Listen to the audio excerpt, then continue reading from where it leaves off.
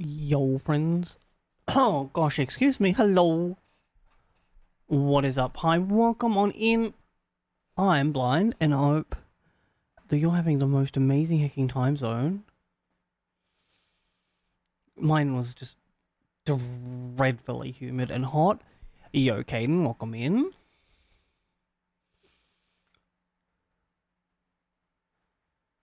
How you doing, friend? I need to... Oh.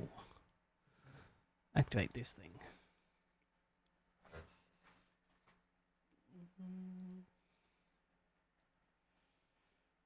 But apart from being just so horrendously hot, pretty good day. Got like a lot done in Warframe. Got some ideas for a Terraria build, just like sitting in my head, doing a bake, slowly working their way out. Plus I had like nachos for dinner, which was so good.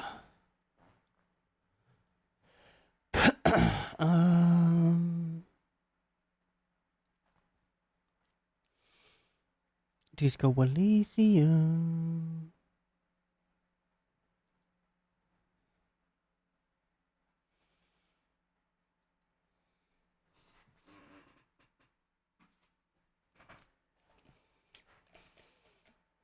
This game is like weirdly growing on me. I was not sure about it at the start. But like the more we played,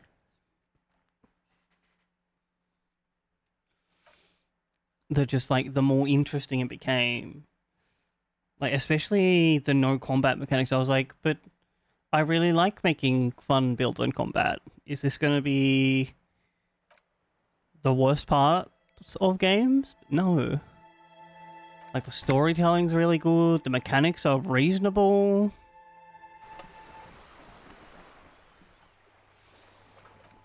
I love the characterizations.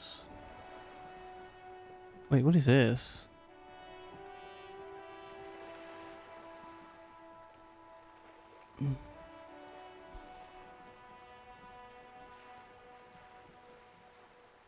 I have not seen this before. Reading quickly part interesting. I think what I actually need is the journal.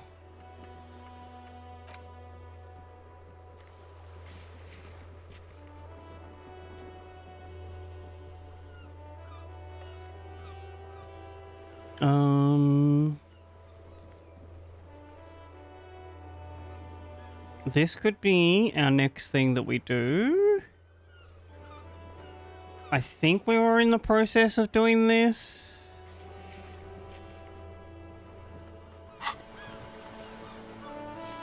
We have to go like around the back.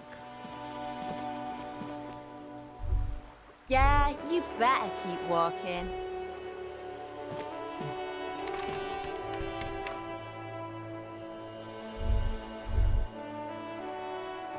Wait, what is this?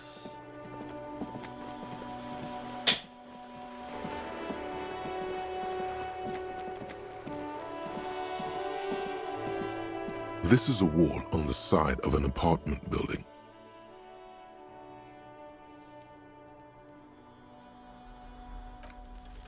You have no clue.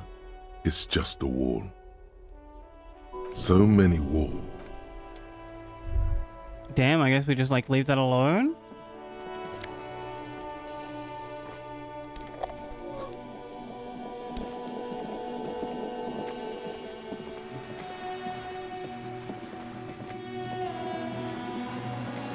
Oh, I forgot we can run. Can we...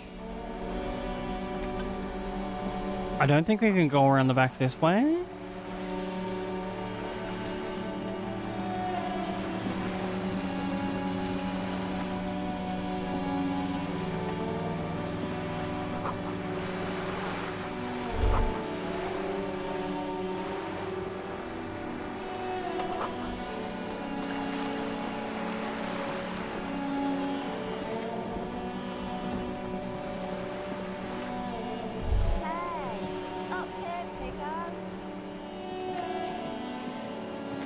Maybe we can talk to this person, get a way The through? streets will flow red once more.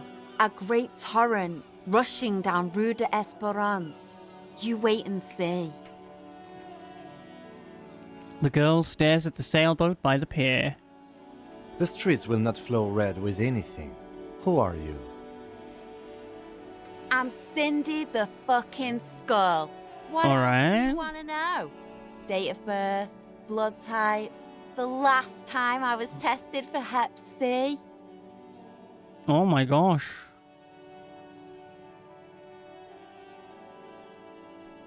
I don't want to be like Ask derogatory to away, her. Pigman, but I don't promise to answer.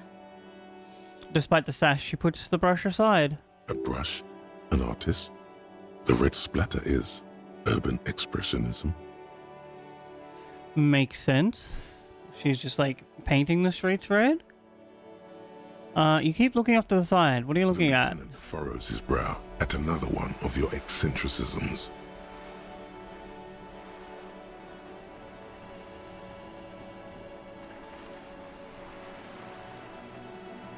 Ooh. She nods disdainfully toward the woman performing maintenance on the boat dock next to the pier. Hatred, disgust. It's difficult to tell which of the two is more present in her girlish features.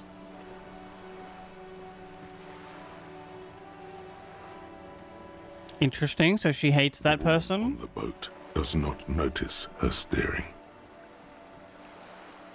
Alright, fair. That is on her. Someone's got to keep an eye on her.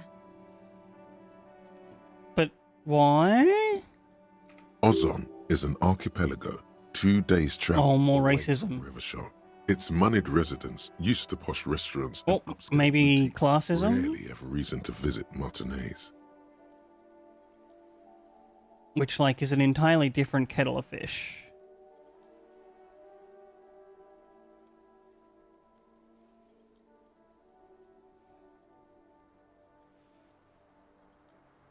Probably the Wild Pines rep.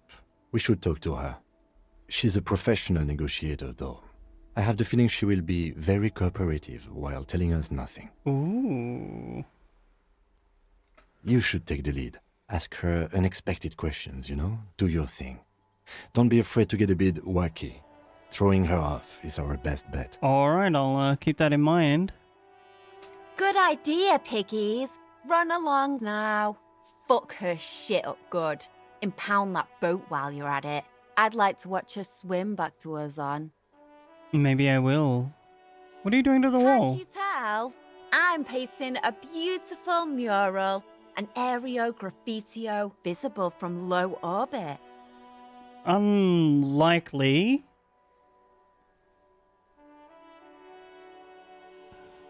I haven't really started it yet. I'm waiting for the right words. The right word. So you don't know what to Have write? you ever tried your hand at graffitio? When faced with a blank wall, most people write unimaginative stuff, like pigs go home and Mona was here. We rarely see pigs round here, though. Just union cats. And my name's not Mona, so... Why are you so committed to defacing the This building? place is severely lacking in havoc. Not even the occasional trash can fire to break up the tedium. Poor girl? I thought I'd mix it up, you know, summon the forces of crime and social chaos with a wall-sized invitation.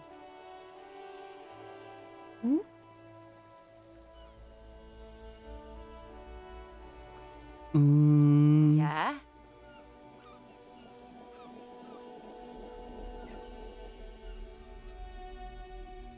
I don't have an opinion, Lying is really. cool, I guess.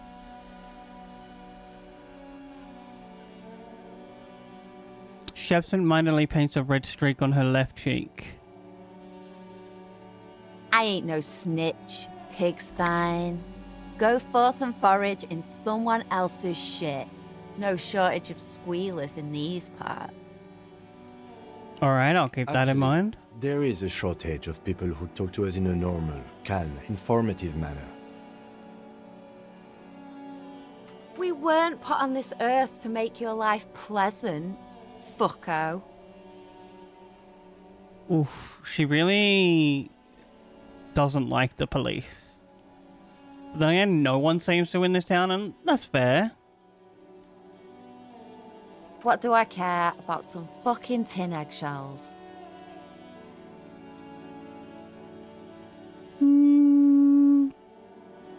Ugh, alright, sad piggy.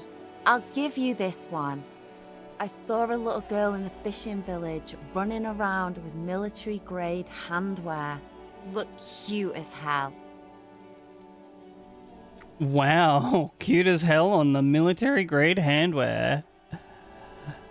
If you haven't been there, the village is a shithole down the coast from the main plaza. Have a good time. Alright. No. That's all the snitching Cindy the Skull does for today. Actually, I don't even know why I told you what I just told you. Thank you for your weakness for time. animals. It's the animal thing again. Damn it. Or a weakness for police officers, miss. Thank you either way.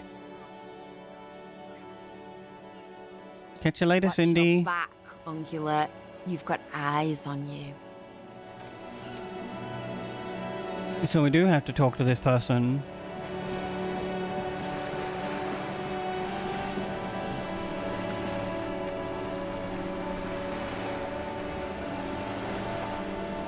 A striking woman leans against the cabin top of her sailing boat, smiling as you approach. Her green raincoat glistens with droplets. A silk scarf is tied around her throat. Good afternoon, officers. I'm Joyce. Hi, Joyce. She extends her Joyce hand in L. greeting. Garcia. I represent the board of Wild Pines, the owners of the harbour. You gentlemen must be from the RCM. Correct? She steps closer and holds out her hand over the railing. It seems only polite to shake her hand. I'm glad to see you here. Her grip is tight and cold. Like steel. There is strength there. If she wanted, she could sink her nails deep into your skin. But that would give me, like, warrant to arrest her for assaulting an officer. I don't think she wants that. I was dispatched to handle a strike, not a lynching. Anything I can do to assist the RCM in this matter, I will, gladly. Ooh, that stroke bodes well. That is good to hear, madame. My colleague will take the lead on this interview. I should let you know that he is recovering from an unusual medical episode. Very unusual. But I can assure you of his ultimate competency. There's a trace of irony in his voice. Mischief, even. This is a tactic. Oh. And here's me thinking he was just being sarcastic. It happens quicker than a shooting star. But did the lieutenant just wink at you? How interesting. I wish you a swift recovery. In the meanwhile, you have my full cooperation, and the full cooperation of the Wild Pines group. Alright, what are we going to tell me about the Wild Pines? You're on a boat. We have the strike, the lynching, tattoos. Can we put her off kilter by just being like, can I have some money? It's what you want to say, but it isn't that easy, is it? Why not? Look at that lady. Take a gander. Squint your eyes, bub.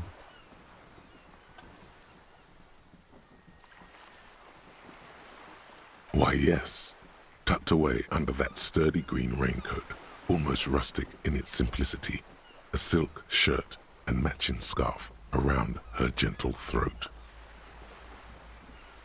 While dull orange pearls hang from her earlobes, red from the cold. Her light green eyes scan you, full of knowledge and worry. wealth and all its possibilities. These are the kind eyes of the rich man that seem to say everything is possible. Within reason. Now look at you, you misery-clad simian, barely able to tie your own laces. Your armpits are lakes. A sigh. Where is this leading? Your hair sticks to your forehead and your underwear feels uncomfortable. You're poor, poor as balls. You can't ask this person for money. You're too...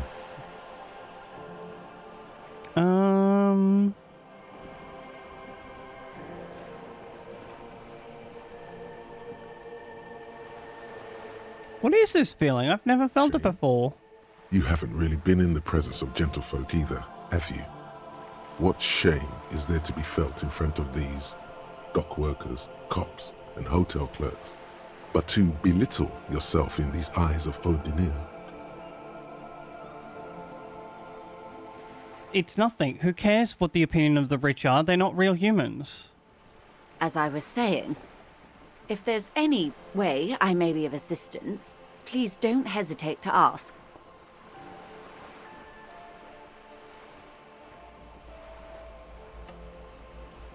Ooh, a 17%?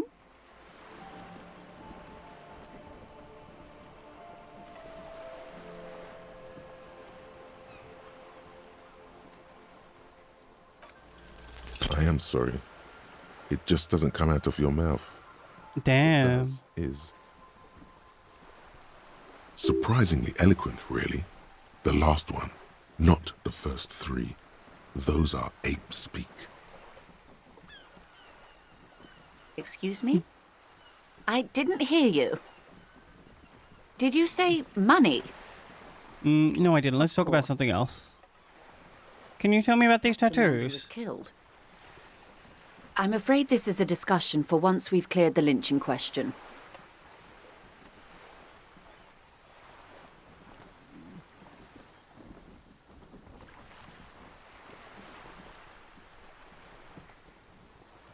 Looking at the photo tattoo... Better not tie the forestay to the backstay on this. I hope there is something else I can help you with. What?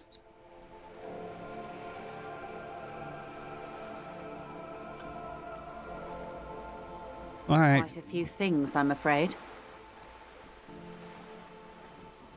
The information I'm to share with you includes Ooh. sensitive trade secrets. For the sake of my employer, I have to ask for your names and badge numbers.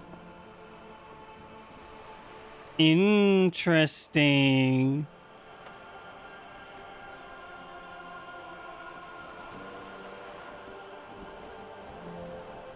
Of course, ma'am. We should have introduced ourselves. I am Lieutenant Kitsuragi from Precinct 57. And this is my colleague from Precinct 41. I'm afraid he doesn't have his badge at the moment. I hope mine will suffice. How curious. Why is that, Detective? Lost it. Probably stolen.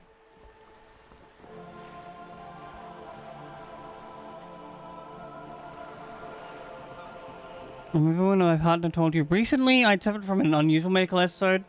I lost my badge. See. So, are you saying you lost your badge during the course of this episode? Pretty much. I think I might put one more row of ribbing after this.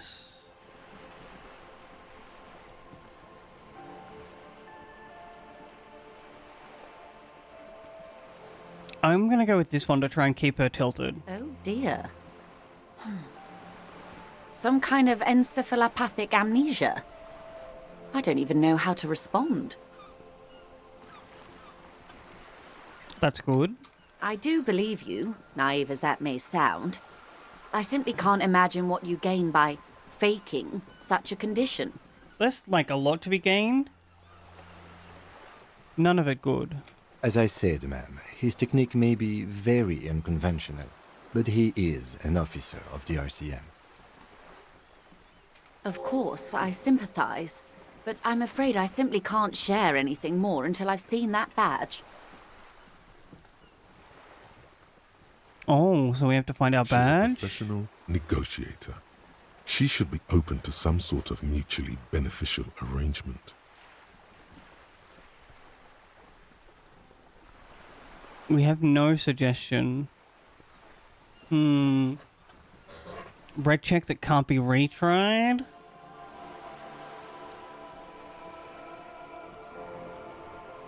Of course.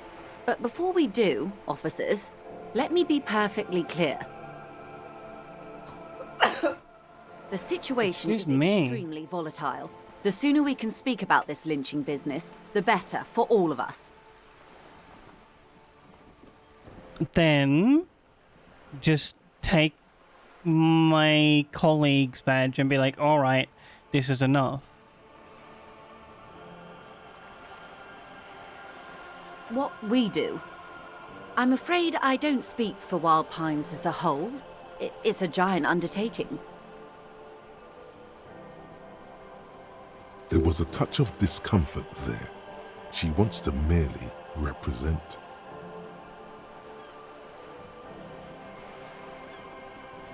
So what do they do? Pines' core competency is logistics. Container shipping, freight, that sort of thing. See those airships there, blinking?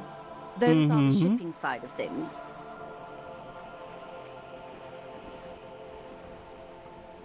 And that is the terminal.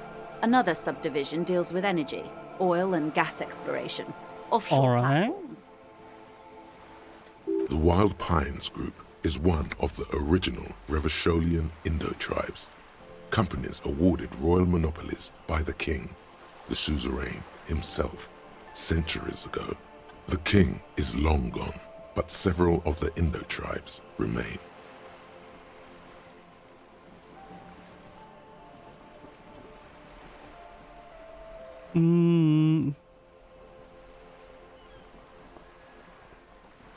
Saint-Baptiste, Elysium, an unknown entity known as Brightest Star.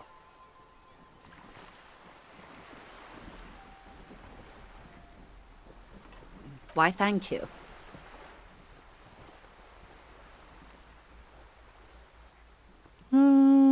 Wait, what I'm not at liberty to discuss the company balance sheet, but I can tell you that last year, the company booked more than 20 billion real in revenue. That is quite a lot of real.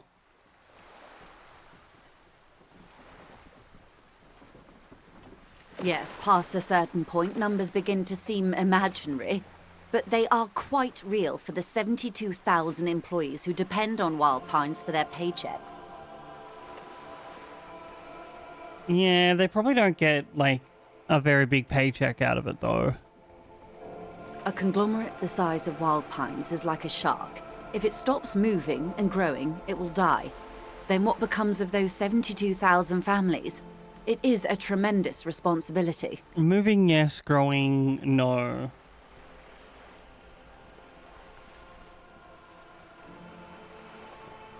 They started as an exploration and cargo fleet conducting trade between the Samaran and Insulindian Isolas 250 years ago, when pine ships explored the South Seminese and charted Lomantang on behalf of the suzerain. Is this?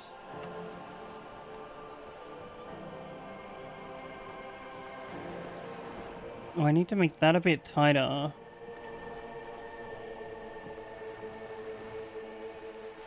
Do I have a stitch marker near here? No. Centuries of care, deliberation, and madness have gone into this endeavor. Vessels pass through the great unrest to re-emerge with apricots in tow. The logic of the system is totalizing. It's taken everything from its employees to build it.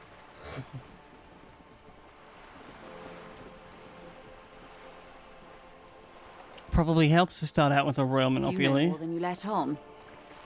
Certainly it helped, but most of the original Indo tribes have failed or been absorbed. To survive, Wild pines had to grow and adapt. No suzerain did that. Interesting. You mean aside from being the terminal's legal owners, who are responsible for moving 8% of the world's cargo?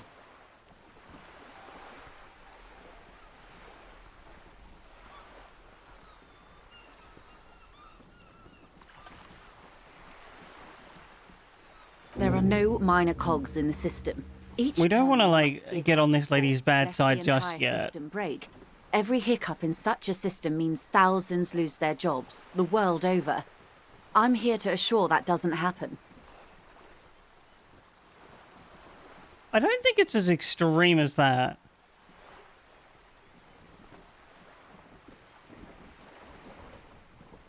What can you tell me Everything. about the strike? Right up to, but not including, trade secrets. What is this trade secrets?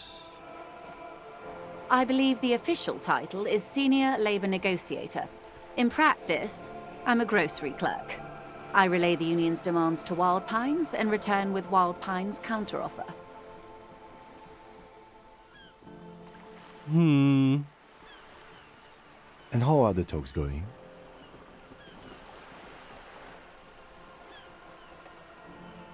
They're not. That's the problem. The union stopped all negotiations a week ago, after that awful lynching took place. That's, like, kind of fair on their part, I guess. Wait, she just admitted that the lynching and the strike are connected. Ooh, she did. Now they won't even let me into the harbour. There's a 2-meter-20 racist behemoth blocking the gates. Don't worry about him. I have plans.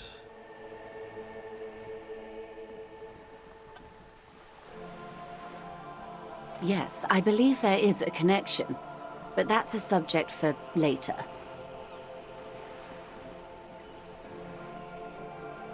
I won't be saying that Jean-Luc is... Let's say I was not making the kind great of man. progress I'd hoped for when I first arrived.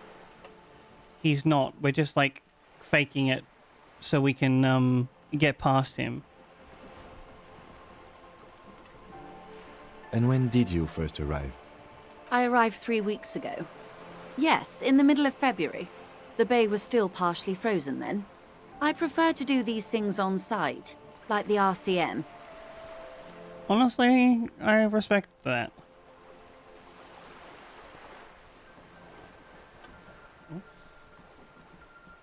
What do I... But the strike began in December. I wasn't the original negotiator here. I took over after Mr. Gaumont hit a wall with Mr. Clare, the union boss. Mr. Clare refused to speak with Gaumont. Chat, do any of despite you want some concessions tea? he granted the union in prior negotiations.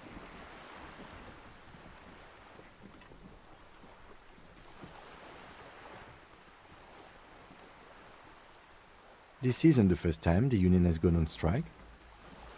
Heavens no. There have been 2 prior strikes. Both times the union won significant concessions, including overtime pay and a medical plan. This time their demands are more, I guess you could say, aggressive. Significant? That's like a basic thing. Ludicrous even. It's meant.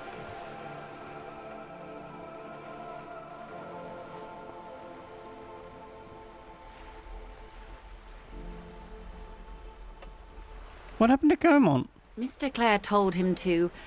how did he put it?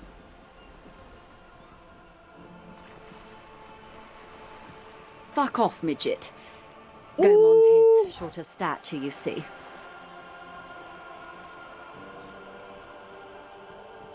That's not cool. Keep in mind, this is a negotiator Mr. Clare has worked with before, and who was more than fair with him and the union. No, I think he was like doing the bare minimum.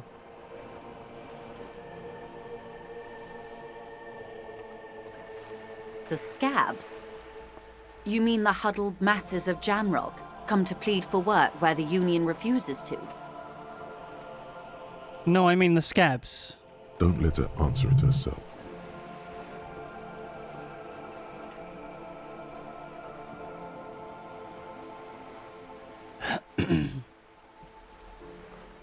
If these workers were organized by Wild Pines or its affiliates, then it would be a company secret. I could not share it with you. Not yet, at least. So they are her fault. It's implied. She's open to discussing this matter with you at a later occasion. I get that. What are their demands? There are leaflets everywhere, and banners. What did they say again? Oh, yes. Every worker, a member of the board. Okay, that's a bit too much. Like, why would you want that for starters? Most of the workers probably don't know what that means.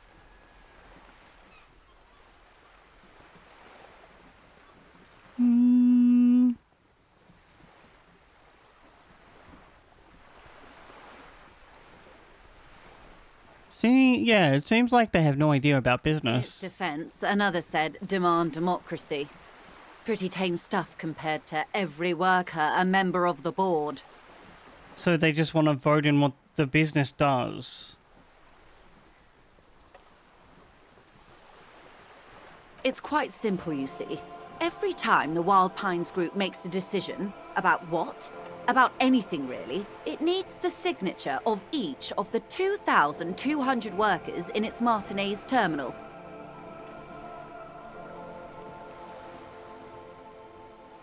Just so you understand, this is but one of 22 terminals owned by Wild Pines. Essentially, not only are they kings of the company, they are also kings of the 72,000 employees of Wild Pines Group.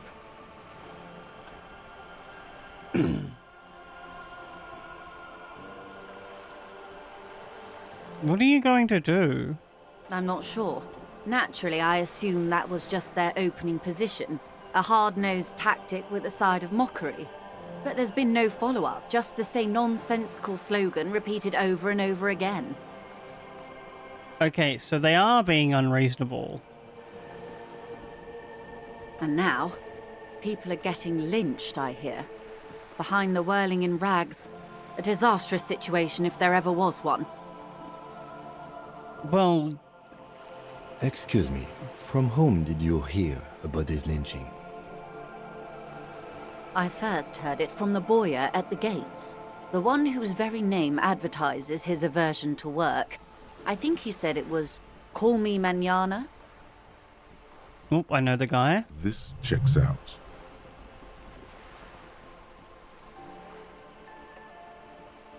Tell me about Mr. Clare. Everard Clare is a man of the utmost integrity. If you can say one thing about him, it's that he always puts the interests of the workers first. So he's probably got them railed up a bit too much for something where he really just wants them, like... Of course not. Everard is fantastically Oh, corrupt. never mind. I imagine he has a thick, viscous goo where you and I have blood. If you were to prick him with something sharp, you could see it oozing out. A knife, maybe? No, a rapier. Is he that bad? He is the most corrupt individual I have ever seen, and I deal with men like him for a living. If there is anyone more venal, more irredeemably nepotistic, then it's his twin brother, Edgar. Wait, there are two of them? Yes. Edgar looks exactly like his brother, except for that lazy eye. He also talks exactly like Everard does, and when one's term as foreman is up, the other takes over. Is there no, like, maximum terms? It's how they circumvent the term limits, you see, with a funny little switcheroo. While in office, they've embezzled God knows how much of their workers' dues. Ooh. Maybe we do sign with the non-union at this point.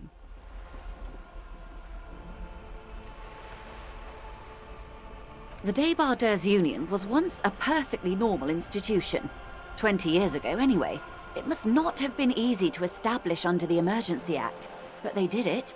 I can respect that.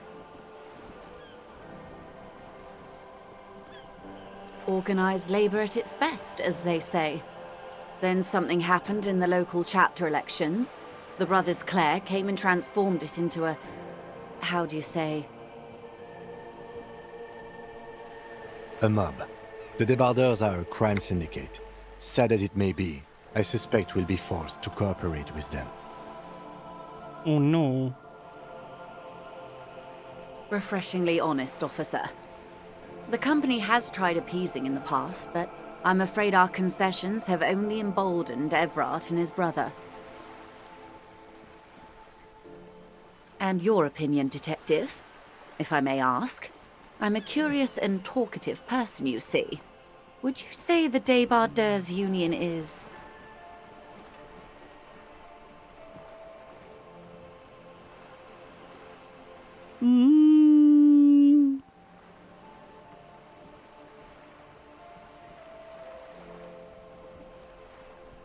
It's sounding a bit like it's two. Indeed, and a hungry one. Sadly, Wild Pines have cooperated with what amounts to a crime syndicate for 2 decades. However much you feed the leech always hungers.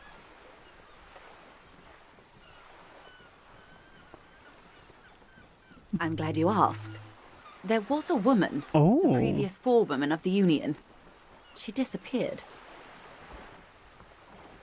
Disappeared? Yes. On the last day of the local chapter elections, her daughter phoned in and said she wasn't running anymore. Or coming to work. Ever. End of story. What could that be? This forewoman, her name?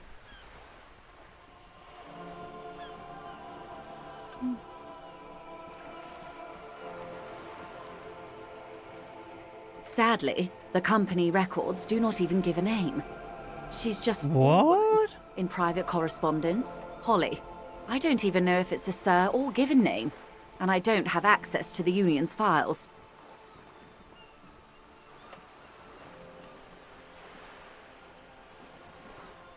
Indeed. The company suspects foul play, but there's nothing they could do. It was a Union matter. For The sure. presentation is, these kinds of things happen around the Clares. Watch out when you're dealing with him. Alright, I will. Thank you for your concern, ma'am. We'll be just fine. Of course. How else can I help? I think we're done talking to her for now. Why, yes I am.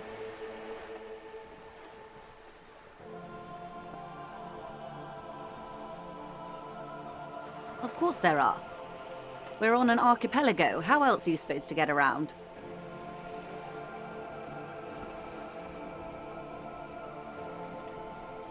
Yes, we are. We are on Le Caillou. Well, if it's an archipelago, that's like... implies that there's land bridges. Technically, the neighboring Ozone and Fas Alamer island groups are archipelagos, while La Caillou, by contrast, is a single fertile landmass, the 4th largest island in the world. It is not an archipelago.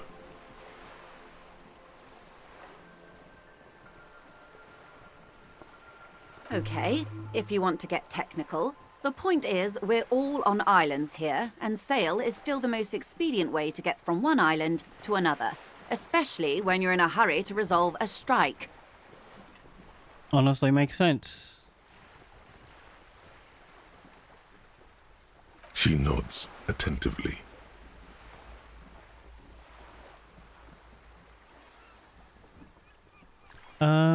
I think I'm done talking about the boat. Of course, Detective. Take care. So we have to find our license... Not our police officer thing.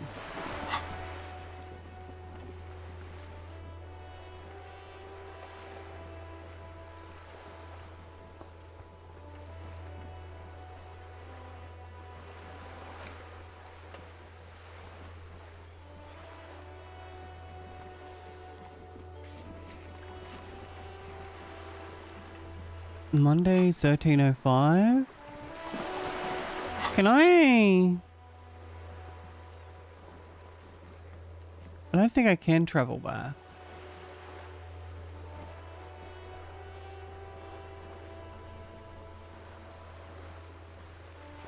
Oh, these are the white checks?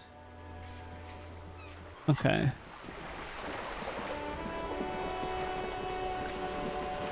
We'll head back to the restaurant.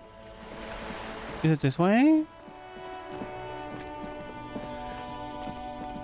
No, but...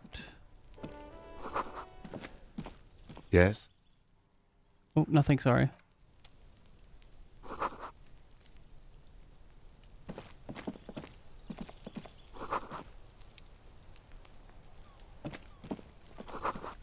It's been a week and now they show up?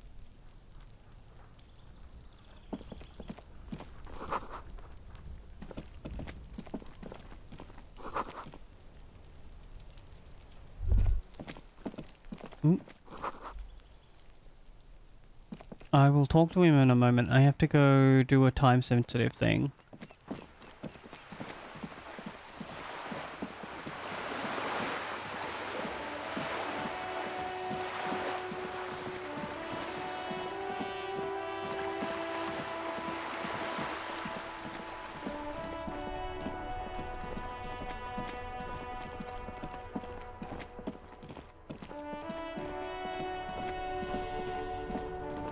Oh, this is the way.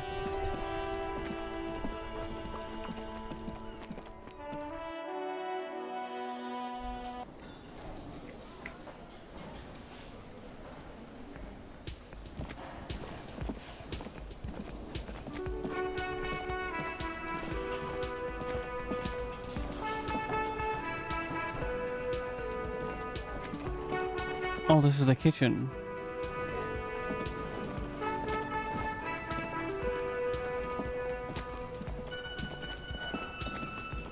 Hello, sweetie. The cryptozoologist's wife. Wait, who's Sweetie? Why, you are, officer. You're a handsome man, officer, with your mustache and your chiseled jaw and that silly dimple on your chin. Am I really, though?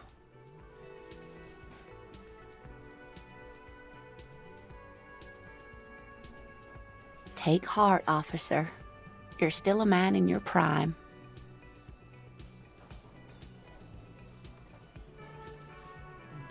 You must forgive me.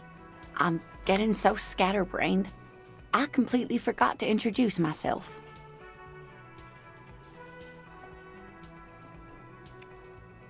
She slaps herself on the forehead. Lena. My husband Morel and I are staying with our friend Gary just down the street, but I come here for tea when they're away. This Lena is wacky enough for the motley crew. Hire her on the spot.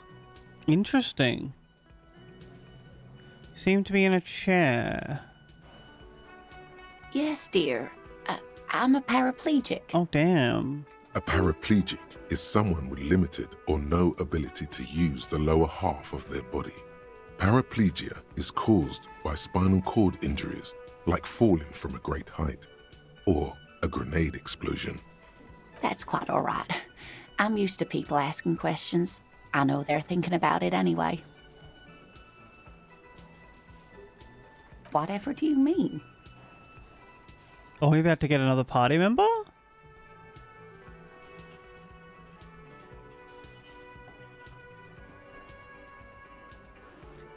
Catching sequence killers?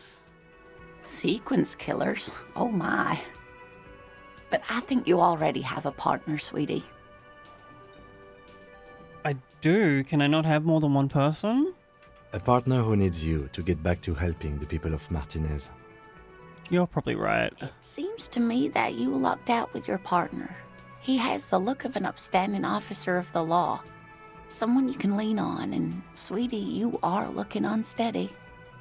Oh, she's right. Maybe we can take Kim up to our room and have a little snuggle hug.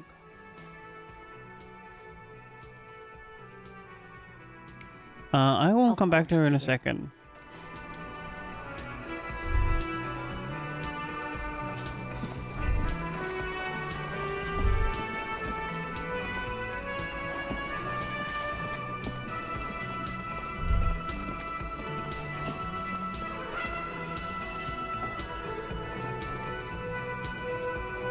Is there like a way to rotate this map? No?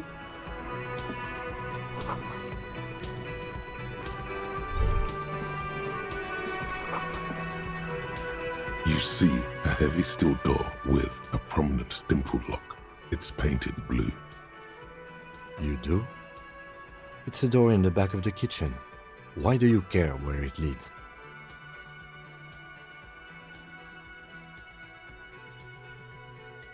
Eccentric. But okay, I suppose we could look into it. As a side investigation. It's hardly a side Oh. investigation. You already have a name for it.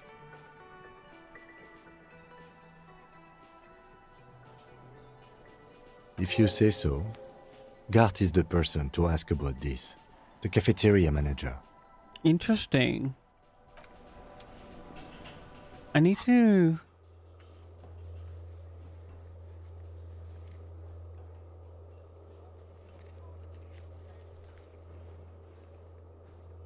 In the mess halls... Oh, so they're not here now? Do we have some other things to talk to Gart about, I'll though? help you. Another thing. Great.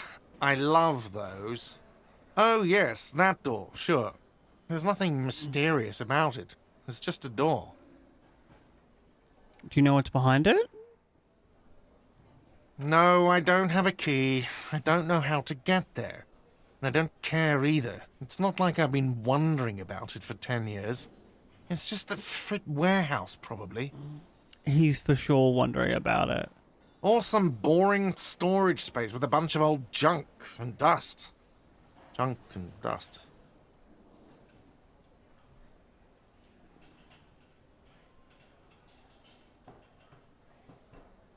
He runs his finger across the counter to check He's for attempting dirt. to maintain an air of indifference. It's absolutely not convincing. I agree. Fine, okay, a little. But my job doesn't leave me time for wondering about one locked door in one of the cafeterias I manage. So, I haven't opened it. I have cleaned the whole place 100 times over, though, after the animals.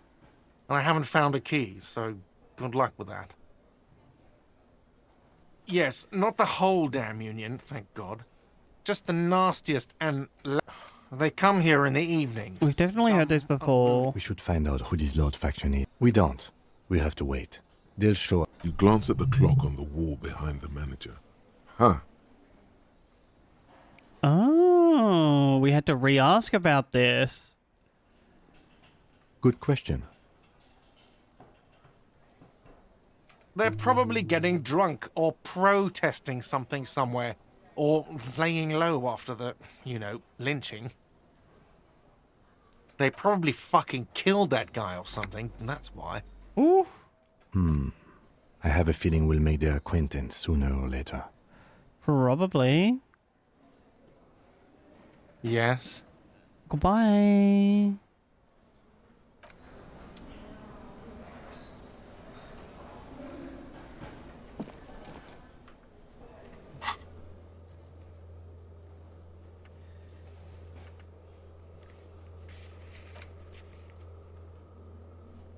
Oh, we don't have to do that yet.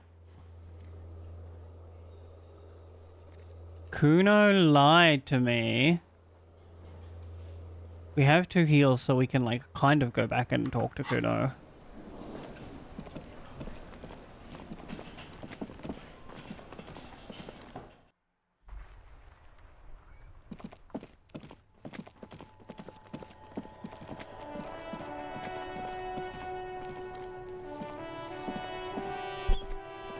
Oh, bashing the mic around. Fuck, does Kuno care?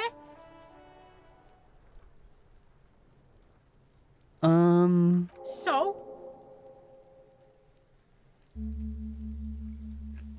Oh, we gotta level up.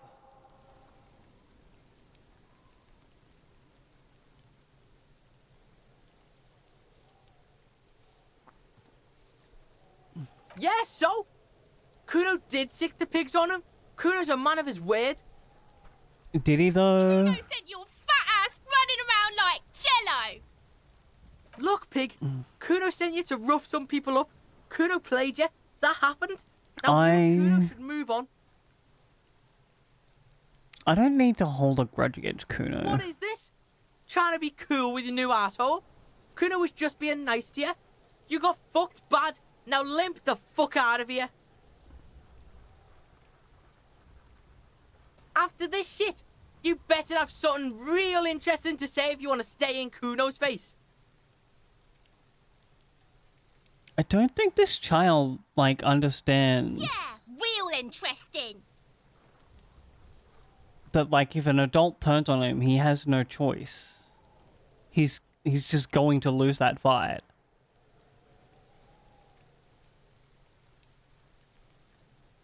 Kuno does. Is that all we had to do? Talk to Kuno? What button? This one.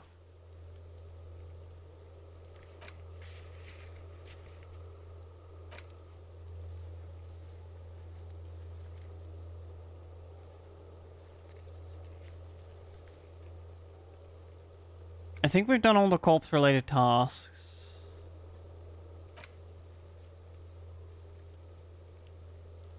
Except for this.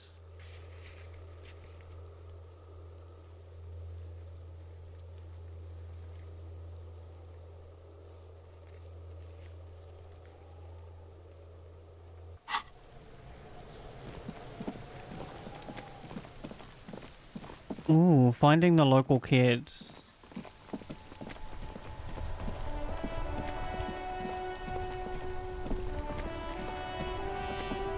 I think they said something about him going this way.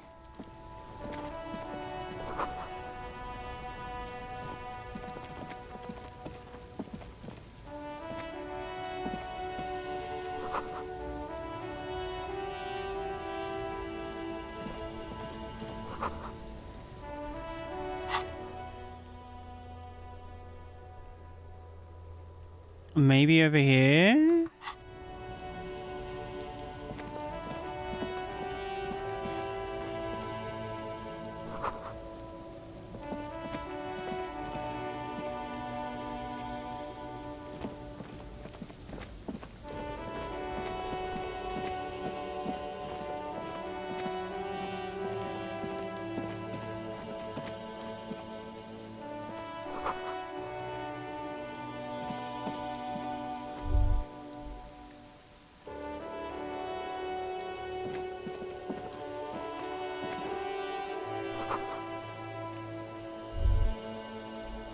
Oh. Chat. Before we continue on, it is once again time for a self-care ad break. This, of course, means if you've been sitting down for a while, time to stand up, have a stretch, make sure your body's doing okay, and of course, if you can't stand up, friend, don't worry about it. Just stay seated, adjust your posture, make sure you're doing heckin' okay. Excuse me, I'm gonna run 3 minutes of ads, get rid of the pre-rolls, I'll just stream out with discoverability and all of that, and then I'll be back. Thank you so much for hanging out.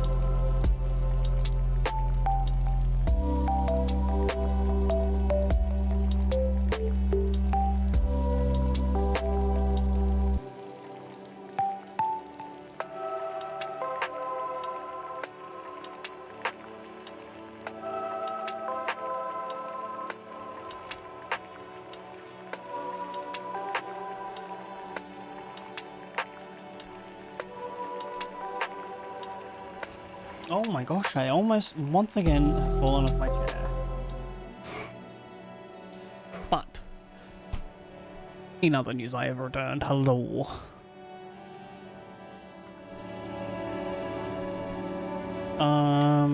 I've already freed the victims. We need to find the other local kids.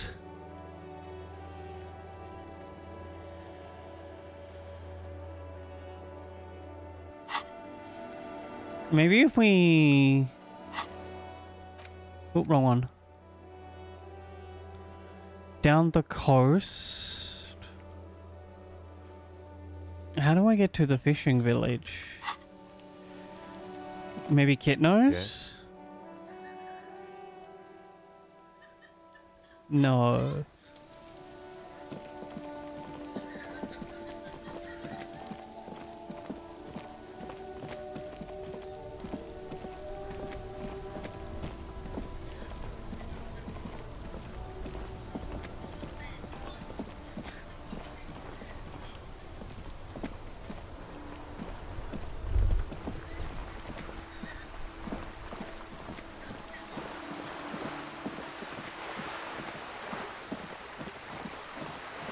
How do we go down the coast?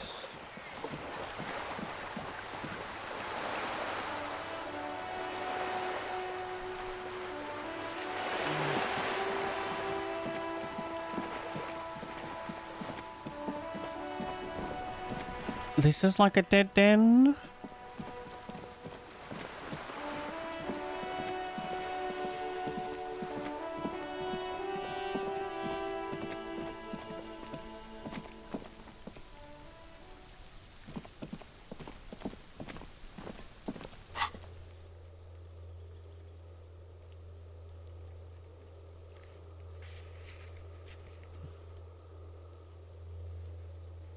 I'm just like... So much for a quiet smoke.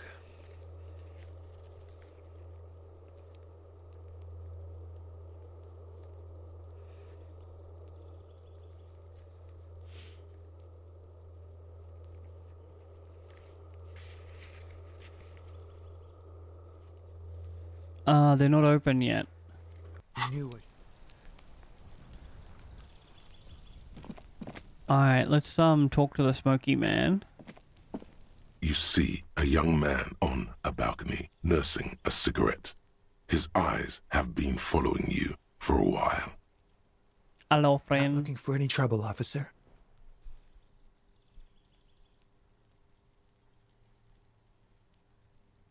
It's the voice of someone who has something to hide, my liege.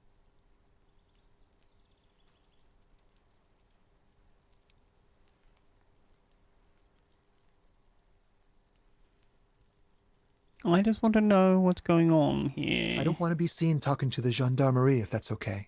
I just want to finish my cigarette. Don't let him go. This could be your witness. The balcony has a great view of the whole thing. He for sure saw it. Is it really that important? It is, in fact. Like a nervous cat, he keeps stealing looks at the neighboring windows. All right, but make it quick. Once I finish this cigarette, I have to run.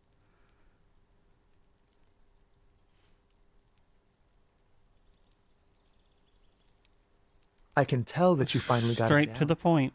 Thank you. It was quite a disturbing sight, even by Martinet's standards. What were you doing last Sunday? Oh. You already asked me that, didn't you? Nope. Wait, is someone else investigating the lynching? Did you? No, not you two. Some more muscular type. What? And when did you speak to this more muscular gentleman? Last week? I don't know. Look, He looks around the courtyard again. Old patio chairs and dead houseplants litter the He's an scene. actor declaiming a soliloquy. See how you hang on his every word. You didn't answer the question. What were you doing last Sunday? I had a friend over. What kind of friend? It was my Sunday friend. Oh, a grinder date. Got you. A doctor's appointment. He doesn't reply, gesturing no with his cigarette. In the neighboring windows, you can see faint reflections of his silhouette, all from different angles.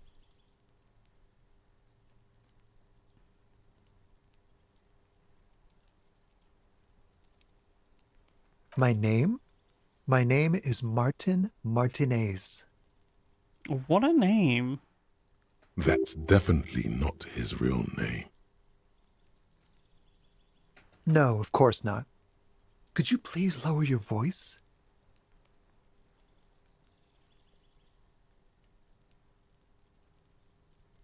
No. We won't. Apparently not. Dumping it Now, out if on the you'll balcony. Excuse me, I really need to get going.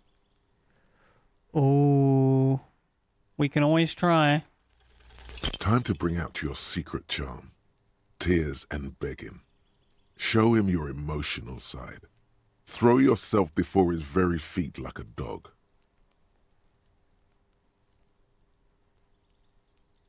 Trash? The young man shake his hand in confusion. Listen, I really have to go. Oh, do you have another doctor's appointment in there? Good luck with the investigation. Thank you, I guess? We have a new task.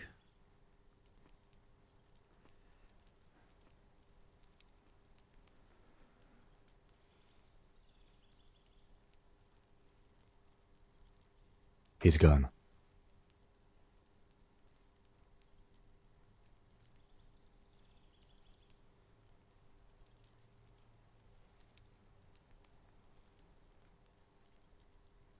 Oh. Alright, I think this is the end of this row. We should run after him. No point in running. Tenements like these often have multiple exits. If he doesn't want to talk to us, then he'll know how to hide himself. Oh, true. Now, I kind of want to try something new with this one.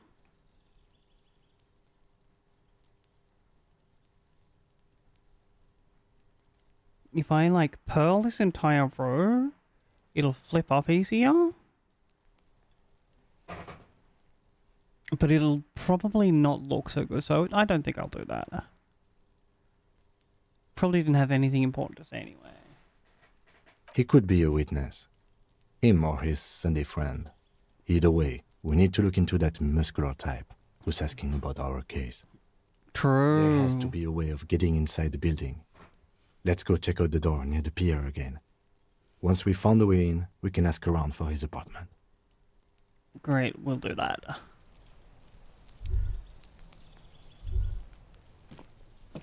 There must be another way into the building.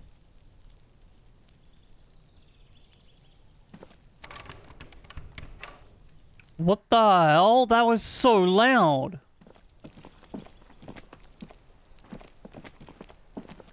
Oh, wait, this is the other child. Are you trying to sneak up on me? Come to slit my throat in my sleep? No? Apparently, she doesn't like people standing behind her back. That seems like a her problem. Logic error. She is not sleeping right now.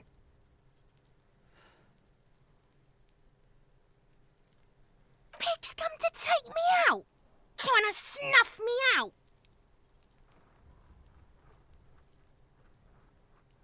Why would you even say that? Then why are you sneaking up on me like that? It's not a good idea to scare me, pig. Not a good idea at all. What are you going to do, child? Can we talk to her like the long way around, maybe?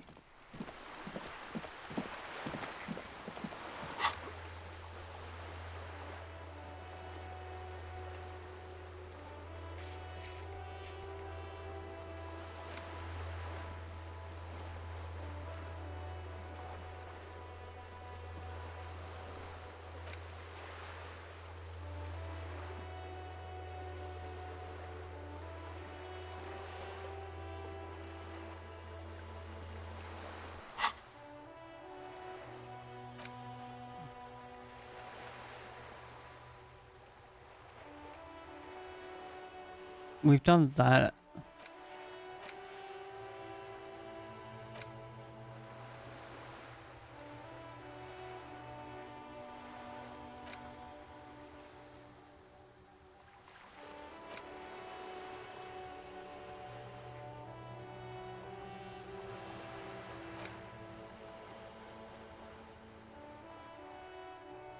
This seems fine.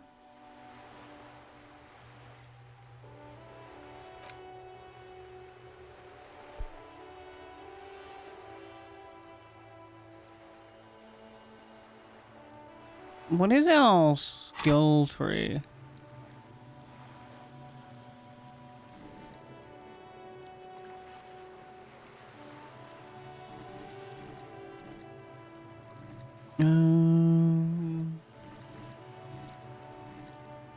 Visual, conceptual, rhetoric. I don't think we have anything in that. But it's also in our, like, this thing, so we don't particularly need it.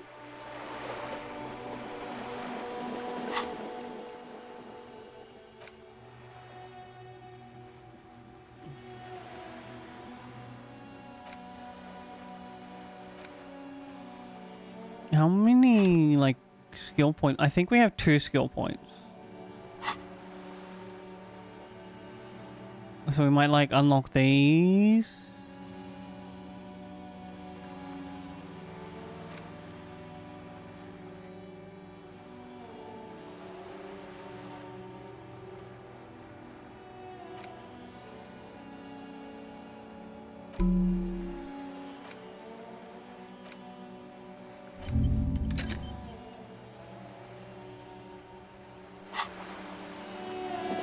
I think we just go back to the guild for now.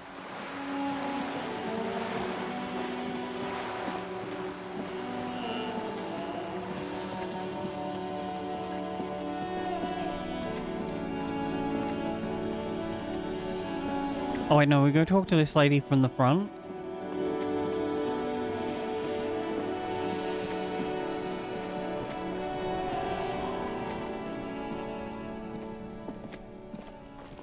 The pig's getting pretty close to me. Come to snuff my shit out, I think. Definitely not. Looks like it's time for me to go, Kuno. Pig's come to take me in. I just want to ask you some questions. I'm going away for a long, long time, Kuno. Going away for life. No. What's going on there? Fuck are you trying to pull, pig? Have I done this?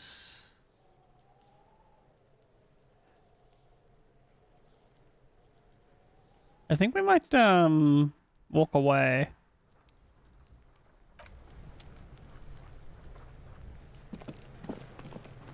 Oh, excuse me. And the girl just doesn't want to talk to us.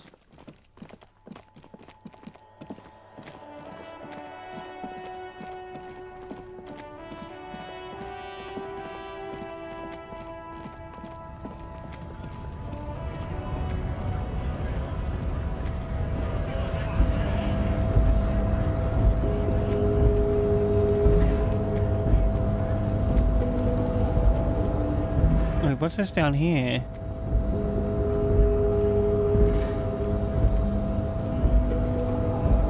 We'll look at that later.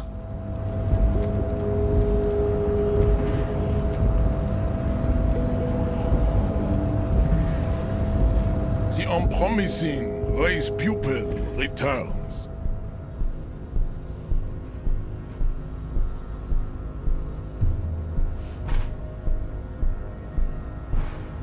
Racists are generally not very good examples of their race. He gestures towards the lorryman down the street. Welcome to Revachol. You hear him yell at a redhead woman visiting the fritter nearby. Oh, yeah, that racist. Heck him. He must think redheads are immigrants. I am not like them. I am craniometric perfection. I have taken the trouble to permanently draw a phrenology grid on my skull and features. This should dispel any doubt. What? The drawings are precise and look true to their pseudo-scientific ambitions. One thing, however, it is not entirely free of throwbacks in the phylogenetic tree. His large jaw, for example, could be a trait indicative of criminalism. Also, his earlobes could be small.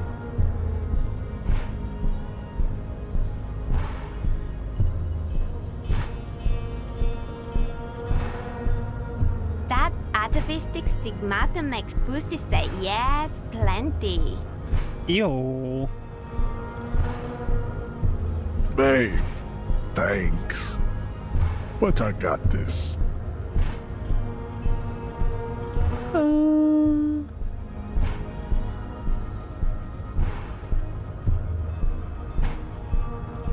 And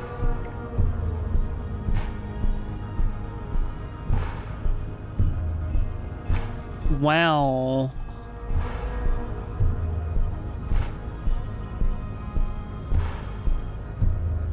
I think this is the one that might help us the most.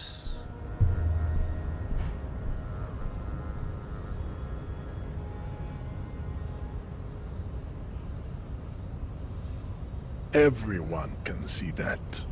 It has little to do with the race enigma. Baby, don't be mean. Give him another chance.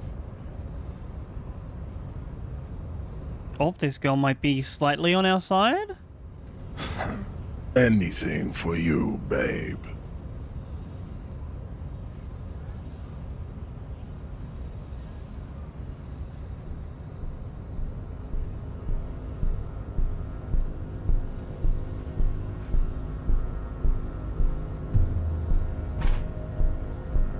Fascinating. The Revacholian degenerate shows signs of racial self-reflection. How did you accomplish this little feat?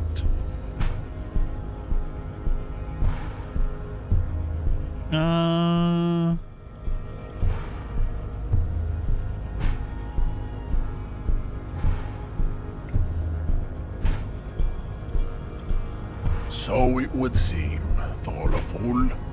I find myself at a crossroads.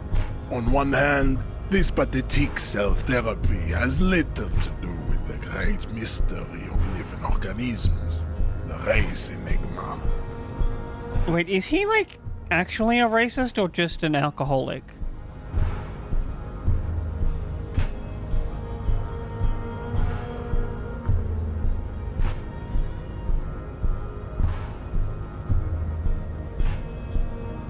Oh, that's the wrong one. But thank you, Nightbot. And, of course, you will not be able to free yourself from the yoke of rule. It is too late. It may be lethal to stop at this point, but still. If the Revacholian degenerate is capable of critical thought, he may still prove a race adversary. Why should I help my adversary?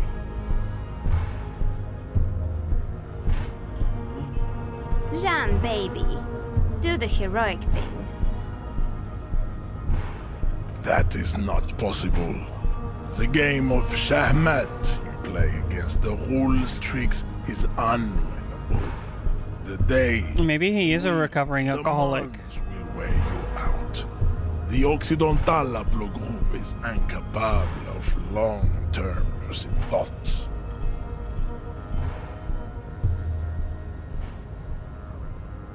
You will not. You cannot withstand the wasteland of realite. Interesting. I thought he was gonna be like, get out of my sight. Hard, Jean. My mom couldn't do it either. Very well. You may enter once. Our conversation here has concluded. Once. Well done. Let's go.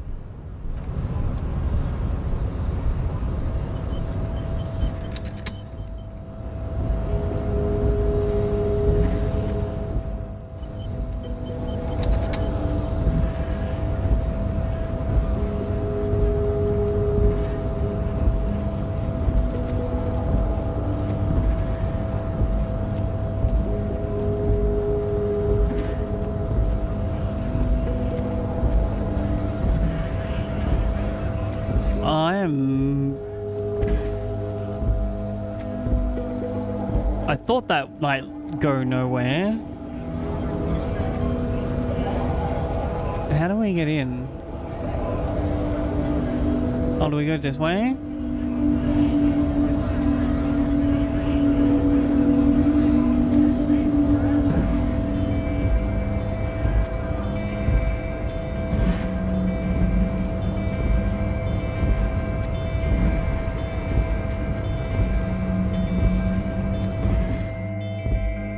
This way, okay.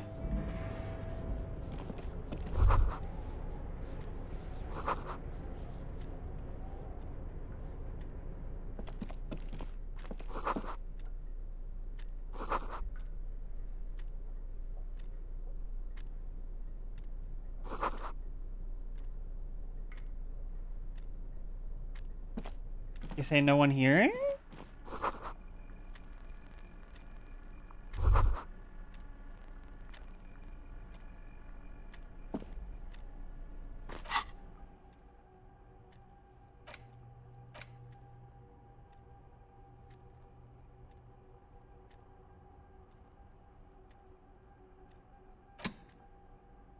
So it'll cost us a skill point to empty up a slot.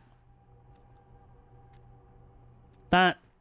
I don't like that. I would have preferred to just, like, put it back in our thoughts file and top it with something else.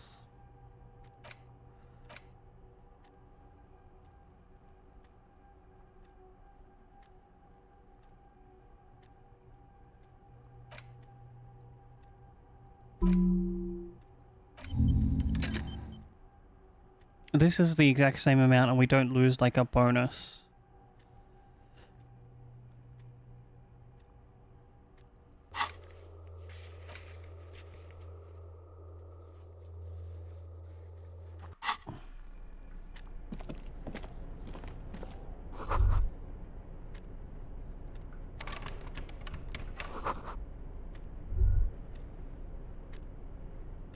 I think that's a way up.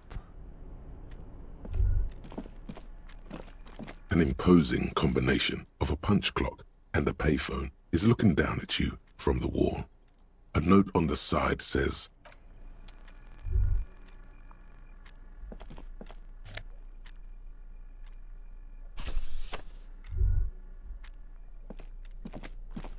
on second glance, someone has forgotten to properly close one of the drawers. It's unfortunate for the Union to just leave their paperwork lying around. Open the drawer. Opens smoothly.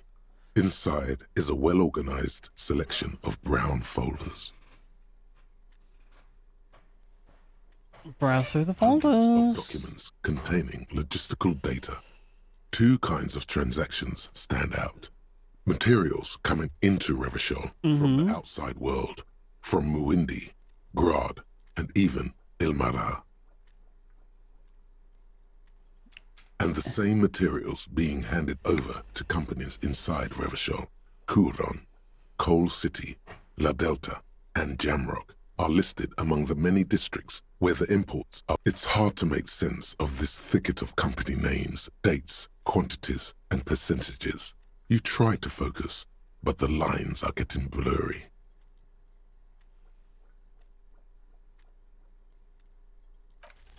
Make a Whatever's roll. hidden here is hidden well. Concentration isn't enough. Only a trained accountant with a background in logistics. This is where all their fraud is. However, there is a little handwritten note. It appears to be a to-do list written in large, uneven capital letters. Oh? Remember, Leo, Everard's shoes, special whirling borscht, water Everard's plants, sweep office floor, more banners. All items on the list have been crossed out and the note itself is crumpled. Everard Clare, probably. The head of the Debarders Union. One of his aides must have left it. Nothing incriminating here. The special borscht seems a bit odd in the list. Remember, Leo, Everard's shoes, special whirling borscht, Water Everart's plants. Sweep office floor. More banners.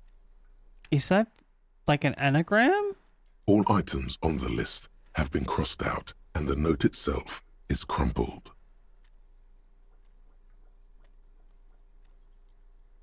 Special Wally Bosch. Hundreds of documents containing logistical... Maybe I just don't have the stats Two for kinds that. of transactions stand out. And the same materials. You already went through all of these. The drawer slides shut smoothly.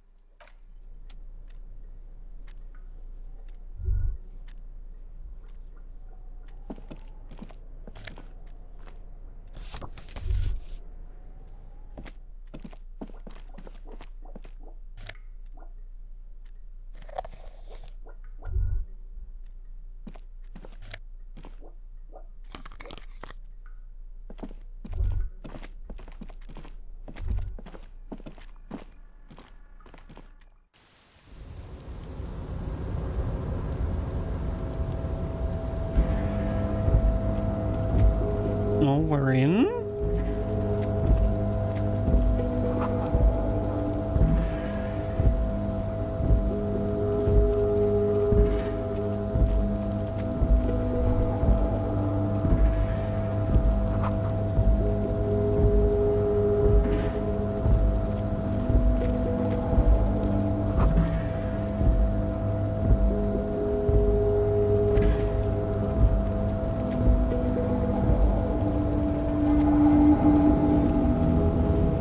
What is this?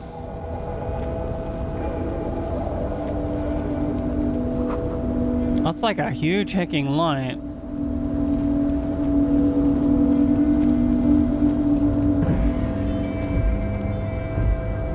Can we not go that way?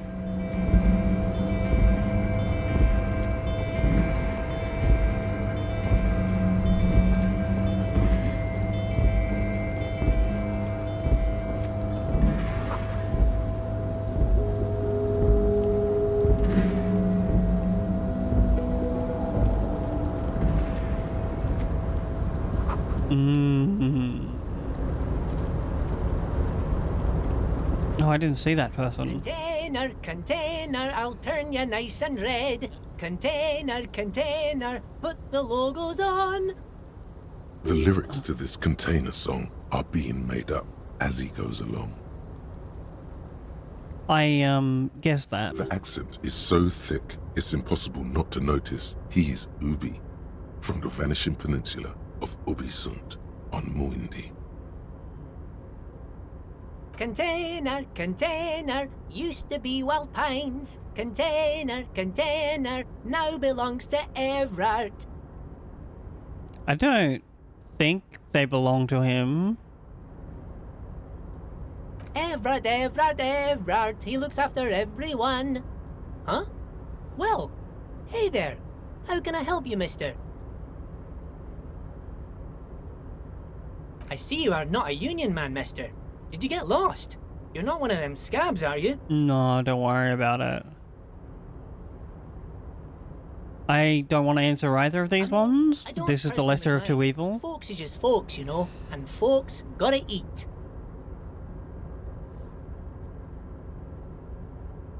He doesn't seem to be waiting for me to answer. Just some of the other guys don't look too kindly on the scabbing kind, if you know what I mean, mister.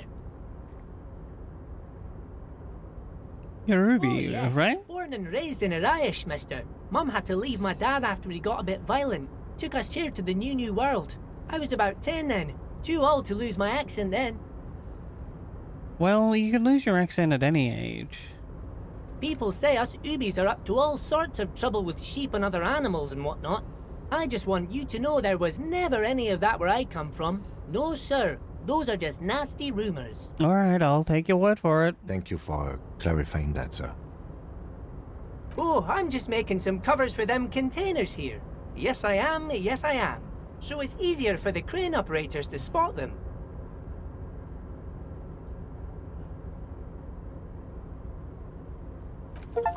The containers in the yard are green in Wild Pine's livery, and the mountains rising behind Leo is all red in Union colors. It's like Some red infection was spreading outwards from the container yard's core. What?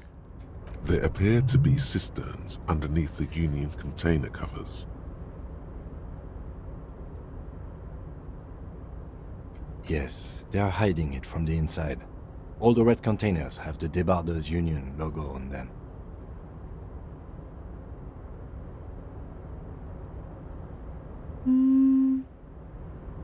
No, not really. Mr. Everett doesn't tell me all the big things. Says I go and tell them to everyone. It's true. Oh, I don't know, mister. They say it's some chemicals. Most of them have labels on them, I think. Chemicals?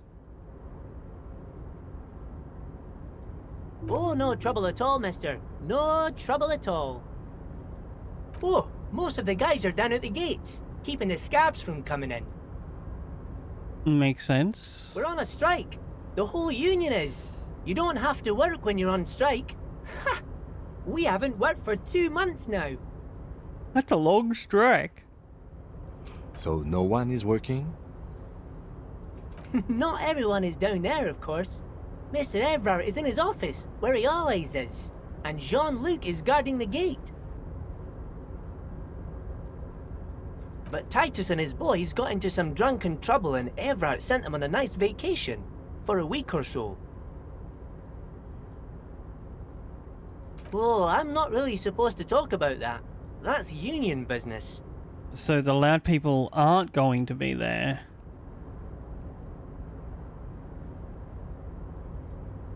Him and his boys stirred up something in town. Probably drank too much and got into a fight or something. I heard Mr. Everett telling them to take some time off. That's kind of suspect. I guess the boys got a bit too rowdy and had to let out some steam. I don't really know the details. That's just how boys are, you know. I haven't been in a fight since I was in middle school. Easy, Leo. Let's keep this on the hearties. Look at too late. Leo's mouth is still moving, and the words are spewing forth. Words, words, and look, even more words. This guy could go on till the end of days.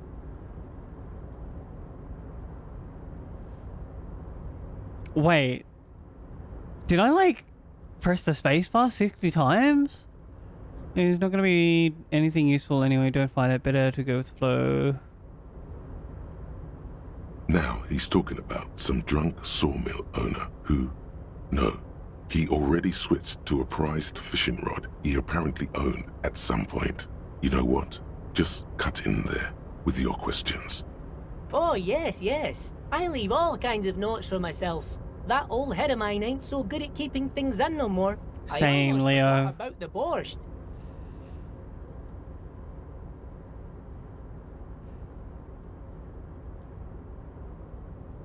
Oh yes, I've been taking special whirling borscht to the men every day since the strike started. Whirling borscht? It's very, very good. Makes a man feel so warm and happy. I feel like I could take on Mr. Renadan's boar dogs every time the lunch is done. Is it like a kind of sausage or a drink? Yes, yes. I'm taking it to them. The borscht keeps them happy and in fighting spirits. Makes you all warm inside. They brew it in the whirling in rags. It's for sure like drugged soup. Oh, the whirling's cook. He makes it. Them is always talking with Mr. Manana in that weird language and laughing together. He doesn't speak what we speak. He's from Grad.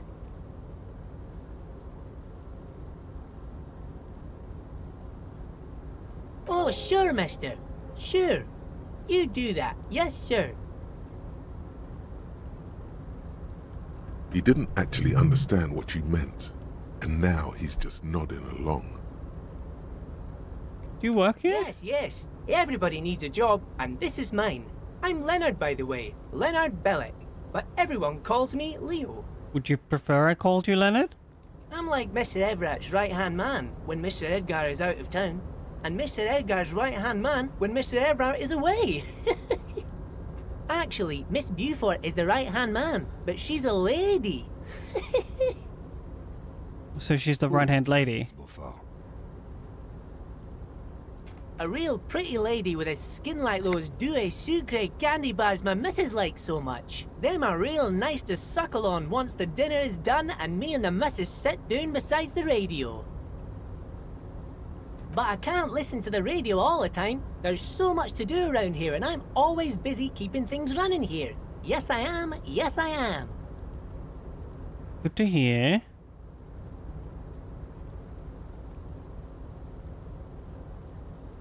Oh, Lizzie, she is a real sharp tool. Mr. Everett put her through some fancy school and everything, east of the river. 4 years she was gone, and when she came back, she was all fancy and lawyerly. Interesting. He respects that word. That's obvious. But she's a real nice girl. Grew up in this here neighborhood, knows everybody and gets along with everyone. Real pillar of the community one day, I'm sure. If me missus and me was to have a child, I'd be real happy if she turned out like her. But she can't have kids. Your missus or her? Dr. Lemaitre said so, and she knows about such things. Been a doctor for almost 50 Oh my years. lanta. So Everett trained a lawyer named Miss Beaufort. Interesting.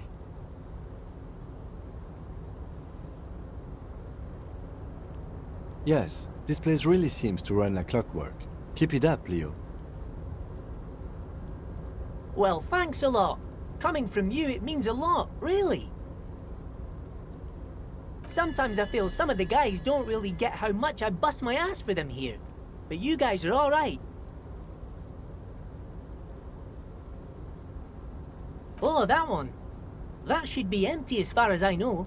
Lots of containers here have nothing in them. They're just waiting to be loaded up. Oh, you want Mr. Everett then?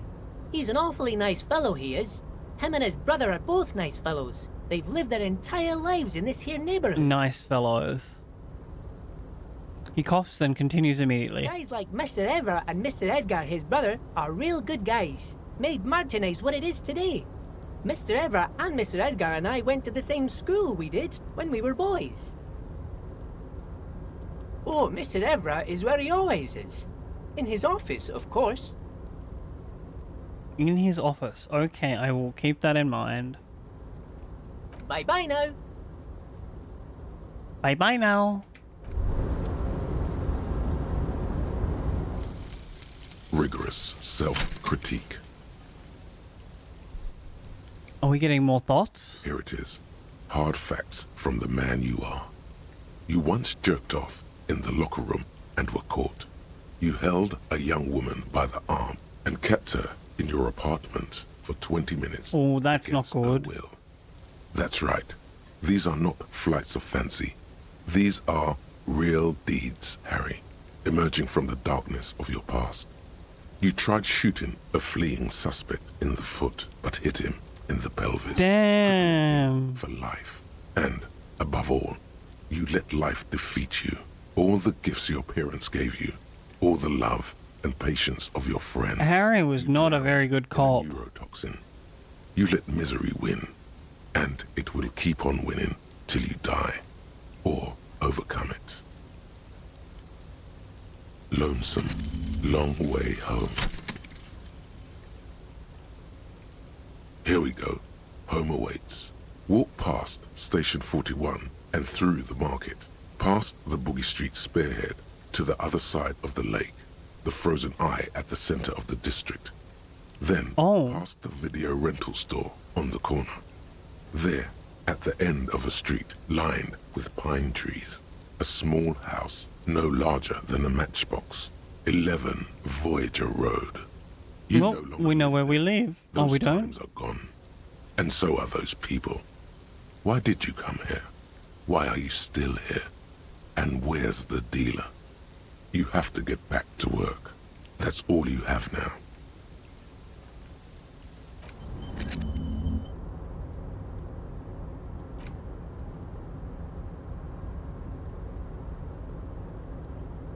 So if we fail a red check, we heal morale and health for these things.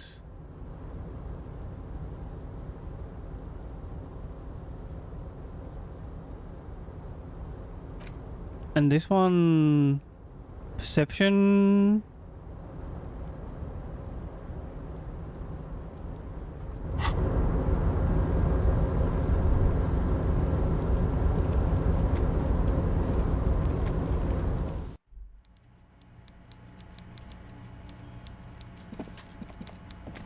Wait, these containers are linked?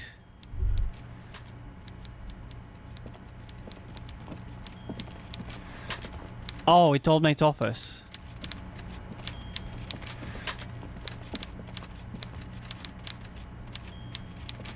That is a bougie as fuck chair. Before you is a walrus of a man seated behind a large desk. He looks up from his work, not the least bit surprised to see you.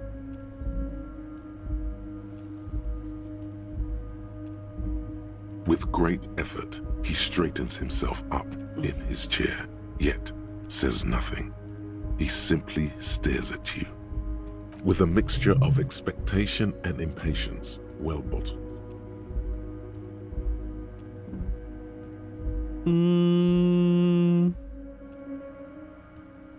It would be such a power move to just be like, walk in, walk out. Welcome, Mr. Dubois, Mr. Kitsuragi. It's good of you two to stop by. That is a voice and a half. Harry Dubois. What a name. I'm Everard Clare, head of the Debarders Union here in Martinez. The man relaxes into his chair and continues. I'd offer you my hand, but unfortunately my health prevents me from getting up. You understand? Wow. You really do just be chairbound. He looks extremely comfortable. The tiny folding chair, on the other hand, looks like a torture device. You go ahead, detective. What if we want to... It can't be good, he thinks. I'll do my best. We'll stand. Forget about that. What's with this Dubois stuff? You're getting some seriously bad vibes from that name.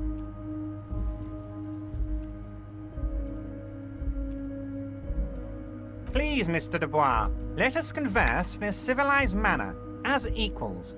Take a seat. I insist. Putting me in a lower quality seat than the one you're sitting on is clearly putting you in a position of, I'm way more powerful than you are. It's nothing. Yes, that's probably right. It's nothing. Definitely not nothing. Filter it out.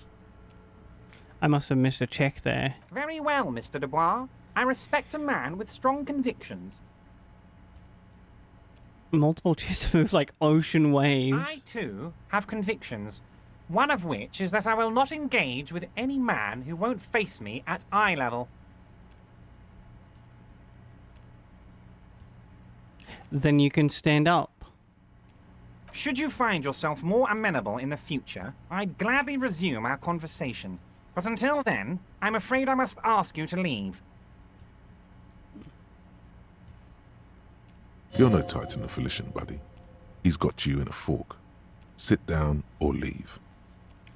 Fine. Excellent, Mr. Dubois. I can see that you're a reasonable man, and reasonable men can be of great use to one another.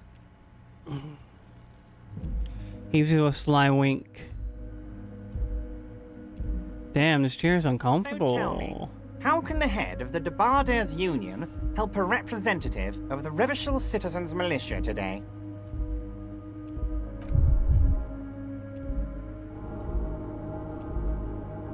The chair you're sitting on has got to be the most uncomfortable chair in the world. It's violating your backside. How do I get, like, health healing back?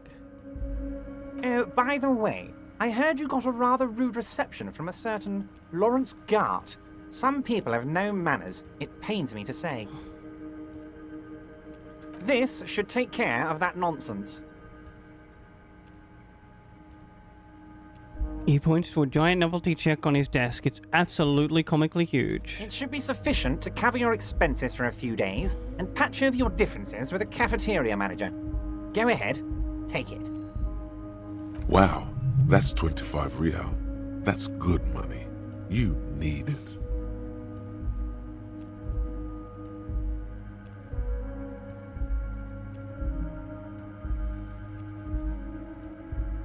Wait, do you know Gar? Yes, I know Lawrence. He's a real character. No union man in him. A real piece of work, that boy is.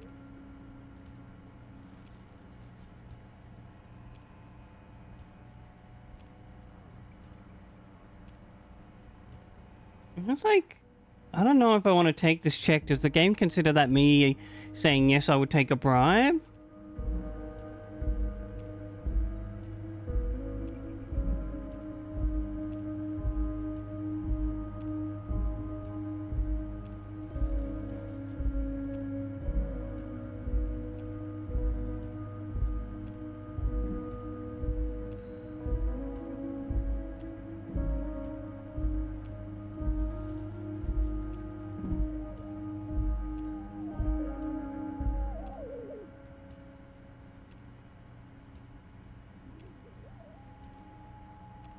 With a grin, he points to the checker game.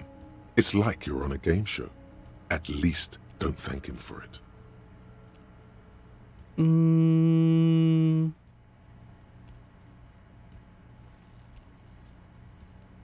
Okay, okay. I respect a man with principles. No handouts, then.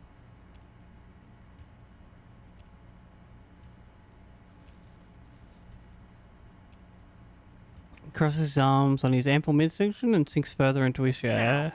I'd like to set your mind at ease about one other matter. Your lost gun.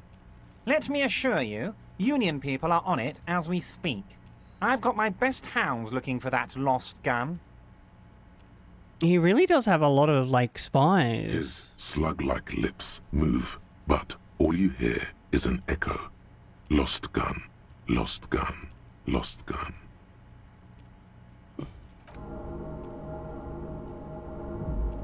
The world is swallowed by a black hole of fear. Only two words escape its gravitational pull. Lost and gun.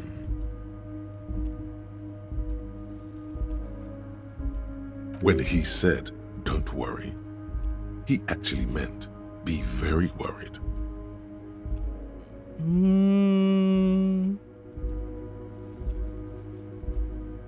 How do you know about my lost gun? I know everything, Harry. Right now, I know that you're worried. Don't be worried. Everything's going to be all right. I respect that. It's not like you left it loaded. You didn't lose a loaded gun. Local children aren't out there playing with it right now, pointing it into their own mouths. Oh, very It's good. in a safe place. I just know it. I have a feeling everything's going to be all right. You probably purchased it. It was loaded. There were 2 bullets in it. You always keep at least 2 barrels loaded.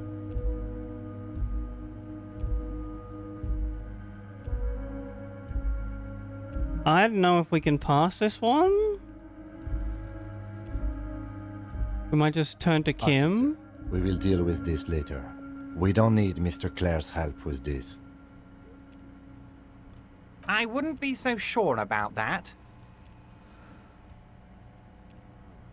Wait, what? Can we not?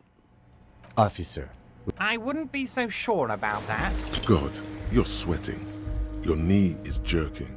You're about to cry, aren't you?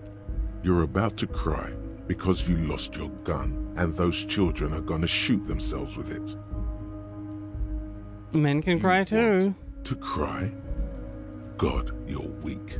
Whatever you do, don't cry. Okay, so I understand that this is like the composure of a man that's been societally programmed to think that men have to be masculine and not cry and not have feeling, but like, shut the fuck up. I don't care what this person thinks about me. Mr. Dubois, you don't look so good. What is this Mr. Dubois he keeps repeating? What is he trying to pull here? You need to cool the fuck down. Chill. Lucky we picked up those healing items. Mr. Dubois! Harry!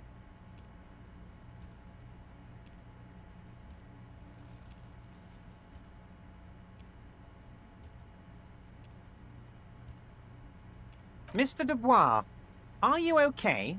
Can I get you a glass of water or something? Are you having some kind of medical emergency?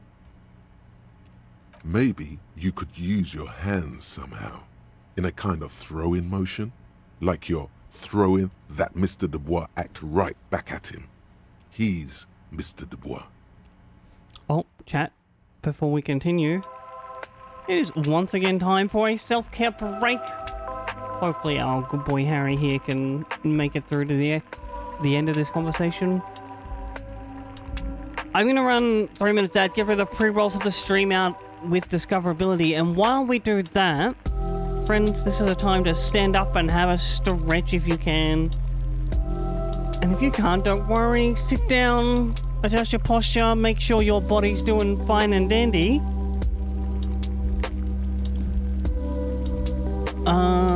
I will see you on the other side of the ad. Thank you so hecka much for hanging out, though. I appreciate you, friends. Mwah.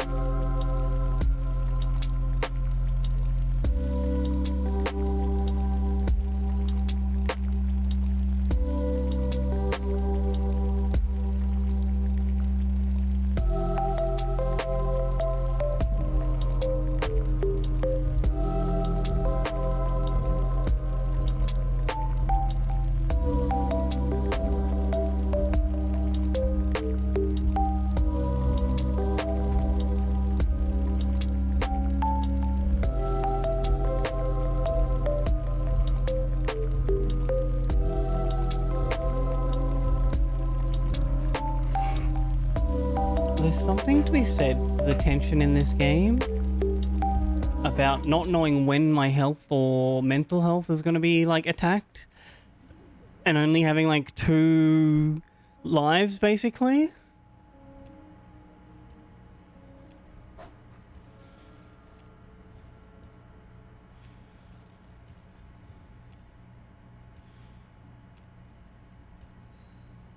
What an odd demonstration of... you got me, Harry. I don't even know what. As entertaining as it was, I'm afraid we're wasting our time. And I'm an extremely busy man, as I'm sure you are too. I wonder how he actually, like, leaves this chair if he needs to leave town, like the other guy said. Okay, enough. We are here to ask you some questions pertaining to a murder investigation. Quick, here's your window. Get yourself together and ask him questions. Police officer questions.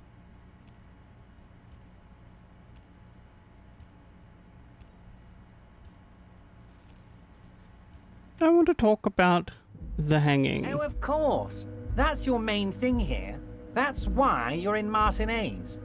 I know everything that goes on around here, and I would love to discuss it with you. I might like do a couple more rows before I actually lock in this stitch marker. I mean, it's no secret that the lynching is connected to the strike. So much to talk about. Honestly, it's been weighing on me so heavily. I understand you need to interview me.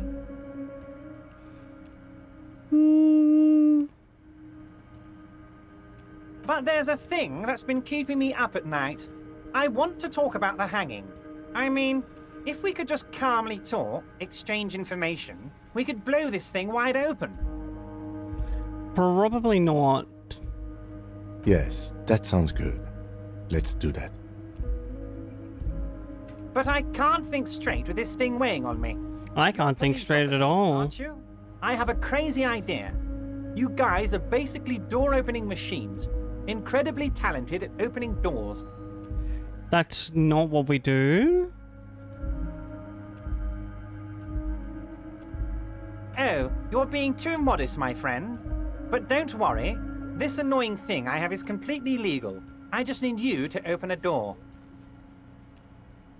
Which An door? excellent opportunity presents itself, sire. You could win the trust of the arch-liar, pretend to play into his hand. Then, should you wish, bend his efforts towards your own. Perhaps?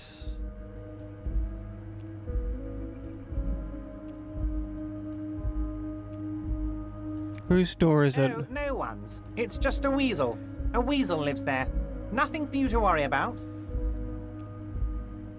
Why don't you just open it yourself? I'm a very busy man, and more importantly, I don't have that extraordinary physique you do.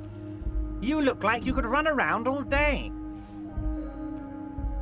I think you're talking about Kim, to be honest. You want to send someone a message that the police are working for you. Kim gets it. I repeat, I'm a very, very busy man, Mr. Kitsuragi, and therefore I must occasionally enlist outside help. So what will it be, Harry? Me personally, yes. But like, the character Harry, no. He is like a deep in the bottle alcoholic. Strikes me as someone that's been like a desk job policeman. Also, hello Shen. Welcome in. I hope you're having the most hecking amazing time zone.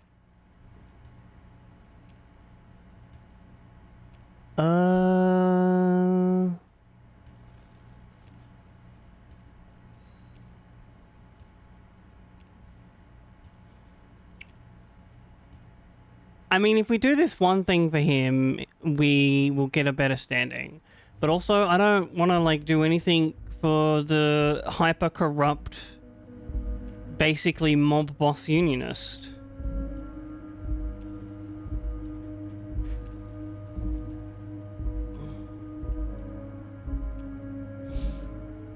Shannon, I hope you're in a part of Australia that isn't a million fucking Wait, I don't even know if you're Australian. I think you are.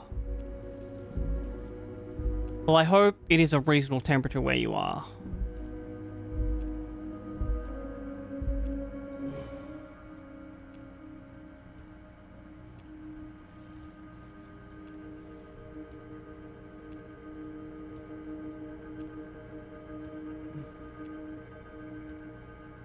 That's definitely a good way to lose a few hours playing something you enjoy. Hawaii. Basically Australia, right? Just down the road, maybe across the water a little bit. It's unfortunate about the devs. Until I can find, like, more concrete information about, like, did the devs do shady things on this game? I don't think I'll be buying the game, but, like, I'm not out here condemning people for buying it. How do you spell this guy's name?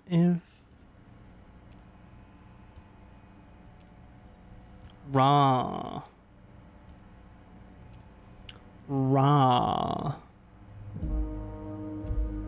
I would expect you have something way cooler than Roos.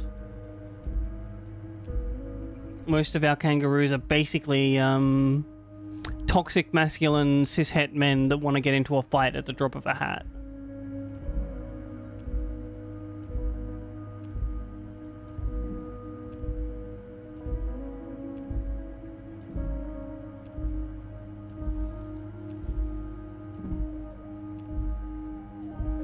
Here's a good question. Are I required to help Everett?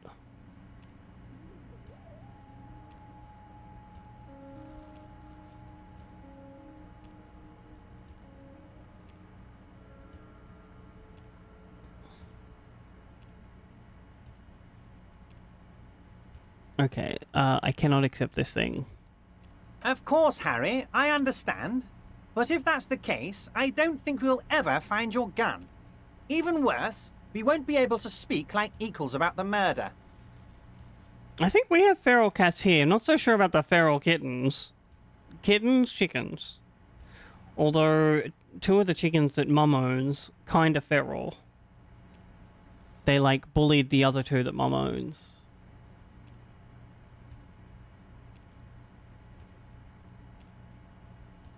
Perhaps this was just bad timing for you. Know that you can always come back to me. I really hope you do. For your sake, my sake, and for your gun's sake too. Kim, can I borrow your gun, please? I would love to borrow your gun for just 5 minutes. Yes, we both understand what you meant.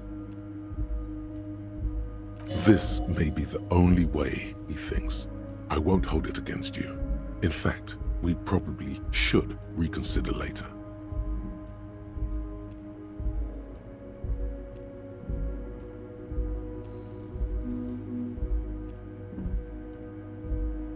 I'm looking into your shady brew. I don't know what that means, Harry.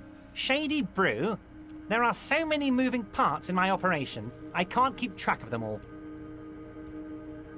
You need the gun.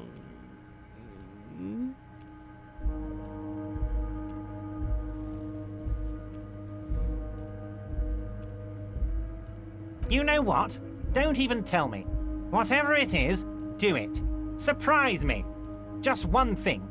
If you can, make it even shadier. Ooh, wild boars in the neighborhood would be havoc. He sincerely has no idea what you were talking about, and he doesn't care either.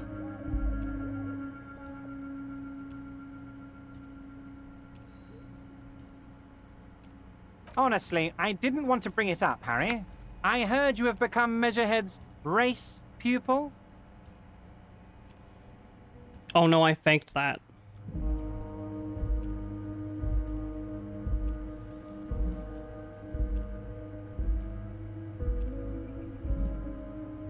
Of course, Harry, of course.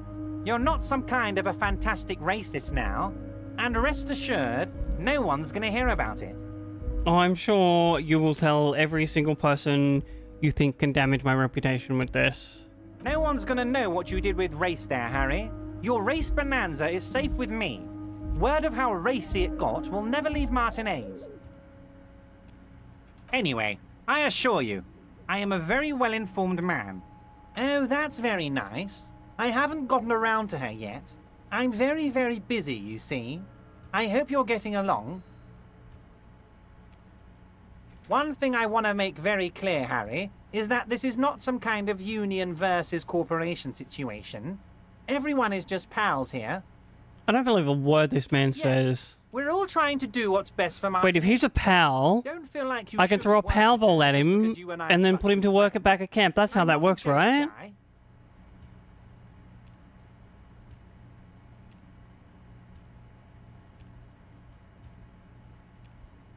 What do you mean, Harry? Nothing. I let him go. You made concessions for the company on previous negotiations. Why would you let an ally like that go? Wait, you let him go? Doesn't he work for them? He's an old man, Harry. I wanted him to spend more time with his family. God knows how long he's got left.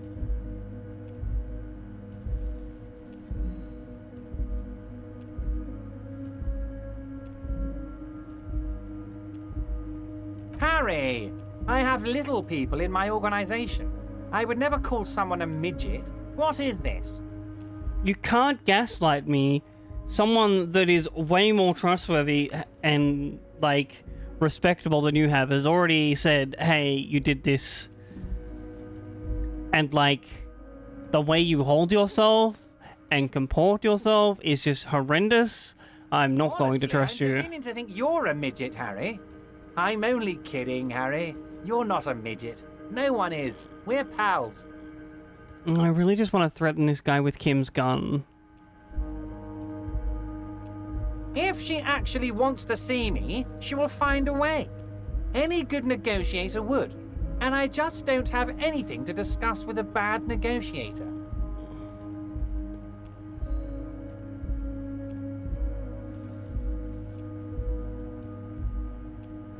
Yes, yes. Low balling, of course. This isn't a casino, Harry. Real people, real livelihoods are at stake here. But everything's a casino for those rich types. He really thinks I'm on his side. His expression makes it clear. This is childish and irresponsible behavior.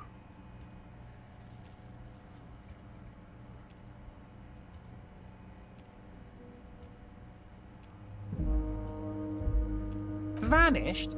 Harry, the woman left her casserole in the oven and couldn't make it here in time for the voting. Oh, did I leave my casserole on? That's a bit Better go home and misogynistic. check. The election can wait. When she got back, the whole thing was over. Wait, there was no mention of a casserole from Joyce. Harry, Harry, Harry. Do not fixate on this little matter. Maybe it was a rabbit stew, or a hairdryer, or an iron. Or maybe you're trying to Her heart gaslight wasn't in me. it. Mine was. This particular brand of humor he has, it makes for a fine distraction.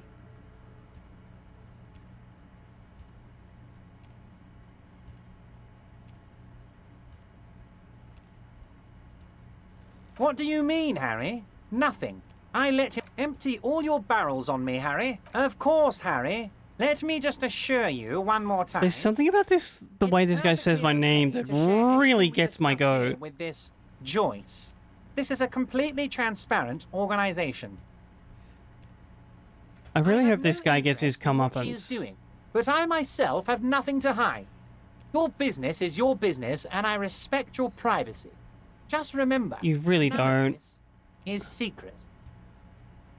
Tell her about all of it. My brother's picture, my singing swordfish clock. Tell her how overweight I am and how I'm helping you find your lost gun. Tell her about everything. Everett doesn't mind. It is rather interesting to tell people things about each other, isn't it? It was nice telling him about her right now. Of course. Let us dispatch with the formalities. You call me Everard, I call you Harry. That's what the hanged corpse called you. Harry. Oh, maybe that really is my name. My God, so it's true. I didn't want to believe it, but you are a fantastic science fiction amnesiac cop, aren't you? What are the odds of that? I think the odds of that are very low. It might be a good idea to hide your confusion. I mean, see what his game is first. I agree. So good to hear that, Harry. Apparently my sources were wrong. However, if you did have a spot of memory trouble, I could help you out. With my big fat folder. Words flow like a river of honey from his lips. Oh, he's so lying to me. I guess word has already reached him. No matter. No harm done. It's just a brown folder. You can't make out what's written on it. Are you trying to tell me you've gotten hold of some of our documents? Mr. Kitsuragi, would you mind? Me and Harry are talking about his lost identity right now. Don't just jump to the folder. That's not smart. Shows you're on the edge. Do some probing first.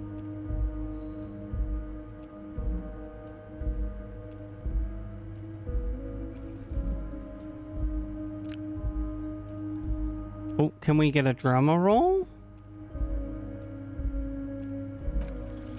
As you look at the folder, Everard covers it with his hand and pets it. He's hiding it from you because it's not a real RCM folder. It's just another one of those brown folders you saw in the file cabinet. Ah. Okay, Harry, you got me.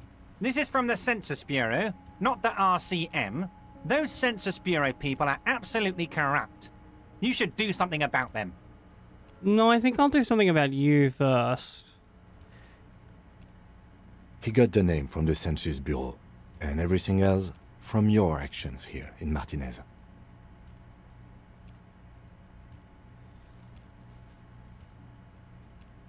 Yes, Mr. Kitsuragi from the Census Bureau. Like I said, now I'm actually a very busy man, so is there anything else I can do for you, Harry? That means he doesn't really know anything about you. True. The mystery of you will have to remain a mystery for the time being. Yes, that's what I said. Try to keep up, okay?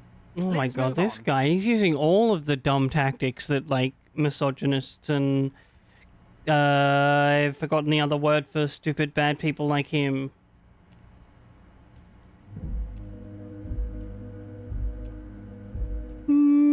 I think I'm done here. Wait.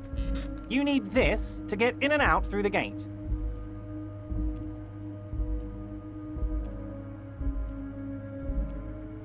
Here, you're one of us now. A real red and white union man. Incorrect, but sure.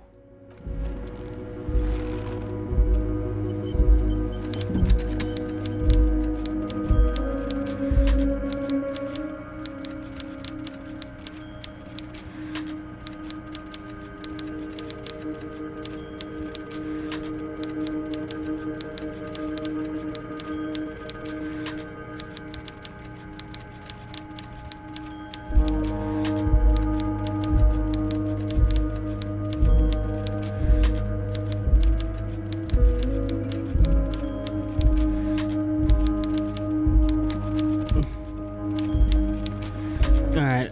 Now, how do we... Oh my god, we have to go like a long way around? I got it. Alright, we people leave. Let's have a look at our quest book. What do we do now?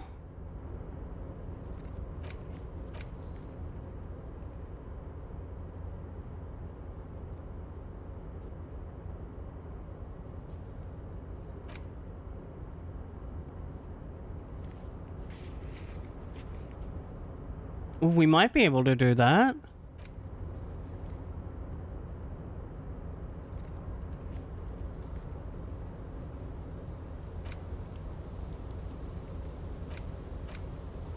I think we have to go back to the whirling.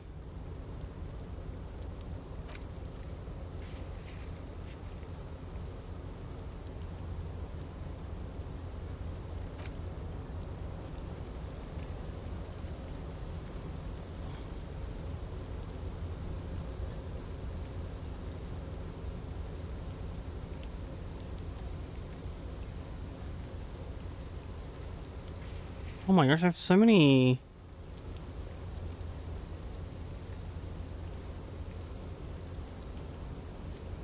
open tabs that do not need to be open. I want to see how to get money in Disco Elysium so we can like do this one.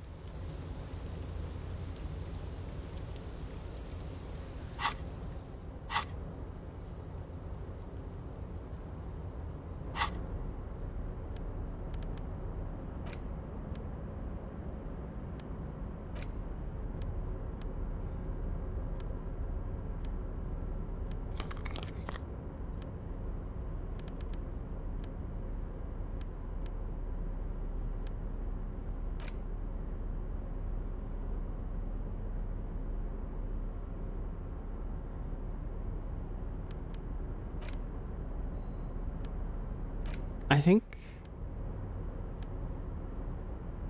we put on these gloves.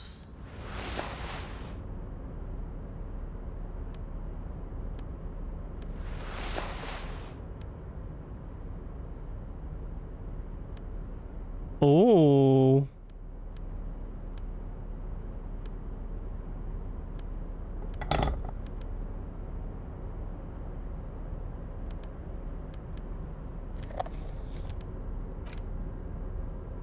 Lock containers in the world.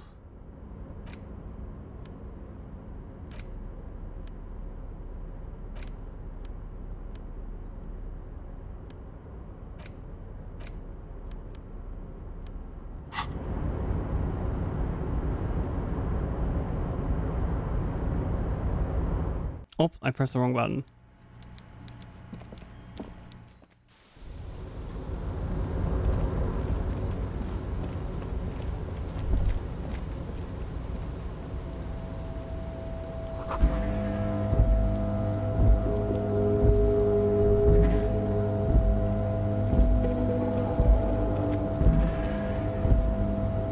Oh, the back is this way.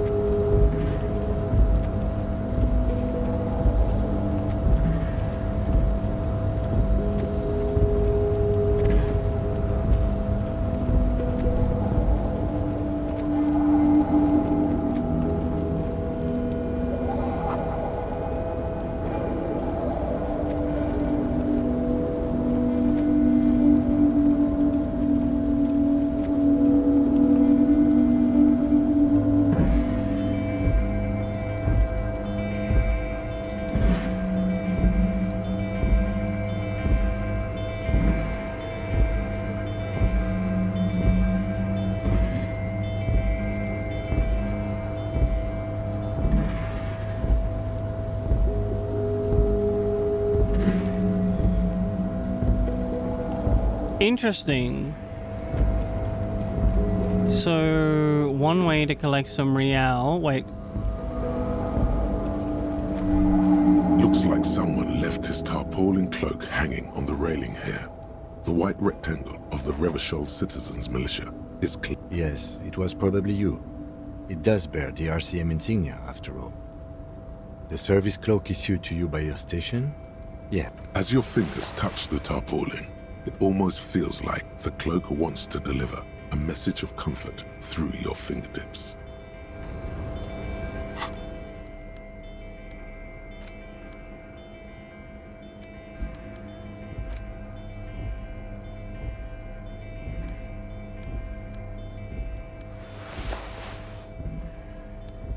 Oh, well, we've got a better jacket on now, I guess.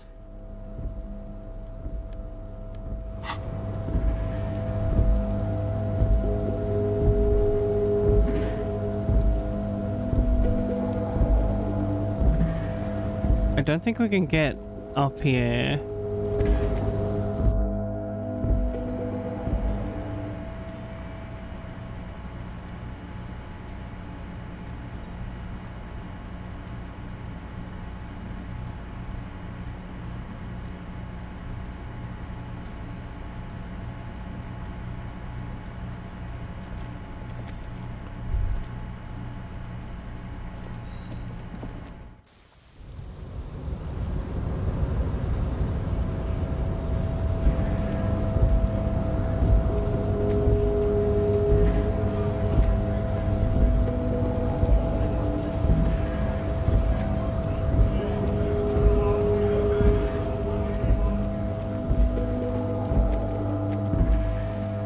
So apparently somewhere in this direction. An old call box with a matrix of push buttons lists all the companies in the East Delta Commerce Center.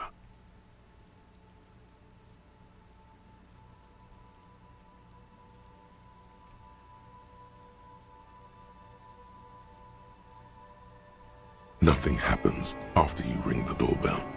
They don't want to talk to you. This button looks new, but someone has removed the name card. Nothing happens when you try to... Huh. This button looks new. It's probably not connected yet. An off-key melody starts playing after you ring the doorbell. Then a woman picks up the receiver. Kuno, please stop calling here. Grown-ups don't have time for your stupid games. That portrait is so weird. She thinks you're the gremlin child. What would he say to this? Oh, I'm sorry, officer. I thought you were... There's a spot of static that overrides her words. The doorbell is broken, and the bookstore shouldn't even be on the list anymore. So I can't help you. Please don't call here again. Thanks. Alright. A single beep indicates that the line has gone dead.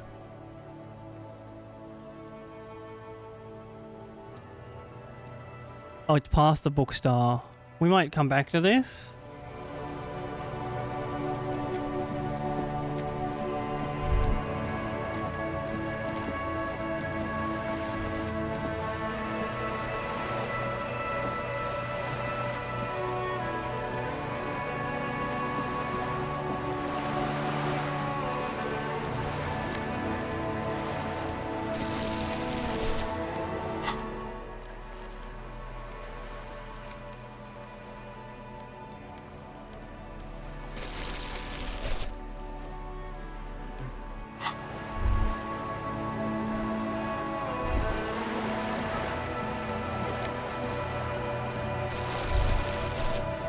Wait, what's this?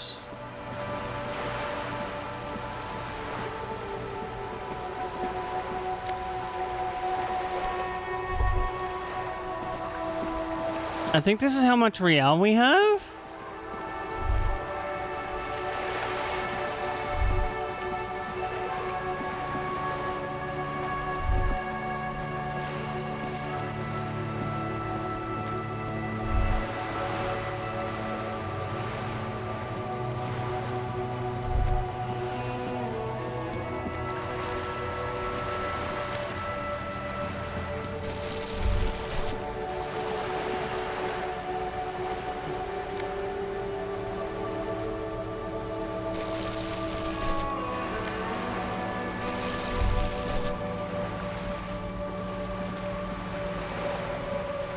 This coin-operated viewer is facing south. The instruction manual says, why place a tourist attraction in the middle of such poverty? There was a revitalization project in '49. A design studio tried restoring Martinez to its pre-war glory. They got I don't as think far this as is the super tree relevant. stumps in that statue on the intersection before something went sour. I suspect it was Evrard Skler's doing. He muscled them out. It's how it usually goes around here. We should have done something about the Union 10 years ago. That ship has sailed, officer.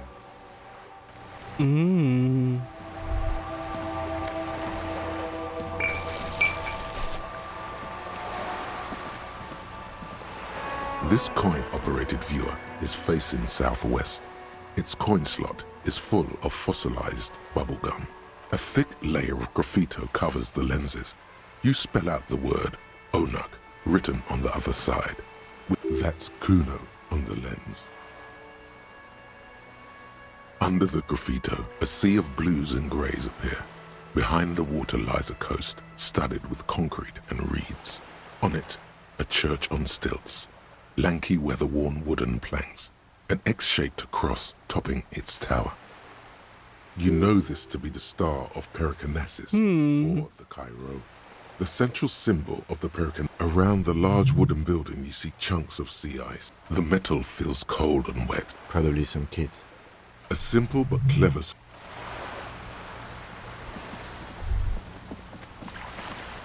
Alright, we'll go back up here, see if there's anything.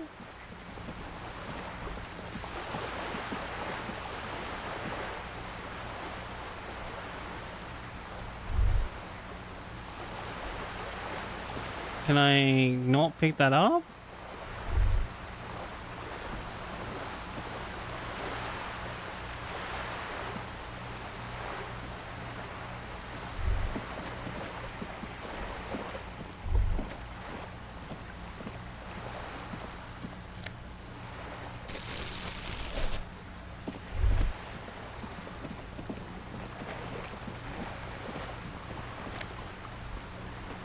Oh, some medicine.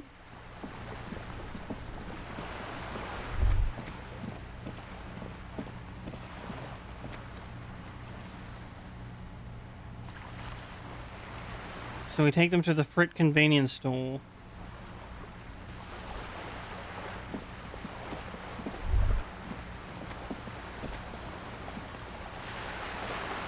Oh, I was in the wrong place to pick it up.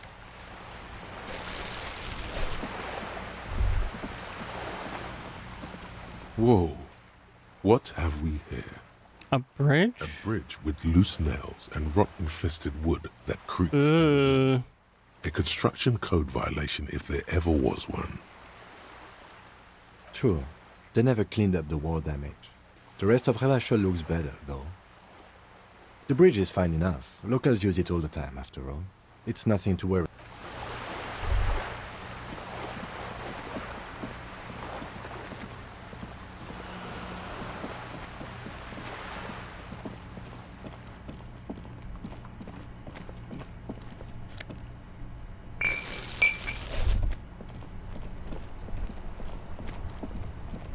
We head back up here to the Frit.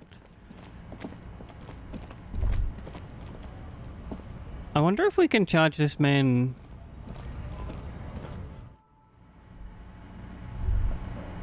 This vending machine? The tear machine stands in the corner. Your bottles clunk into the machine, and the money appears with a satisfying jingle.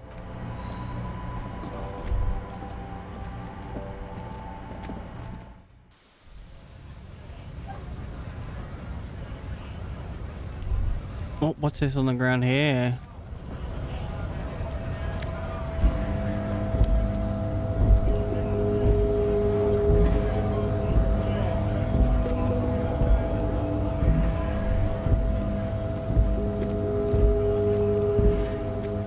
A lorry stuck in the traffic jam. This big, heavy Grad-made machine is well kept for such an old machine. The windows are clear. They've been recently washed. You can see a lorryman's cabin with personal belongings, stickers, insignia. We just got some XP for that. That's cool. Has adorned his space with a substantial collection of peculiar paraphernalia. Proclamations about honor, strength, and purity are glued to various. Oh, it's the racist driver. Boo! Hangs from the rear view mirror. The pendant features a sun crowned with wavy rays.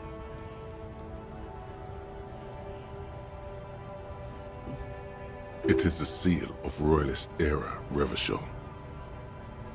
The back end of the cabin has a small perch to sleep, large ashtrays. There are several suns and wheels sewn into the curtains.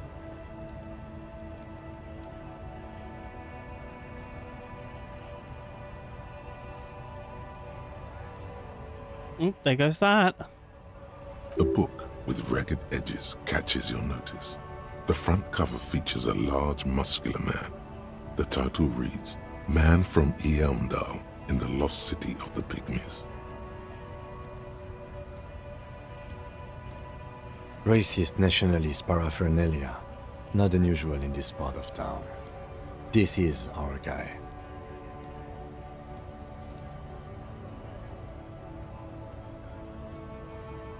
Likely, yes.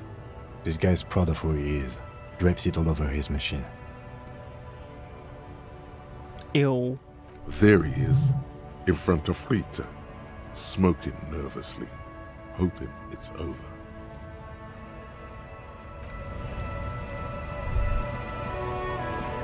A Stars Ryko, one of the finest Zhimsk-made motor carriages ever. An oldie but a goldie. Not many people outside of Grad, and Revachol West too, it appears.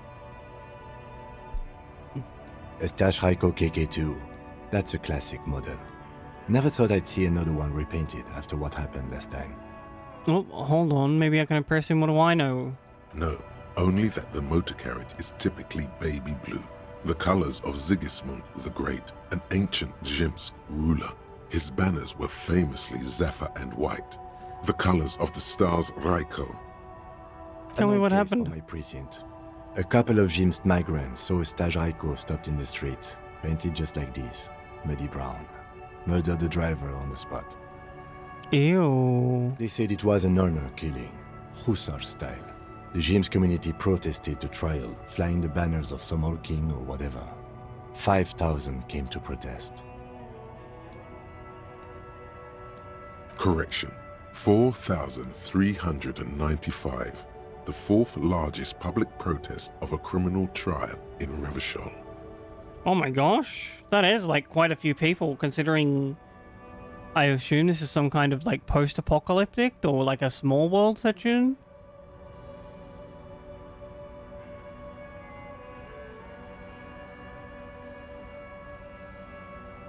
People we are paid to protect. Let's leave it at that. 4 years for murder in Reunion. The perps were remorseful. Their sorry knocked 8 years off the sentence. That's the system. That's still a very short Prisons in sentence. the greater Revachol Industrial Harbour are already full. Prisoners are expensive to maintain. The longer the sentence, the larger the cost.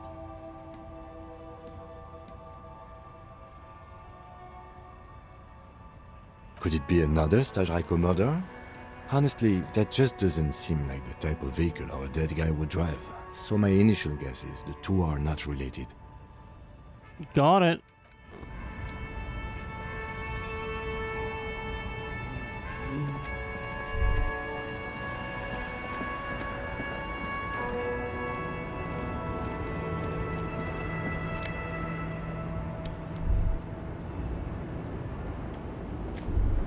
I think this person didn't want to talk to us?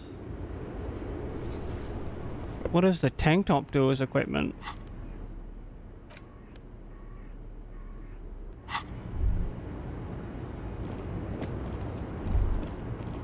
The woman still has her eyes.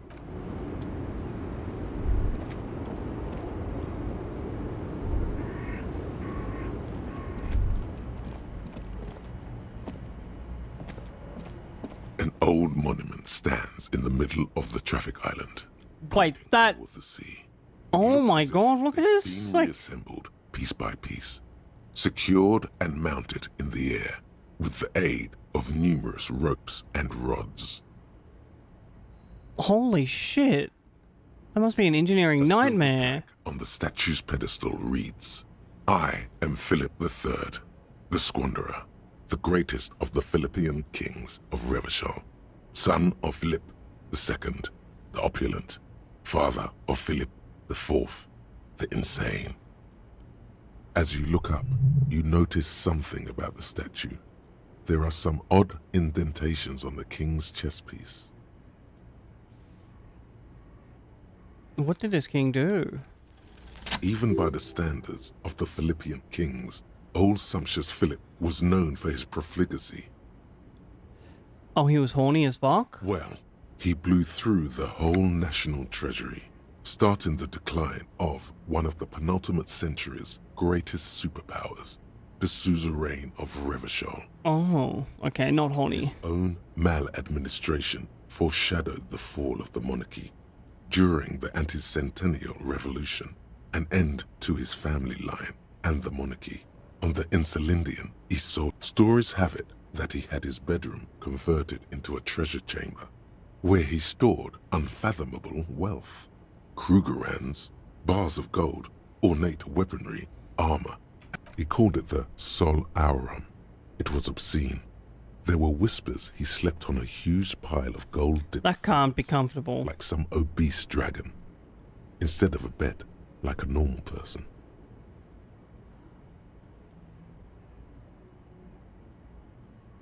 There's no way that's true.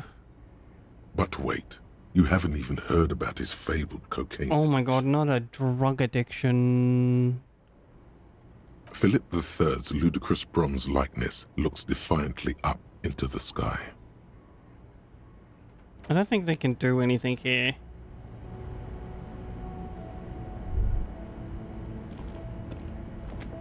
Wait, can I pick that up?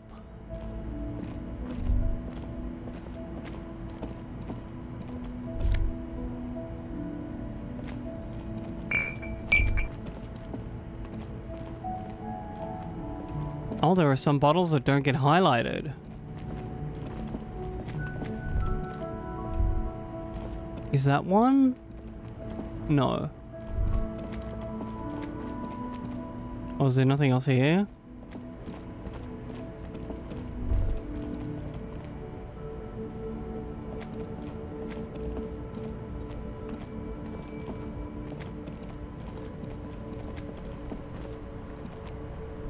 Have I talked to you?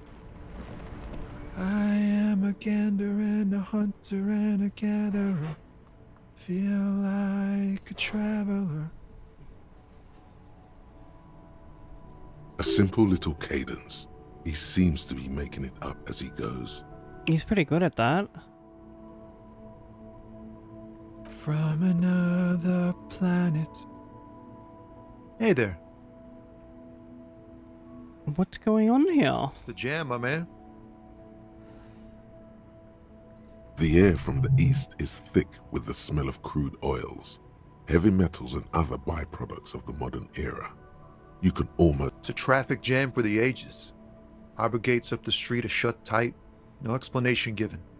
Workers on strike, scabs agitating, an all-around clusterfuck.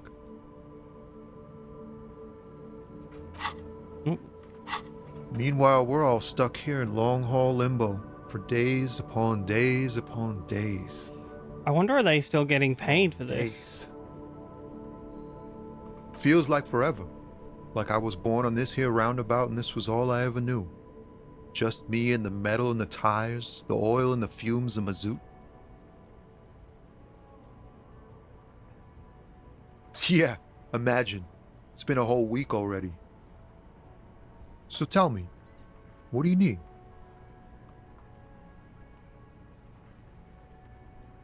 Huh? Oh. No, I ain't got any money. They don't want to pay for unfinished work. Oh, The you know, bosses, that man. makes bad capitalist sense.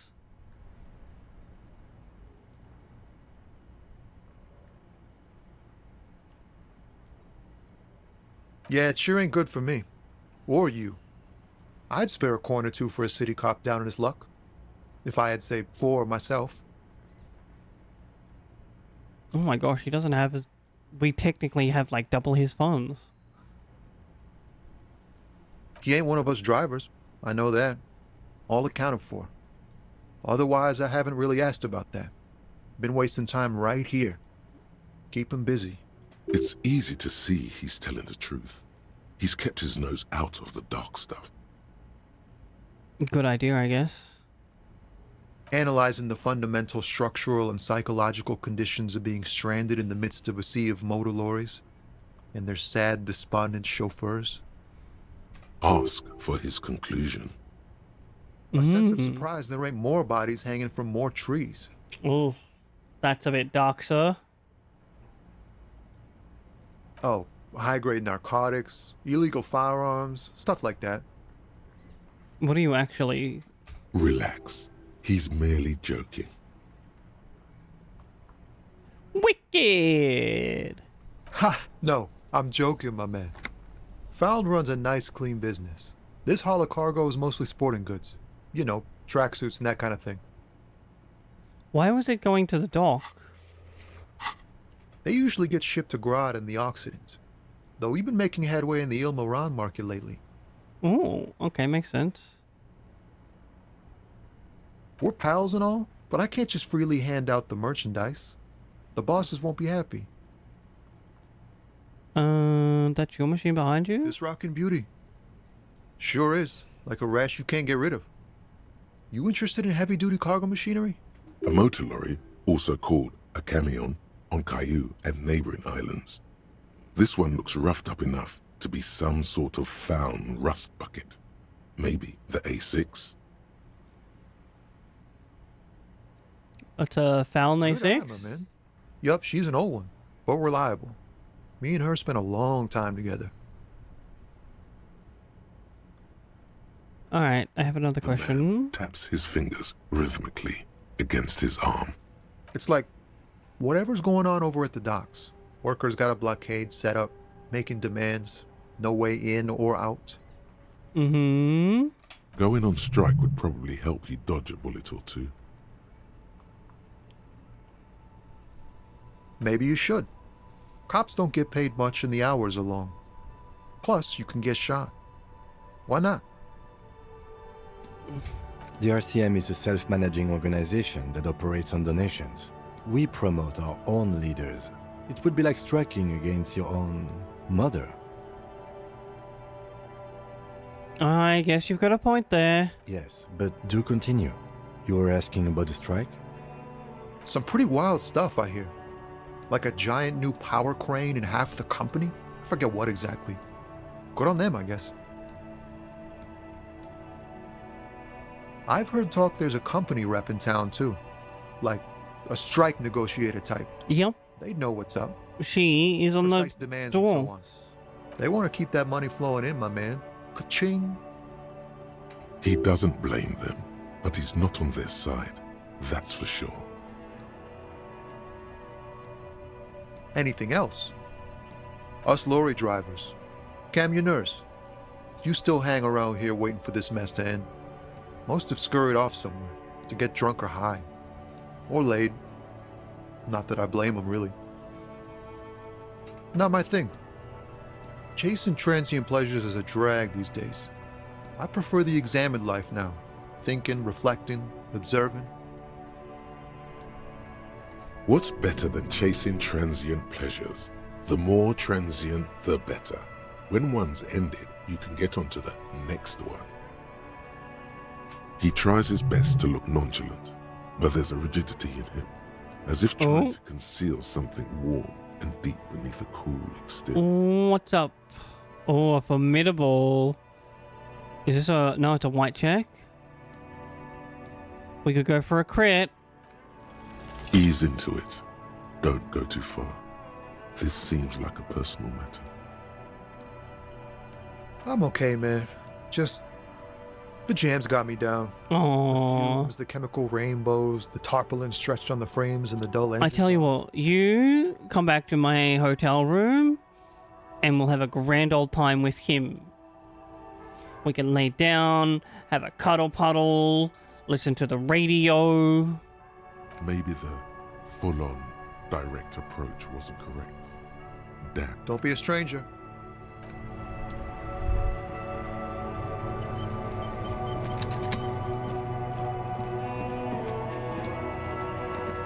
I don't think I have enough to pay off the hotel debt, but I'll go talk to this guy.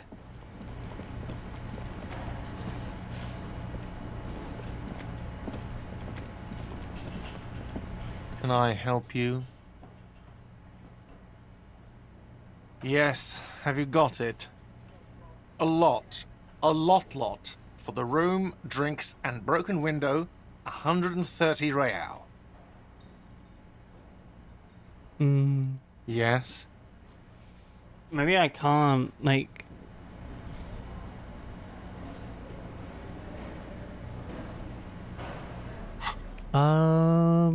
What is this class? Paper damages.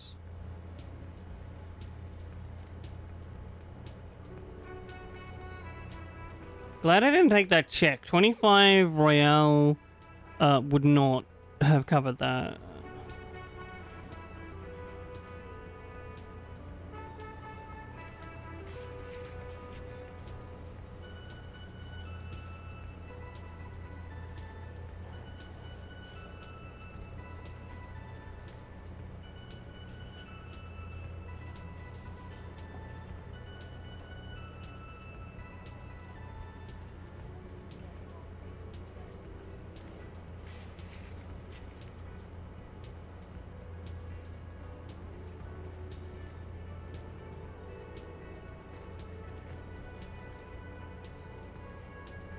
Oh, chat, before we continue on, we have once again come time for a self-care ad break. This of course means if you've been sitting down for a while, it's time to stand up, have a stretch, move your body around if you can. And if you can't, that's okay, friends. Just stay seated, adjust your posture if you can, make sure your body's alright. I'm gonna run 3 minutes of ads, get rid of the pre-rolls, help us stream out with discoverability. And then I'll be back after that. Thank you so much, friends, for hanging out. I appreciate you.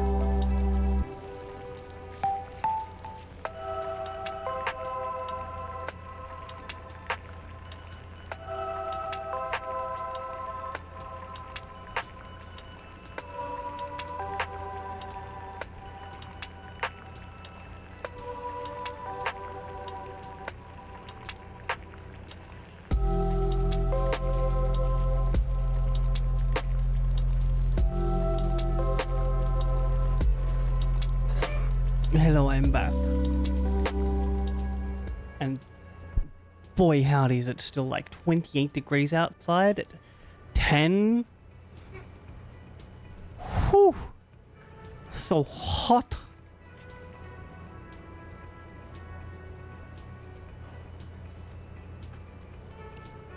Okay, so I was reading. Let's see if we can't like get these boots. Can't talk to that person.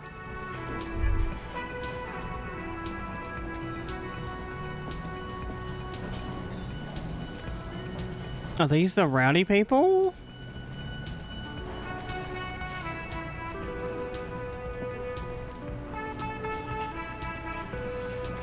No.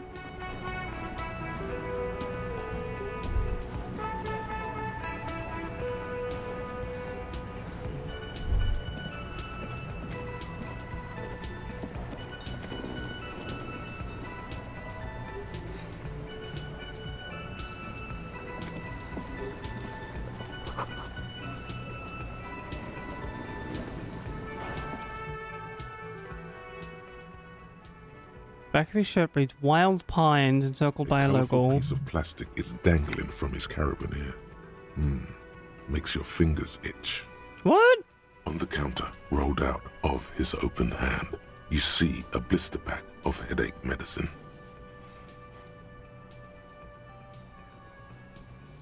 It's a dock worker's ID, doubling as a shift card and a job permit. A young, able-bodied man stares back at you from the photo. Santiago S. John.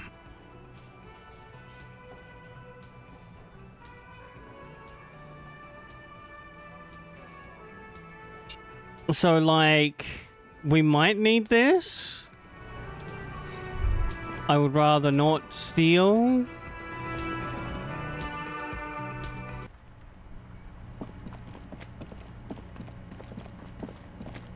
What I do need to see is...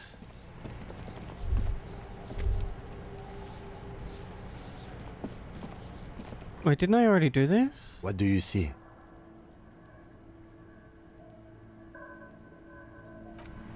Oh, we did. The man is decomposing. The lieutenant adjusts his glasses and takes a deep breath.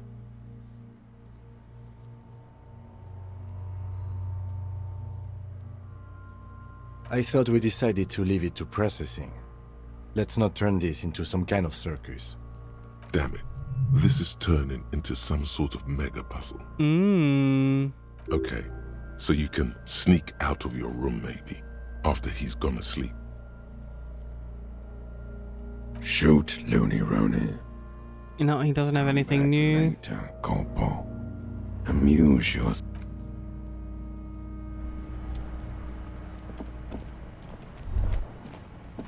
Alright, there's nothing really there.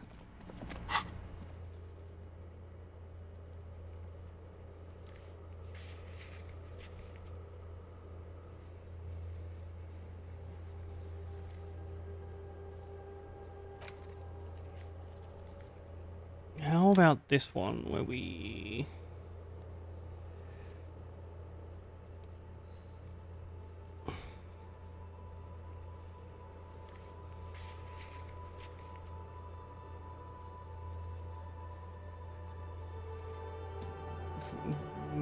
Where are these local kids?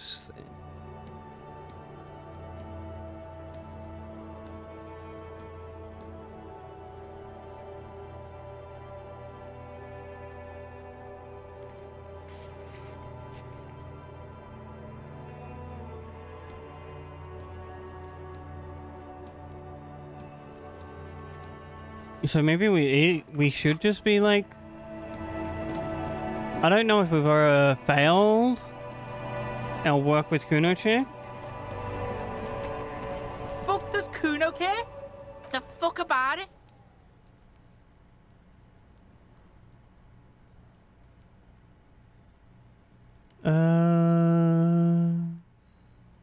Just a couple of pigs sniffing around. Yeah, you tell the faggot he Kuno. You're testing Kuno's patience here. Get lost, Right, Pig. This is where Kuno plays with his little wooden choo-choo. What do you want with it? Dunno. Keep that... Kipped is a pejorative term used to describe people of South Seminese or... Look. Yeah, her. What was she doing in the green? Fish is sometimes used to fertilize the soil a few weeks before planting something. Maybe she was prepared. Yes, it seems suspicious. Yeah, whatever. Kuno doesn't give a shit. Can I, like, ask about Kuno? Kuno, Pig.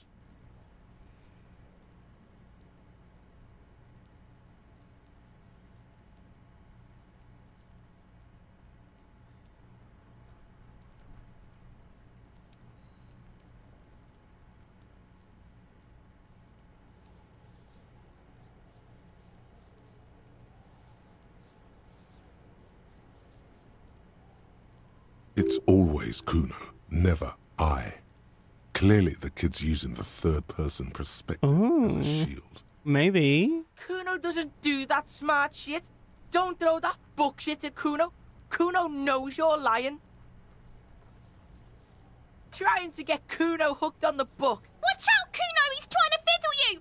He's gonna put his hands on you! Oh, I hate this child with a burning passion. Help! Pig's got Kuno! Help! Help! He's got the Kuno, help! Everyone can hear. You need to get the hell out of here before. Yeah, I'm done. Get out of here before the Kuno beats the Yeah, that's right. Drag your fat ass out of here, fat boy. Before...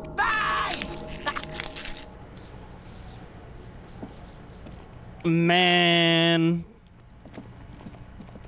That was... what a waste.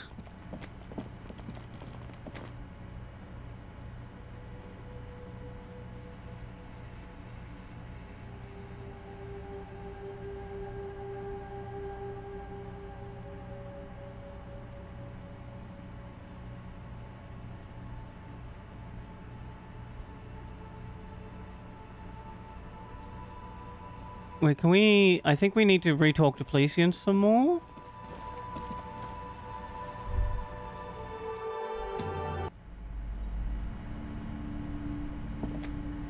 Hello again, esteemed officer, and welcome to crime. Then why are you talking to me? Everything is on the shelves. Everything is on the shelves. Take a look. She smiles and nods.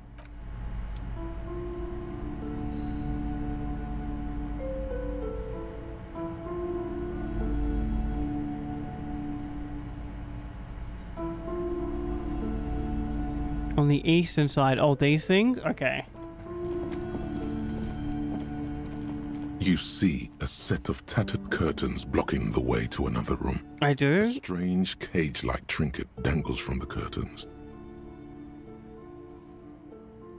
Excuse me, officer. The back room is strictly for employees only. Shopkeeper, what's behind these curtains? Nothing. Why aren't you browsing the books?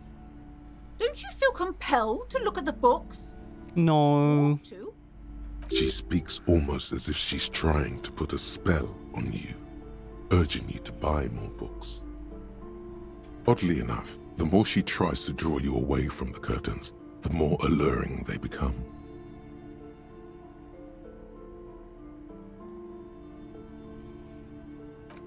You see some kind of charm, an irregular polyhedron assembled from bones, sticks, and straw. Inside, a disturbing fish head with empty eye sockets stares at you. This is a traditional Seminese ward, meant to provide protection against ill luck, bad dreams, curses, and other supernatural scourges. Inhabitants of Île de Fantôme, the Seminine Islands down south. Alright. Aside from poking at it suspiciously, there is nothing else to do with the fish head charm at this time. The curtains remain shut. Just as you're about to pull apart the curtains, the petrified voice of the shop owner cries out once more. Oh? Sir, don't touch that. I told you it's off limits for the customers. I'm not a customer, I'm a police person. How Parapsychologically speaking, we're done if you decide to open them. I won't be held responsible for the consequences. It's too dangerous. Please explain. Looks away, mumbling. Why is everyone always messing with the curtains? Why can't they just buy books like normal people? Is this about the curse? No, it's just a storeroom for the employees, I told you. Now please step away from the curtains.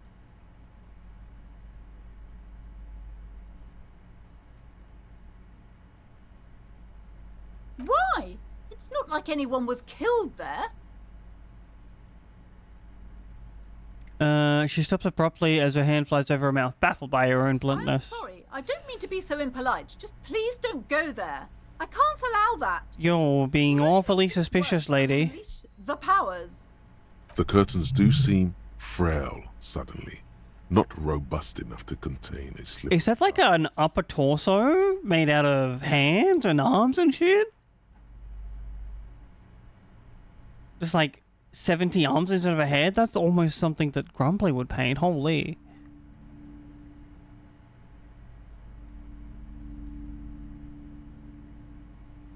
No! Please just talk to me, officer. Come here and let's talk this through before you decide to do anything extreme.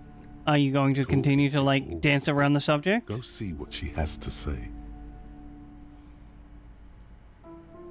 The curtains, tattered with age and covered in dust, hang before you, as if torn.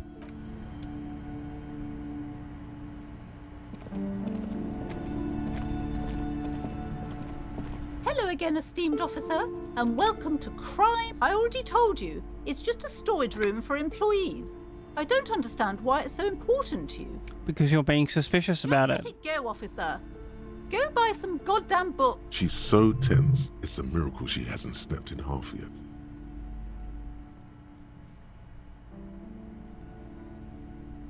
It's just for decoration.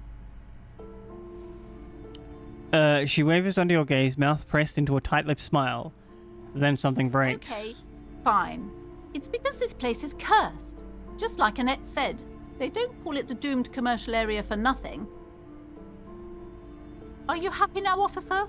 Happy that you've ruined everything? Ruined nothing? She closes her eyes and starts mumbling something to her pendant. Host of hosts, she prays. Guard me and my honest business venture from the curse that lurks behind the curtains. How does the curse manifest itself? The curse is so much worse than you could imagine. It's a disease, eating at the very foundation. It's the curse of financial distress, of ruin and bankruptcy. I'm a little confused. What does that mean? Everyone knows that all the previous companies in this building have sooner or later declared bankruptcy, and their malicious spirits are still here, feeding off bad business practices and disappointing income statements. Oh my god, this is some, like, capitalism Ever since I arrived, superstition. I've sensed an eerie lingering presence, as if I was unwanted here. It's not good to talk Why didn't you tell me about it not in first? detail. The negativism, it's dangerous. Talking about the void wraiths angers them. Wow. Void raves. You have new words. Yes, I've contacted numerous parapsychologists, and even a pair of Simonese mediators. They provided me with the wards. The wards help to keep the doom at bay and protect us against the darkness that lies further in the building, even though now I fear it's not enough. Is your pendant part of the wards? Oh, this? No, it's a special Himian amulet, blessed by desert pygmy shamans, with a spell of compulsion. It's to compel people to buy books. That's horrendous magic. There are numerous spells cast throughout the store. I had the books anointed with a different inducement spell, for example. It's guaranteed to boost sales 15%. Desert pygmy shamans. That sounds like a rather questionable way to describe a group of people.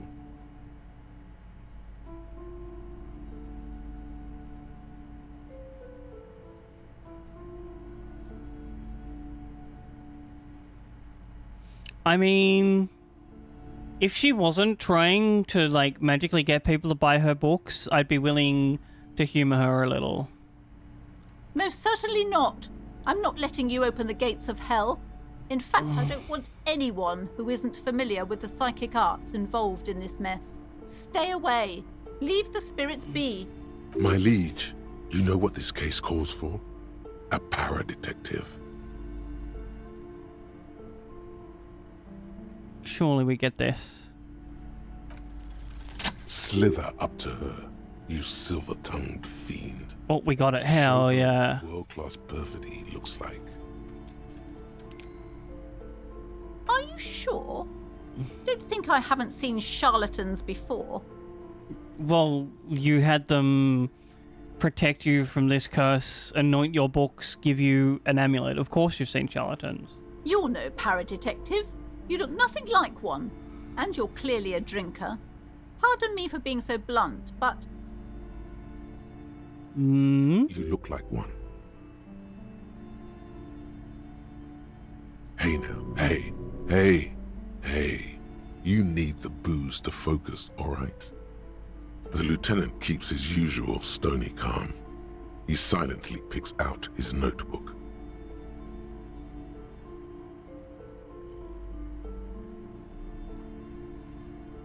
I'll admit I've had my share of drinks, but only because the spectral realm is parapsychology. Parapsychologically taxing. Because I'm a parapsychologist.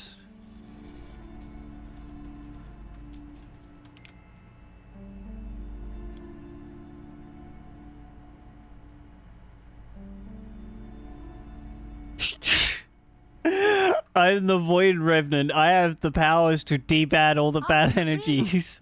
A pattern lies within the fabric. The hand of fate guides us. Our meeting couldn't have been mere chance. But I am not the only one at risk. I have to think of my daughter. You are certain you can help us? Keep us safe?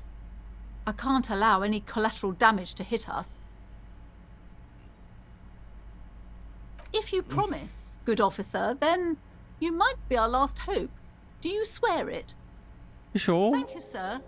There's one more thing I haven't told you about yet. The entity. Do not act surprised. You know of these things, sire. You have? The entity takes the form of a woman, a witch probably. I've suspected that she must be connected to the curse ever since I first saw her. Did you know that she lives inside the chimney? Unlikely. Yes, that chimney is part of the building's central furnace, and it's enormous. She has barricaded herself behind some metal security curtains. God knows what she's doing there. Probably just like trying to live out her life. Some unnatural magic, I assume. You should go find the entity and ask what happened to all the companies in the building. What is the source of this curse? Here's the key to the warded door behind the curtains. Take it. Oh, and please do return to me after you've looked round. I'm quite anxious to know what she has to say about the curse. What you discover in there. What you discover? Probably just some office space. Don't be scared. Alright, back we go. You see a set of tattered curtains blocking the way to... You see a dimly lit room full of dusty furniture and trash. A doorway stands in the back, covered in dozens of scary little Seminese wards. As expected. Your shadow looming over it like an omen. Oh!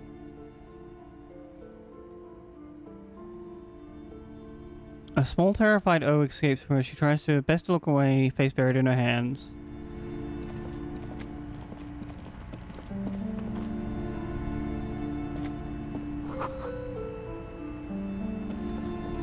Hairdryers. A heavy door with a missing handle stands before you, covered in dozens, if not hundreds, of Seminese trinkets, and after exerting some force, you manage to turn the key. It's eerily silent. The door slides slightly open, letting a draft of cold air into the room.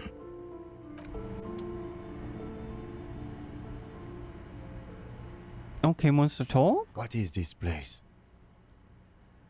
Looks like a gym to me. But no one's been here in ages. He draws a strap on the dusty floor with his I foot. doubt the electricity still works.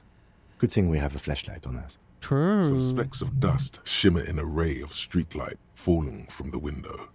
Other than that, the room is dark.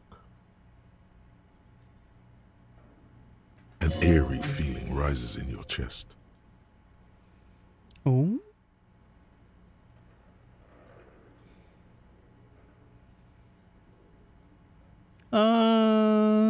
Let's just keep going. I'm sure it's a regular rented house.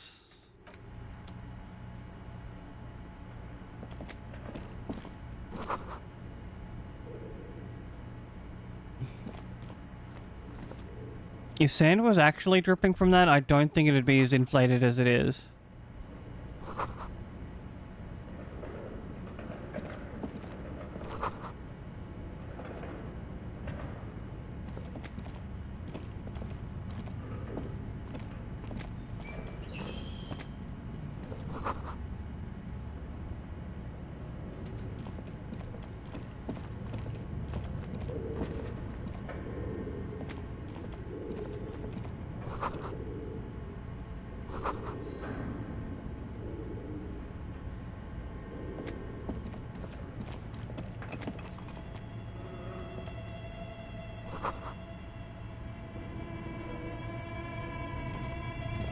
Oh my gosh.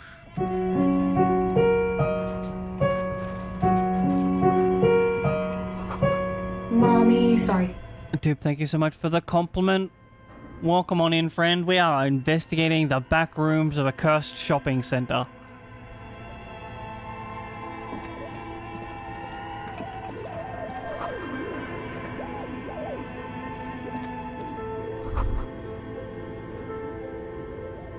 Looks like someone tried to reconceptualize their business here. I'm unfamiliar with that skis and word. motor blades both bear the same Slipstream logo. It seems likely that they started out making one, failed to turn a profit, and then pivoted to producing the other.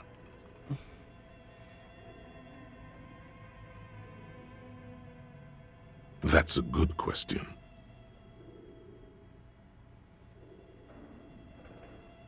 A strange leap of imagination, yet still they fail. So sad. Reality is ruthless.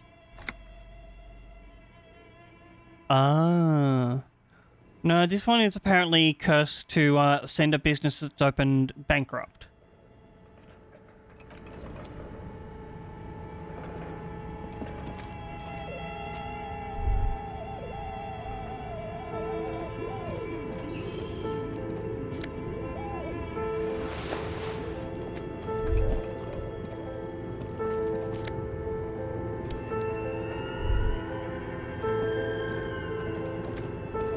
Oh, my lanta.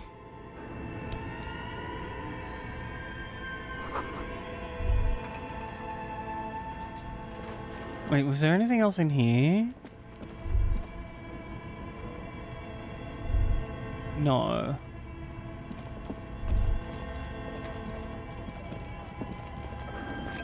Just like quickly walk back through here, see if I scan something.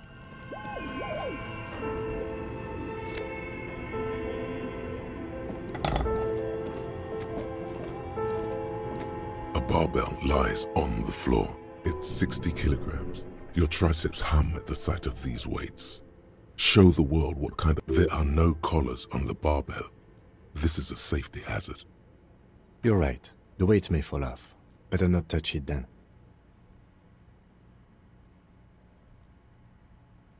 It would be a violation of EPIS safety regulations if the gym was still operating, but it isn't. No one's supposed to come.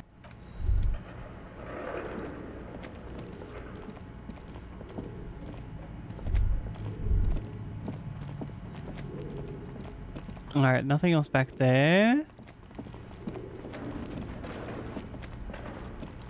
Your What is flashlight slides over this? an old green chalkboard covered in scribbles, sketches, and schemes like some ancient cave mural.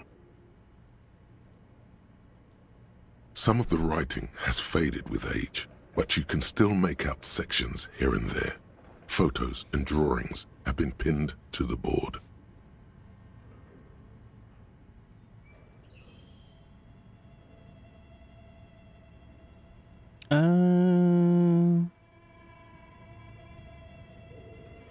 Inspect the drawings? These live, pointy-eared creatures appear to be different types of welkins. You make out autumnal candle welkins, casting wax-based magic. Translucent welkins, with organs shining under their skin, and even ether welkins, hailing from the vast emptiness of Sidereal. You should adopt one of those welkins as your persona. No longer a mere man, but a welkin. One of the welkins, towering among the rest, appears to be different, however. Examine this one? Vara Hamira, a high welkin, his face white and scarred like cracked marble. This is clearly a welkin supremacist. The note says, all non-welkin races will be purged. Oh yikes, no thank you. The Twarg, the humans, and even headless men, all of them, purged. Imagine a world filled only with welkin, green welkin, dread welkin, and the high welkin to rule them all. That's some like fantasy An racism. inordinate amount of time has gone into drawing these little welkin creatures.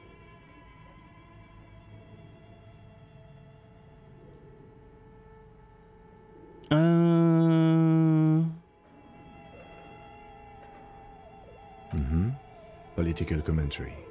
That one has a great beard too. Some people really like building a world, I think, even if it's just for a game. This looks like concept art for a project. It's not really real. I see. Just look at those details.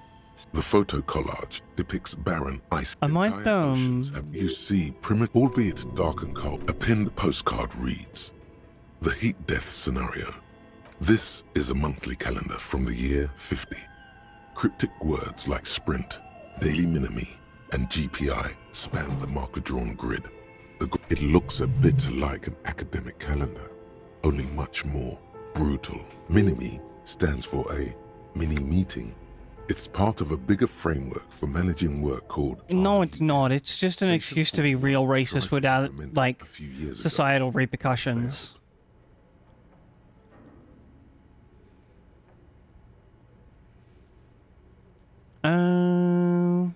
As time goes on, looks like a note in the bottom left corner of the chalkboard says, "See the prods, the handwriting." The full text reads,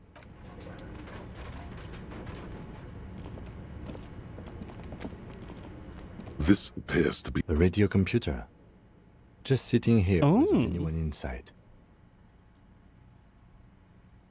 What he means is that these things cost money. Why would anyone just leave it behind? Maybe we can sell it to pay off our But we're debt? looking for a fridge, and we are pressed for time, so... On the other hand, it's not that I'm not interested in abandoned radio computers. This is the Ream Civic radio computer, model RC5120, equipped with a Feld mainframe and a Ream-compatible printer. Maybe the body has stopped decomposing somehow. I don't know. You're in charge of this expedition, officer. You can always do it after the fridge. This old fireplace is covered in lines drawn in blue and red marker, the mesh spreading over the stone like blood vessels on alabaster skin. The whole thing resembles Kadran mosaic tiles. Very pedantic. History classes, students with their textbooks open. Damn. The roots of our civilization. Maybe my memory's coming back. Blue tiles looked beautiful in the sun. What am I looking at? Radio frequencies, it seems. UKV 123.6, UKV 123.7, Alright. UKV 123.9. Unclear. It looks like a cardiovascular system split into veins and capillaries. Very advanced. What? You think so? The web is comprised of radio stations. All lead back to one red heart. Oh, look, it's my favorite person. I'm so happy to have you in my life. Oh my god, Exile. You're amazing. Thank you so much for the raid. Real quick. Thank you for being a friend. You're my bestie. Yes. Travel down the road and back again. And I love you. Your heart is true. You're a palette of confidence. And a bad bitch. Oh my god, how was Minecraft, Tyler? Thank you so much for the raid. Welcome in, people from the Exile raid. If you did not know, hello, I'm Berry. This is my cozy little corner of the internet where sometimes we play weird games like this, other times we play fun games. Dial, thank you so much for the follow. Hi. I just wanted to tell you you look really... And for the compliment. In case nobody's told you lately, baby, I'm proud of you. Because you've survived days you thought you could. We'll get there in a second. Get through the queue. Just like you, sweet pea. I love you. Hi, I'm Renata Bliss. Oh, there she is. Dance teacher. 3, 2.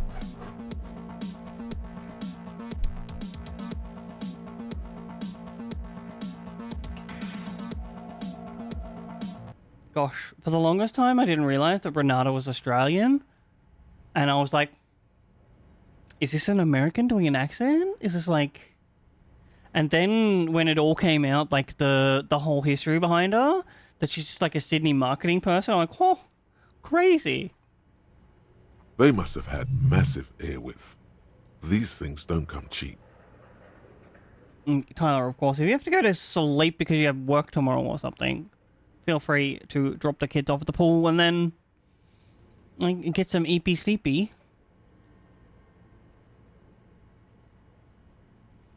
Yeah, so she took down all of the stuff that she'd put on YouTube, I think briefly after she got like a viral spike from PewDiePie watching her video.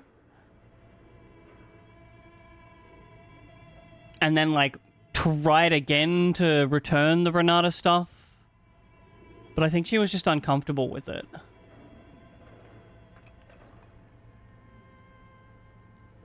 Someone very important.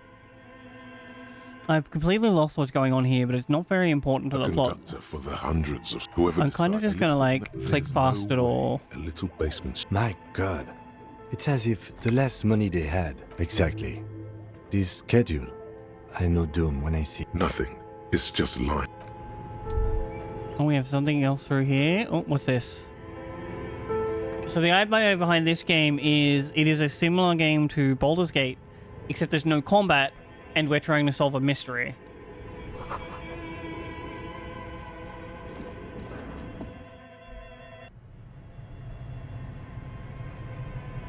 Oh, bear fridge.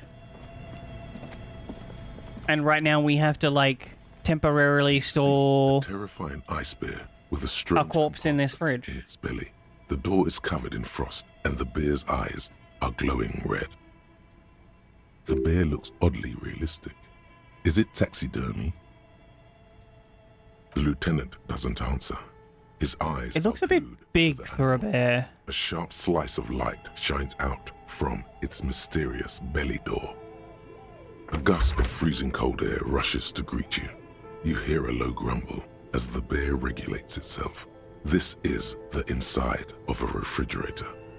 Well, we found our fridge. Don't know how it's powered, but like... The lieutenant takes a peek inside. His hand has found the holster of his gun. Of course, just a giant ice bear-shaped fridge. Yep. Let's take a look inside. The shelves are empty. All you see are crumpled ice cream wrappers with the brand name, Revachol Ice City. A handwritten note has been attached to the door. Oh. The fridge is huge. Take the note from the door. The note and the little fridge magnets keeping it on the door.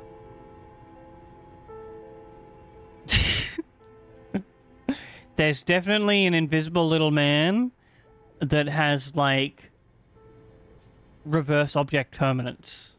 So he's there when you're not looking at him.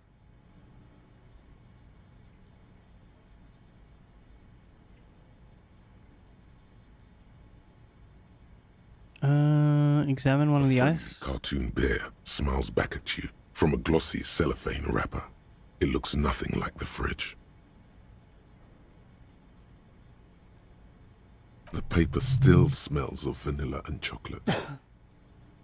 Whoever owns this, I guess. Good question. It looks like an ice cream fridge.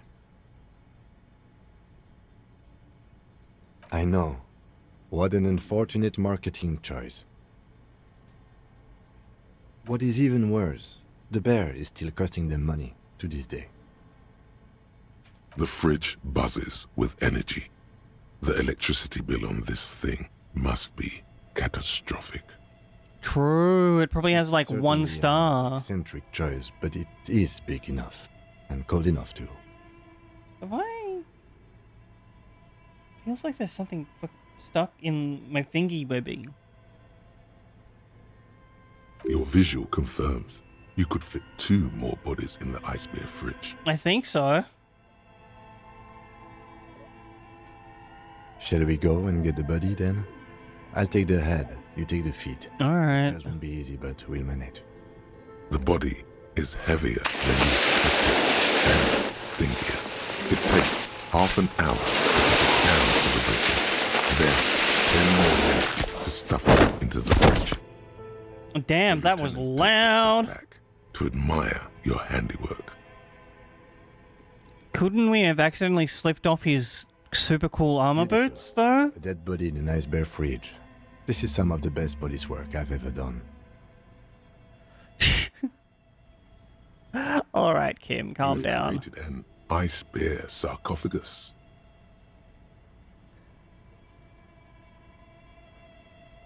Talk of the ice bear sarcophagus must not leave this room. Sure thing. We did our best with the means at our disposal. Yeah, I like this one. Did we though? Okay, maybe we did. No, thanks for stopping by, Dupe. Appreciate you, friend. Good luck calling down. At least we've stopped the body from decomposing further. Now you can conduct another inspection under controlled circumstances. True. Inside the icy realm of the ice bear fridge, the corpse stands. Hopefully. Waiting. I still have like a week before the air conditioner man even comes out to inspect the place. Ooh, we have even odds.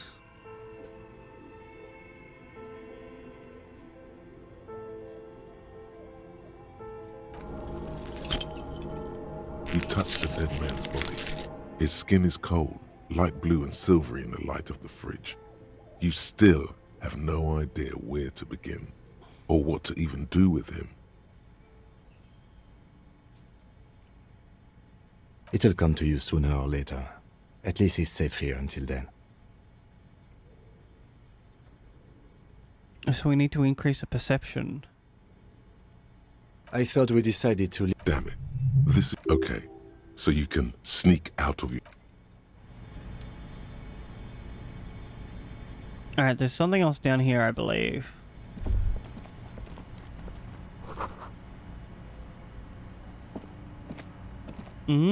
Ice cream maker, delicious. Oh, a hidden doorway?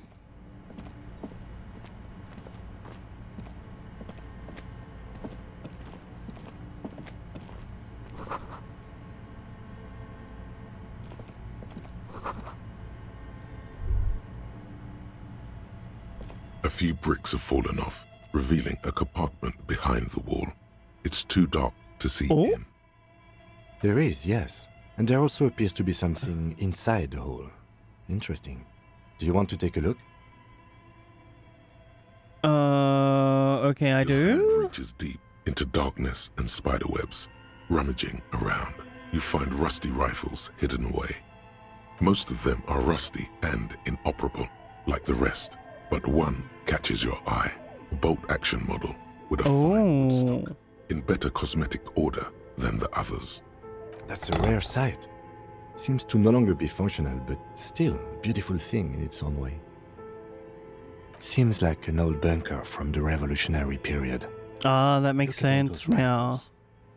Must be an old weapons cache. It means there are firearms, albeit inoperable, still lying around in Martinez. It's an interesting coincidence, I would say. Might come in useful in the future.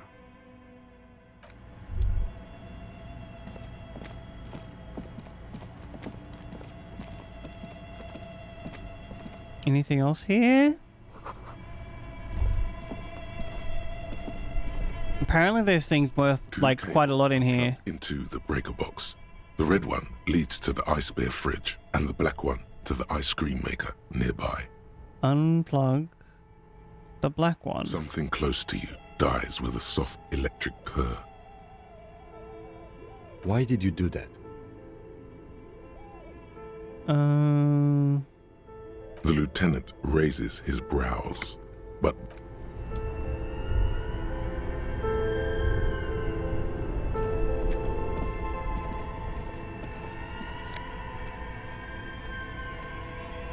Ooh. Yo, a mesh tank top? Oh, what's up, Kim? We should think about calling it a day, maybe. The nights are still miserably cold this time of year. You should take care of that, then. I don't have the money. Let's talk to him anyway. An officer of the RCM shouldn't be sleeping in the street. We'll figure something out. Okay, I want to real quick look through this.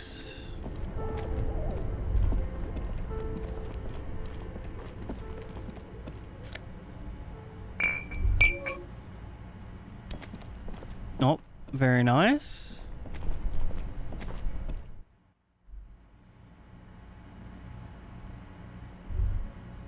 Oh. That's just a way out from there. Interesting.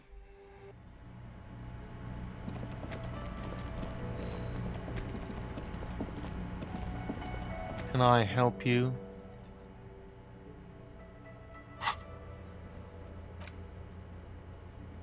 Try negotiating with him about the money I owe? Have you got it? Does that arrangement include you paying me what we already agreed you owe me?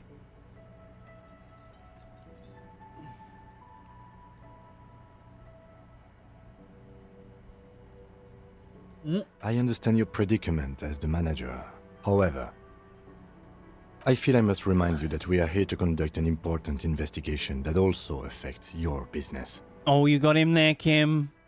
Forgive me for saying this, but your colleague seems more committed to drinking, and I mean no offense. It's really nothing personal. I just have to protect the interests of this establishment.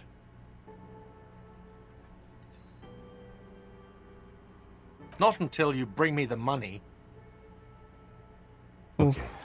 I might have something in my motor carriage we can use when you're done here. Oh, Lieutenant, we're... Alright, back out to his motor carriage, I think.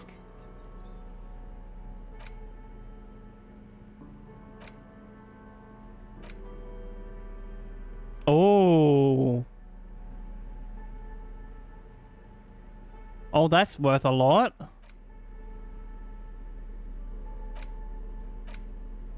The note is written with a blue pencil on a piece of lined office paper.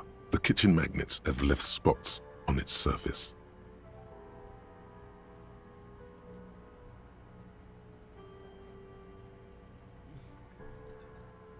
Does it say anything interesting?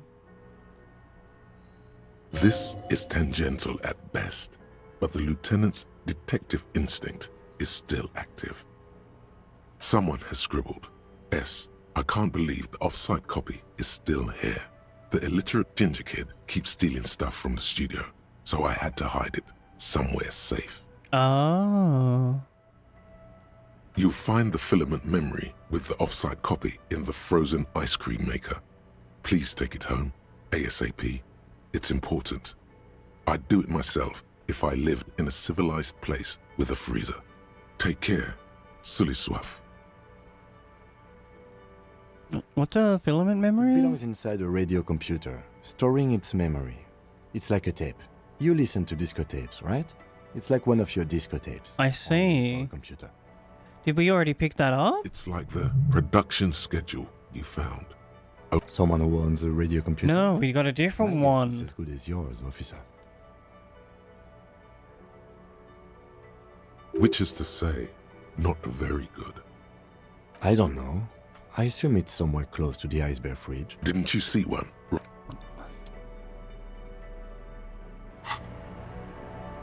Alright, let's like real quick go back downstairs.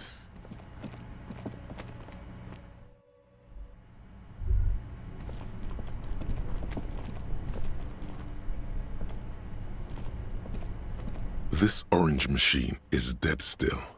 You slip your fingers under the frozen lid, but the ice is too cold for you. No, this is going to need something else. Some kind of super pry bar. Don't even try to open it with a regular pry bar. You're just wasting your time.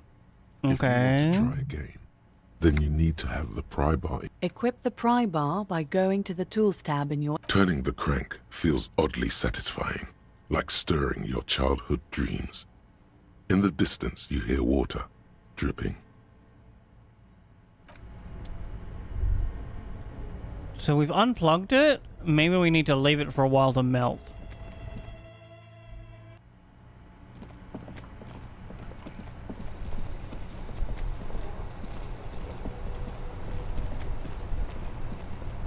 Inside, you see a set of steering levers, a radio microphone. I have something here we could sell. Look in the back, in the suspect transport enclosure. Transport enclosure? The cage at the back of the motor carriage looks rather uncomfortable. Four shiny hubcaps are stacked against the seat. Their silver edges sparkle in the dark. I confiscated these four a little while back. We can take them to the pawn shop down by the Martinez Canal. True. The lieutenant nods as you take the spinners.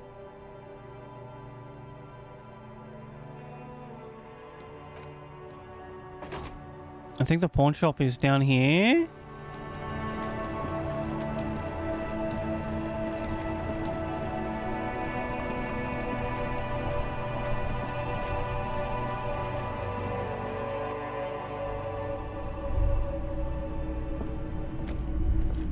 If you don't mind, please put the flashlight away. Some of us have photonic sensitivities.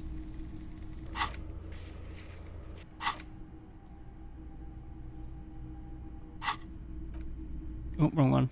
Photonic sensitivity is not generally acknowledged by the medical establishment. Sorry about that. Appreciate it. I mean, the medical establishment is wrong. It's for sure a thing. It just might not be like the way he phrased it.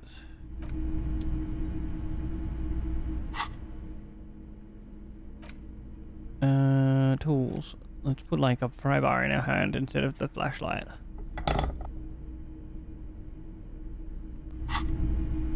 Hello, hello. Let me know if I can help you with anything.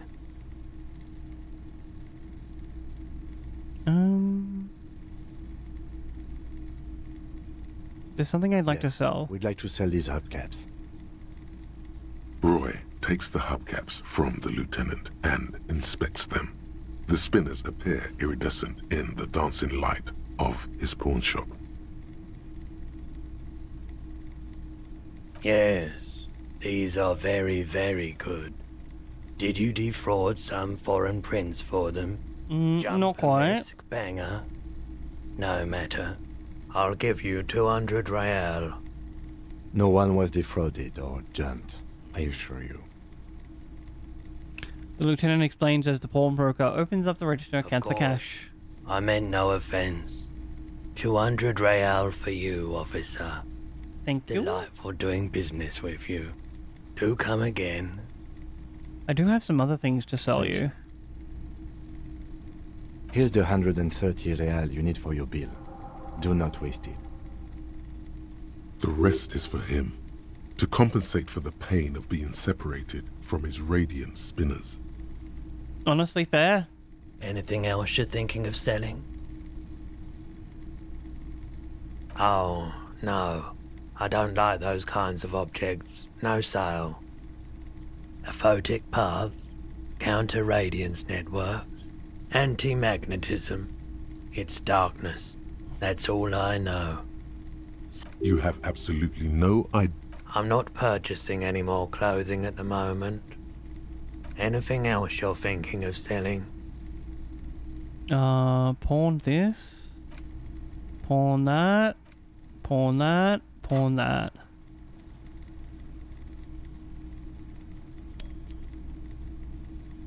Another That's it for time. me.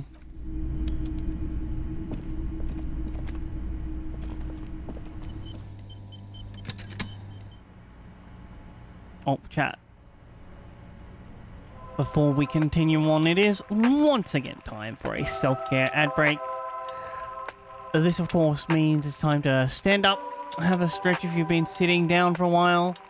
Make sure your body is doing heckin' okay. And of course, if you can't stand up, don't worry about it, friend. Sit down, have a stretch, move your body around if you can. I'm gonna run 3 minutes of ads, get rid of the pre-rolls, have a stream out with some discoverability. And then I'll be right back after this. Thank you all so heckin' much for hanging out, and especially thanks to Tyler for the raid again.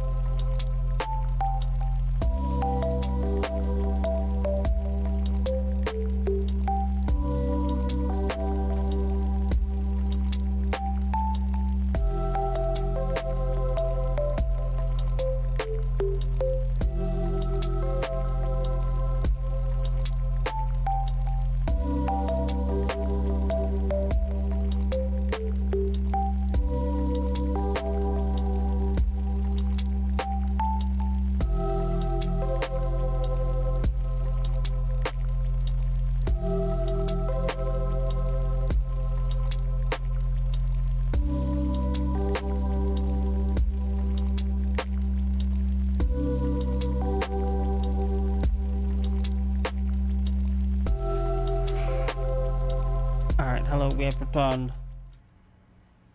Let's go pay our debts.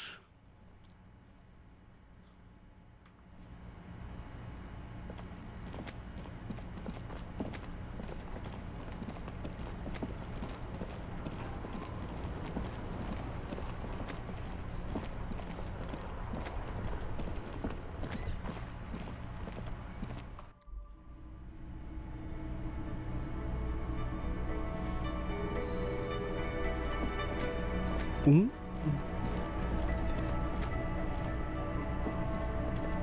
Can I help you?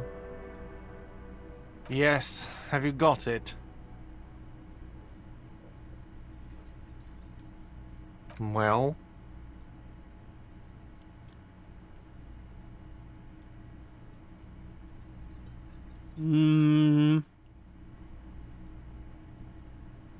Sure, we'll apologize to him. Great. Thank you, officer. That's all I wanted. Payment for services rendered. If you continue to stay here, I just ask that you please pay your nightly bill in advance starting tomorrow. I'll unlock the electronic lock to your room. All the doors lock automatically at 9 p.m. Please pay for each night in advance starting tomorrow. 20 real per night. Alright. I'll take a room here too. Of course. Always happy to have officers from the RCM as guests. Anything else I can do for you?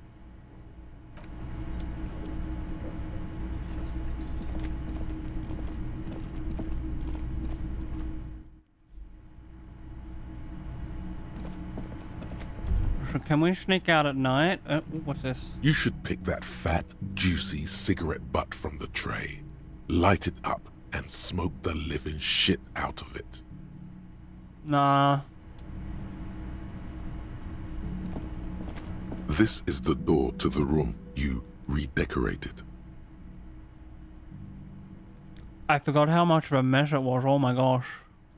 Just a moment. We should talk about our progress on the investigation. Let's go out to the balcony. Alright, let's go.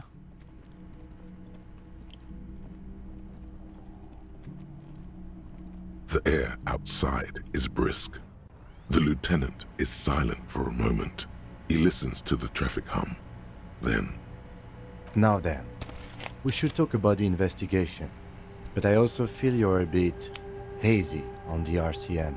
Our role here, our rights, our jurisdiction, basically. I don't know you smoke. I have a cigarette every night when I go over my notes. It's something of a ritual. Alright. Oh man, he looks so devastatingly cool with that cigarette. You mean this? This isn't cool. It's an unnecessary trial of will and unhealthy.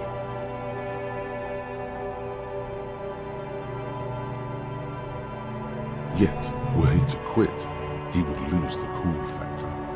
This man relishes his cool quite a bit, below it all. Right then, to the debrief. It's been a long and eventful day.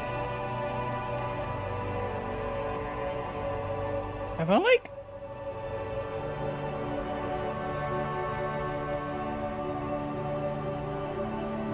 I think I might have just like cut my fingies or something in there. Well, we inspected the victim's body, so that's good.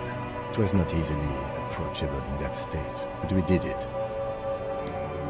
I would say our initial inspection was very thorough, and we have solid leads to follow up. Then you shot the body down, which was quite a shot.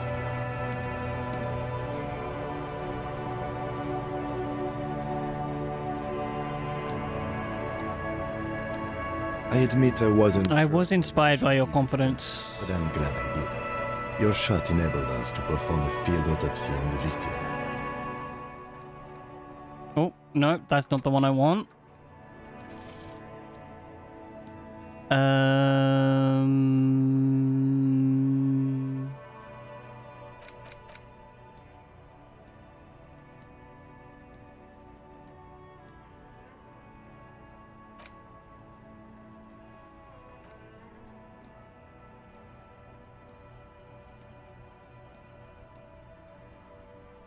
Found some things we can really I work still feel with. like we missed something. But at least the corpse has been refrigerated. There's still work to be done at the crime scene, though. Now, as for interviews, my list of people to talk to here in Martinez, I mean.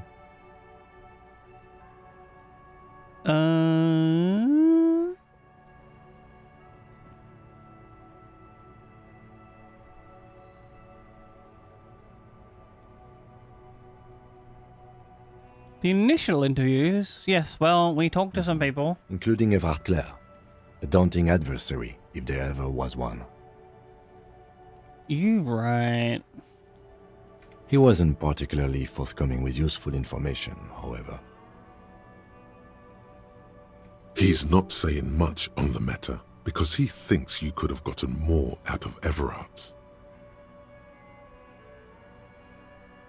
I'm sure we can get him to tell us more. Or actually, Well, number 3.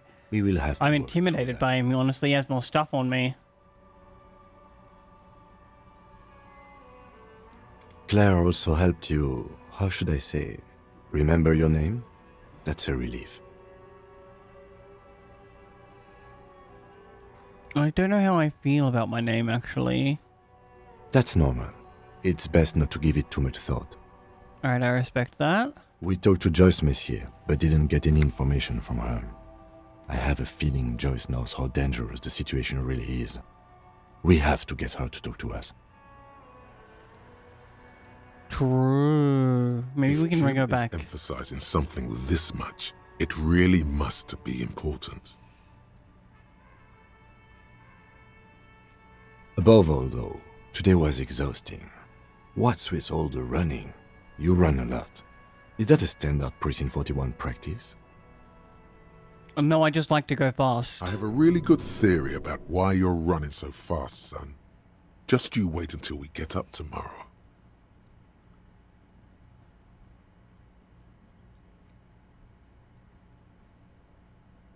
I don't know why I do the things I do, Lieutenant Kitsuragi. It's impressive, especially for a man your age. And in those hills.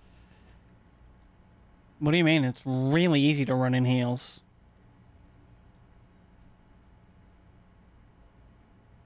Nice shoes, by the way. I like the green. Goes with the orange. Thank you.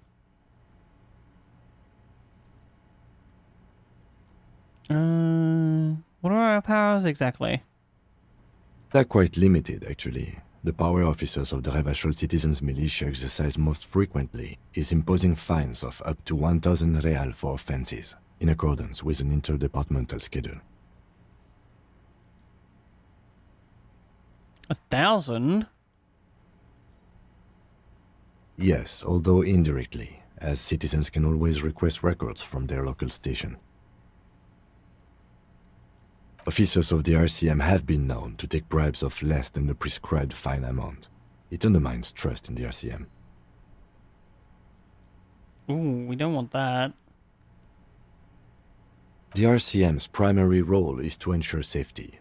We are not really supposed to play any part in the economic structure of Revachol. I guess that kind of makes sense.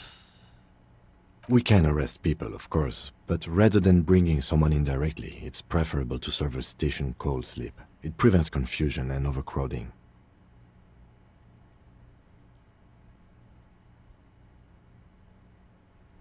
How will you be sure the arrestee will show up? You can't. Those who don't show up become fugitives, though, and have fewer legal rights when they are eventually caught. It's about power projection. Thus far, they seem to mostly show up. And did someone We are resist? permitted to use whatever force we deem necessary, Ugh. even lethal. That's a horrible rule to give police.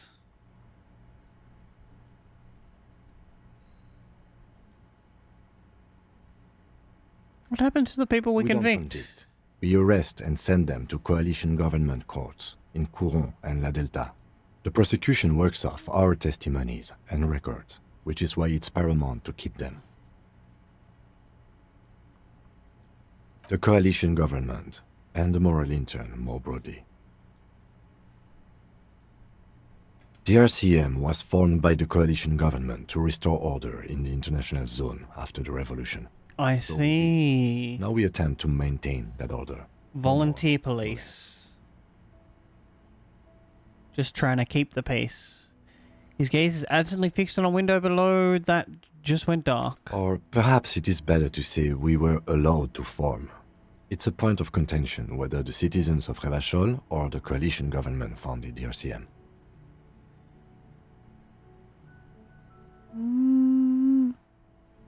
Let's say it was the citizens. Be sentimental if you like. Either way, the Morlinton leases us the right to keep the peace in this city, and they will take it away if we misuse it. Or if they think you do.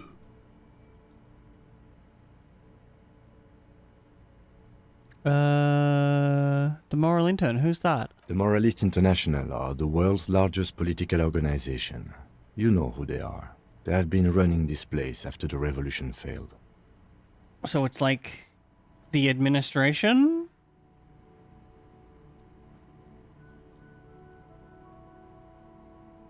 Okay. They're a union of center-left and center-right parties across the Real Belt. Our coalition government is just one of its many projects. They also run the ICP, EPIS, most intergovernmental organizations in the world.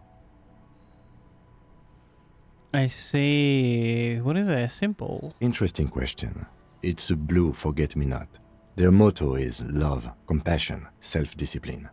I think you can gauge what they want you to think of them from that. Something kind and usual. Something almost self-explanatory. Something even a little feminine, but in a strict manner. Something like the dark blue, serious color of the early night sky above. What do they believe in? They are Dolorians. They believe they continue the humanist project set forth by Her Innocence Dolores Day 4 centuries ago. Others say they are just technocrats. Those others say they continue the humanist project set forth by Dolores Day. More political, boring. Who was Dolores Day? Figure? The author of the modern age?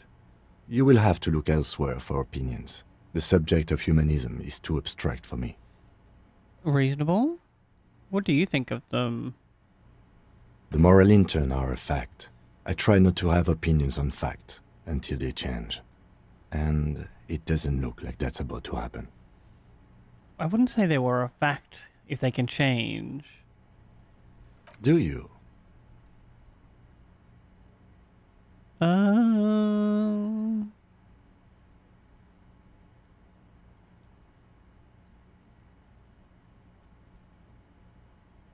Because this bourgeoisie organization.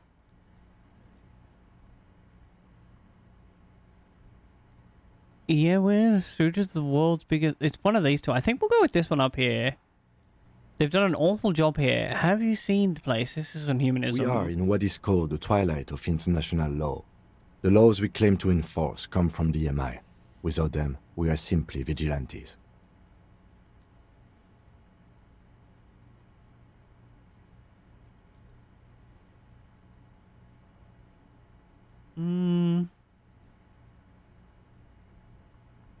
Vigilantes sounds bad. Sadly, it is what we already are to the people of Martinez. Most of them, at least, especially the Union. Vigilantes. I expect our job here to prove quite challenging.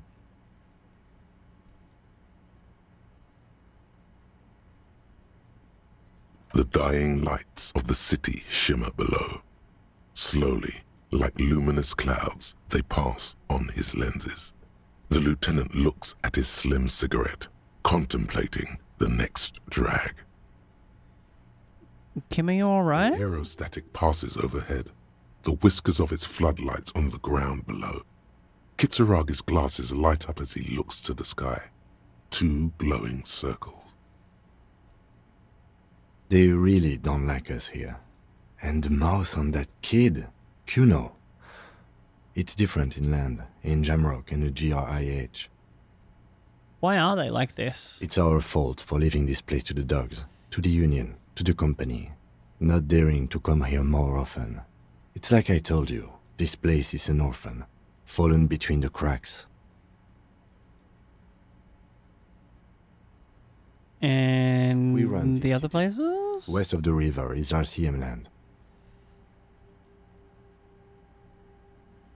He looks at the dark silhouette of the equestrian monument cutting into the night sky. It's incredibly hard. Human beings are... But we are in control, and it's worth it. The organization works. Our systems work. If they didn't, the city would disintegrate.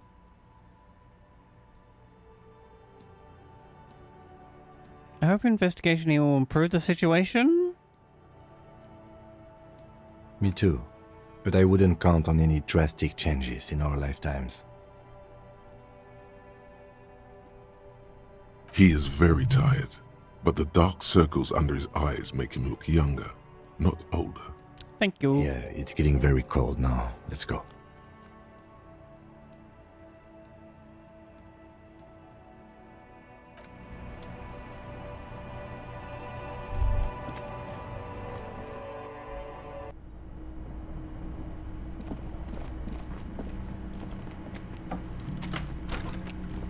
See you in the morning.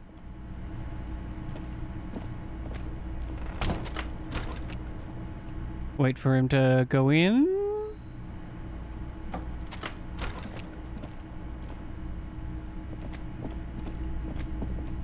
Go see if we can get those boots off.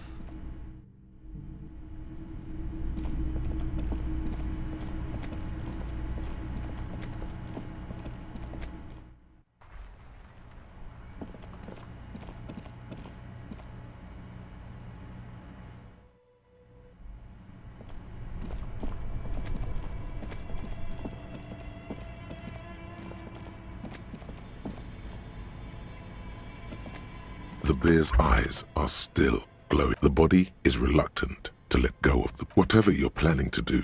You need to do it before you catch pneumonia in the cold drop. It's not completely useless. You're able to reveal a little more of the putrid polymer sock. It's not completely useless. It feels like the leg is going to come off along with the boot, but you're able to get the boot to move a centimeter. Just relax. This is easy. This is happening. Adjust his seating position? He's too heavy to move by yourself. This is the right method. It takes some time, but eventually the boots come off, with nasty slices of polymer sock stuck to even bigger pieces of skin and rotting flesh. Take stock of the damage. Not good. Let's pin this on the bear. The ice bear tore up his legs with its claws. As for the boots, you can't possibly do anything with them until you've cleaned and disinfected them thoroughly. Yes, these absolutely need to be washed before. The stink is incredible. Didn't the Whirling have a kitchen? Okay, go to the kitchen and watch the corpse. A thick layer of coal dust covers the furnace. It's dark and grimy here. In the darkness you can hear chatter. It's coming from above. A voice or several voices talking to each other. We might need to come back here. Near the smoke chamber, upstairs. The echo is so prominent, it's impossible to discern what the voices are saying. Or maybe it's coming from somewhere upstairs. You should investigate. Or maybe you're just hungover again. A hollow ring echoes through the furnace. Your toe hurts. Wait, I had 2 health and that took both of it? Ew. Alright,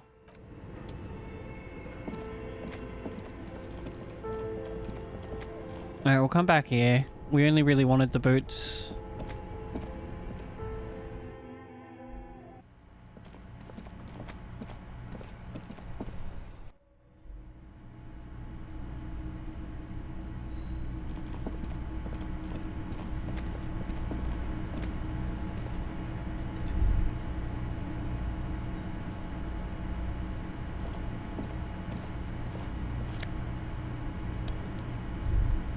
This industrial gas-powered stove has been used to prepare food for many hungry hostel guests. There are several pots and pans on hand. Getting the corpse residue out of these boots is going to require patience, and also a huge pot full of boiling water, soap, and white vinegar. A commercial pot draws your attention. It's very large, gigantic even. It could be used to make enough stew to feed an entire city, and also to boil a putrid pair of death boots. There is a variety of soaps and bleaches in the cabinet to the left of the stove. There is also a bottle of white vinegar in the cabinet next to the fridge. It's bad with those boots. Don't be stingy now.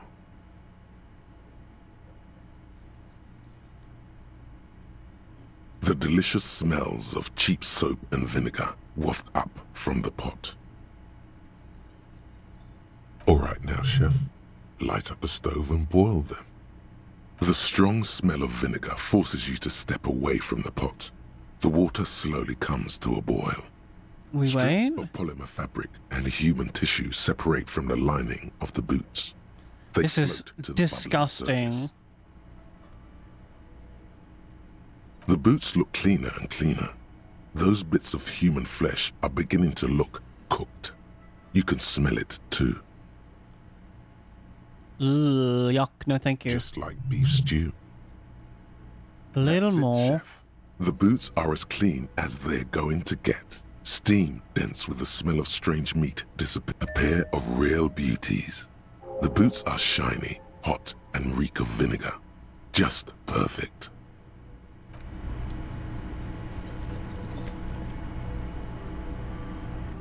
So can we put them on? -1 composure.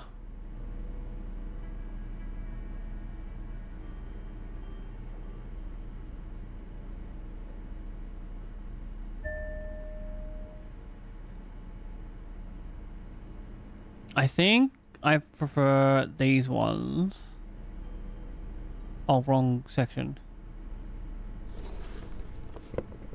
2 authority, interesting.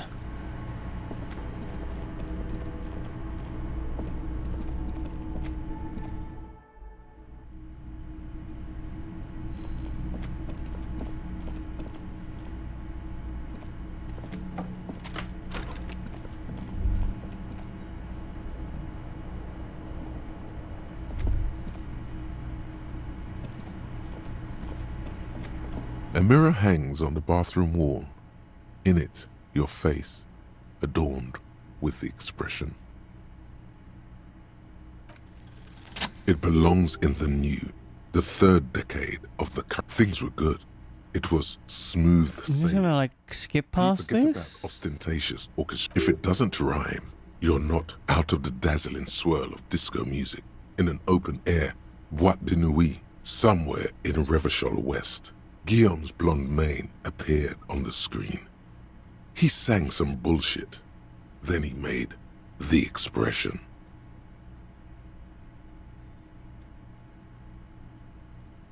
You have some understanding of the near history of disco, plus the trivia you've picked up along the way. Episodic memory, however, remains in the dark. Damn may it. never return. You should prepare yourself for that. That's like gonna be super shitty if it doesn't. It doesn't have to be. You can swoon over Guillaume and his champagne-corked smile whenever you want to. Maybe some of the stardust will return. A new thought, you say?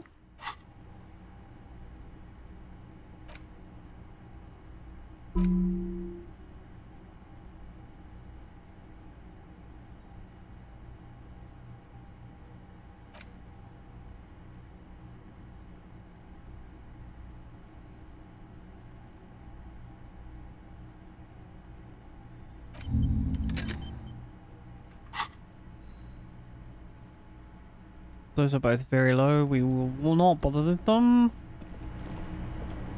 The bed is cold and not particularly inviting, but it's yours. The That's sheets like look awful. way more of a couch.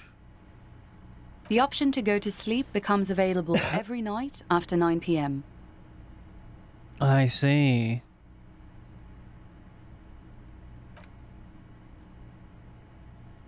The sheets feel at once coarse and clammy against your skin. The bed sags beneath your weight as you stretch out and finally close your eyes. Bitch.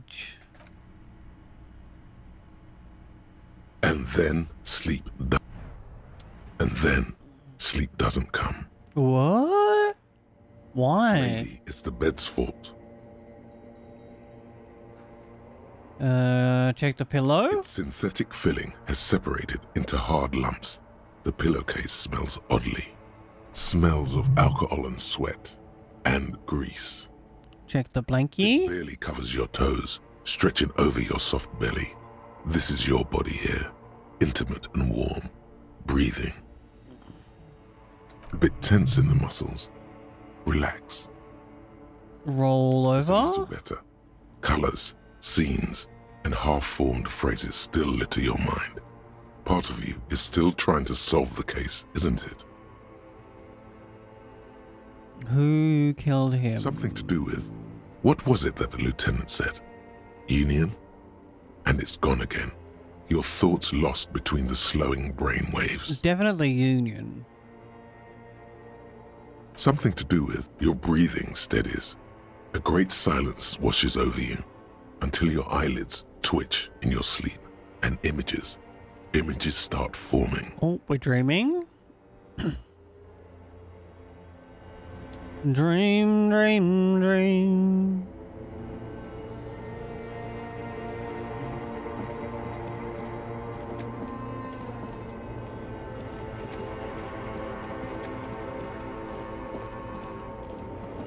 Oh, that's me. What the heck is?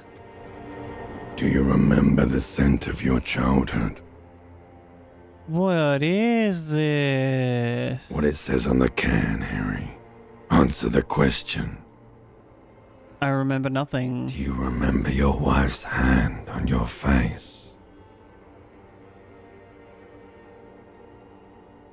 You said who? Do you remember the warmth of her thighs between her legs and in her mouth?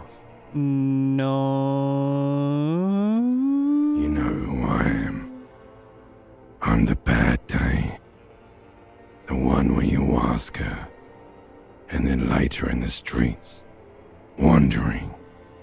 It's the worst day of all time, Harry dear. And it's coming. Wait, has Harry just been recently divorced? Reality will turn into a grotesque nightmare. This will be the last thing you did to her. Tell me, do you remember the love of your life? Oh no, Funky baby, you stayed. Oof. It was the rest of it that left. Or you just stood there, with one hand on the bottle and the other on your dick, watching it go. Damn, bro. Tell me, where Harry are your was friends? toxic. Human beings have friends, Harry boy. Where the hell are yours? No, it's gone. 3 times gone and never coming back. You failed. You failed me. You failed Elysium. What is Elysium? Everything. The Pale and the Isolas. On the surface. The outer magnetosphere. Burning, furious. Dude, calm down. 8,000 years of written history. You really dropped the ball, Harry. 4.6. No, Harry. You were just talking to yourself. 4.6 billion? That's What? all you ever do. Even in your dreams. And the act is wearing thin. The spots of the disco ball fade around you. You'll be back in those cold snakeskins in no time, sweating up the bed. Stinky boy. You're not coming back from shit. thrashing around in that high conductivity state of yours, bumping into things and acting like a clown. You're trying to what? I can't hear you. This is just a word dream now. Jumbled up garbage. The pictures are gone. The bed rises to meet you. A thin, sleep-like state. Is this my sleep demon? More glass. So something is wrong. Sleep shouldn't be this bad, this dry, this unnourishing. There's something wrong with your thoughts. Maybe I'm going through withdrawals? Some kind of new type of hangover. Oh god, not another. Oh yes, party boy. And it's worse than the one before. Just think of the shit you saw. Here it comes too. So soon already. The silent alarm goes off in your head like clockwork. Barely let you sleep at all. Time to Bro must have been doing some hard drugs. Time to go to work in the shit factory.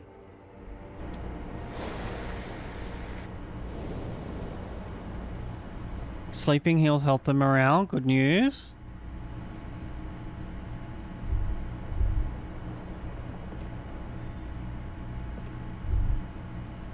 Good going, buddy.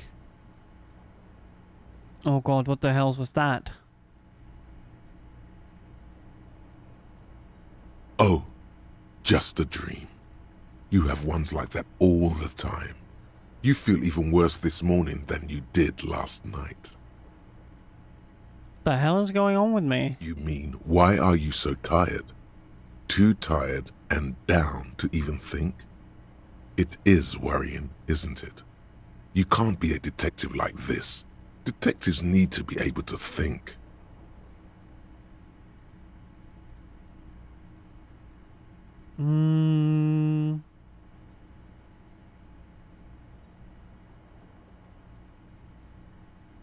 Why is this Your happening? heart has finally pumped all the speed out of your system, Buster.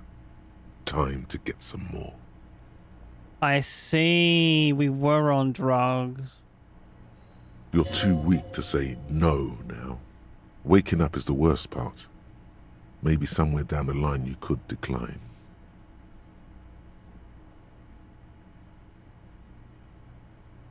What is speed? Speed is a potent central nervous system stimulant.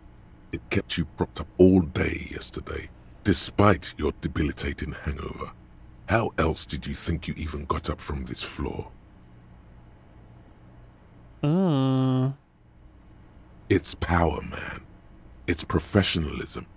It makes you feel like you're young again and ready to detect. Ready, are you sure?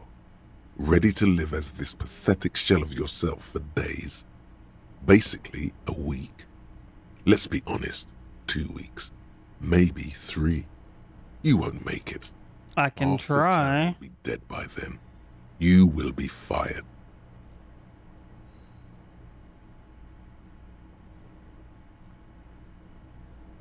Suit yourself, slow, sad shell man.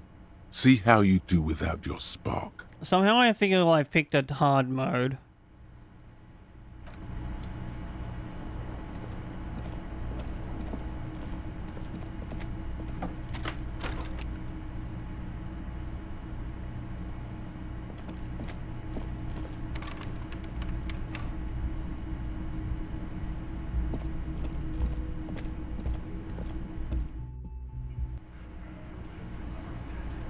Oh, there's the people.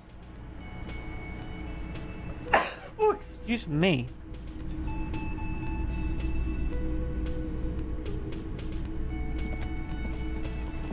Morning. Morning. Looks like we can get to work at once. The union muscle turned up. They look rowdy. We should talk to them.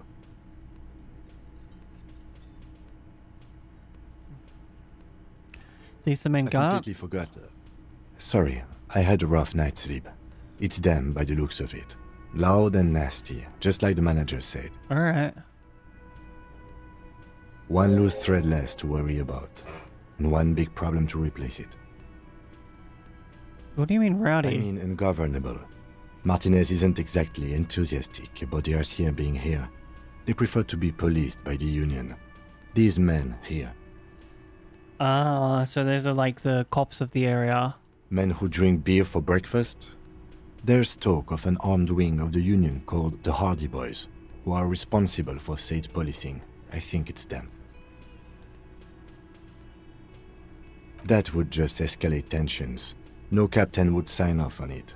Solving one murder isn't worth a conflict between the RCM and the Debarders Union.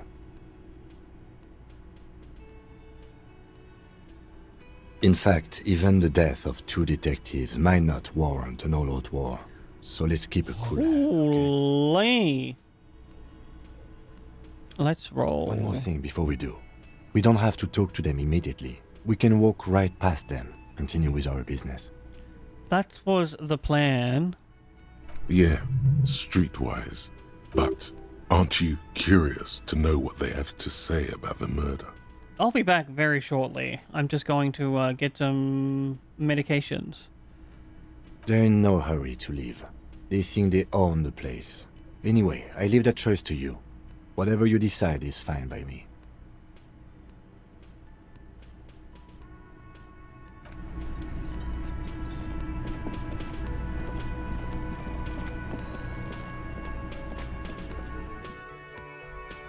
I think we go...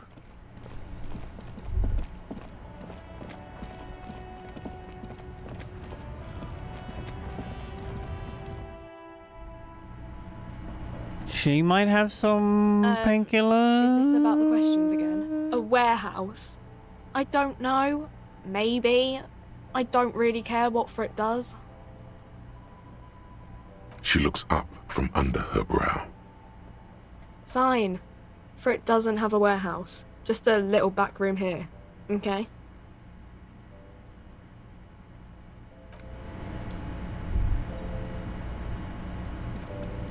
You see several packaged raincoats fill a low shelf beneath a display of croissants and juice. The packages are small, discreet, sloppily stacked, making them easier to take unnoticed. No need to worry about knocking over a display. A small cabinet on the wall is filled with Oh, this is what we want. Is the bloodless rose, pure white, untouched. Just ask me if you need anything from St. Baptiste. We don't stock prescription meds, but we do have Nosafed, Duramine, Magnesium, and Hypnogamma.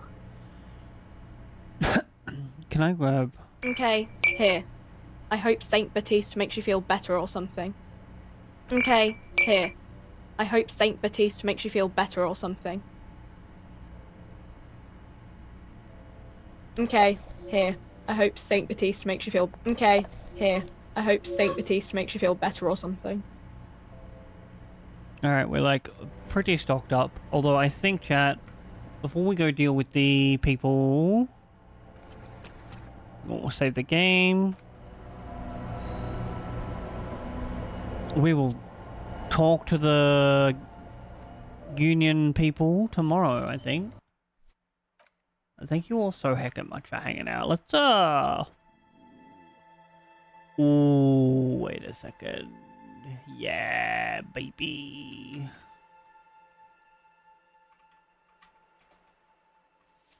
We're gonna go raid Ant, who is quite possibly one of the most lovely human beings I know. They are currently playing some Power World, and celebrating their 3-year anniversary of streaming on Twitch. Holy moly. I was there in the beginning. I will be there until they are finished, because I believe in this wonderful human. They've just showed so much heckin' growth. And are so very, very talented at this. Anyway, there is social links up there if you would like to click them for like wholesome reinforcements, pictures of what I'm doing, and or just the Discord. And until tomorrow, friends, thank you so heckin' much once again for hanging out. Please give yourself a hug. You deserve it. I love you so much. Bye-bye.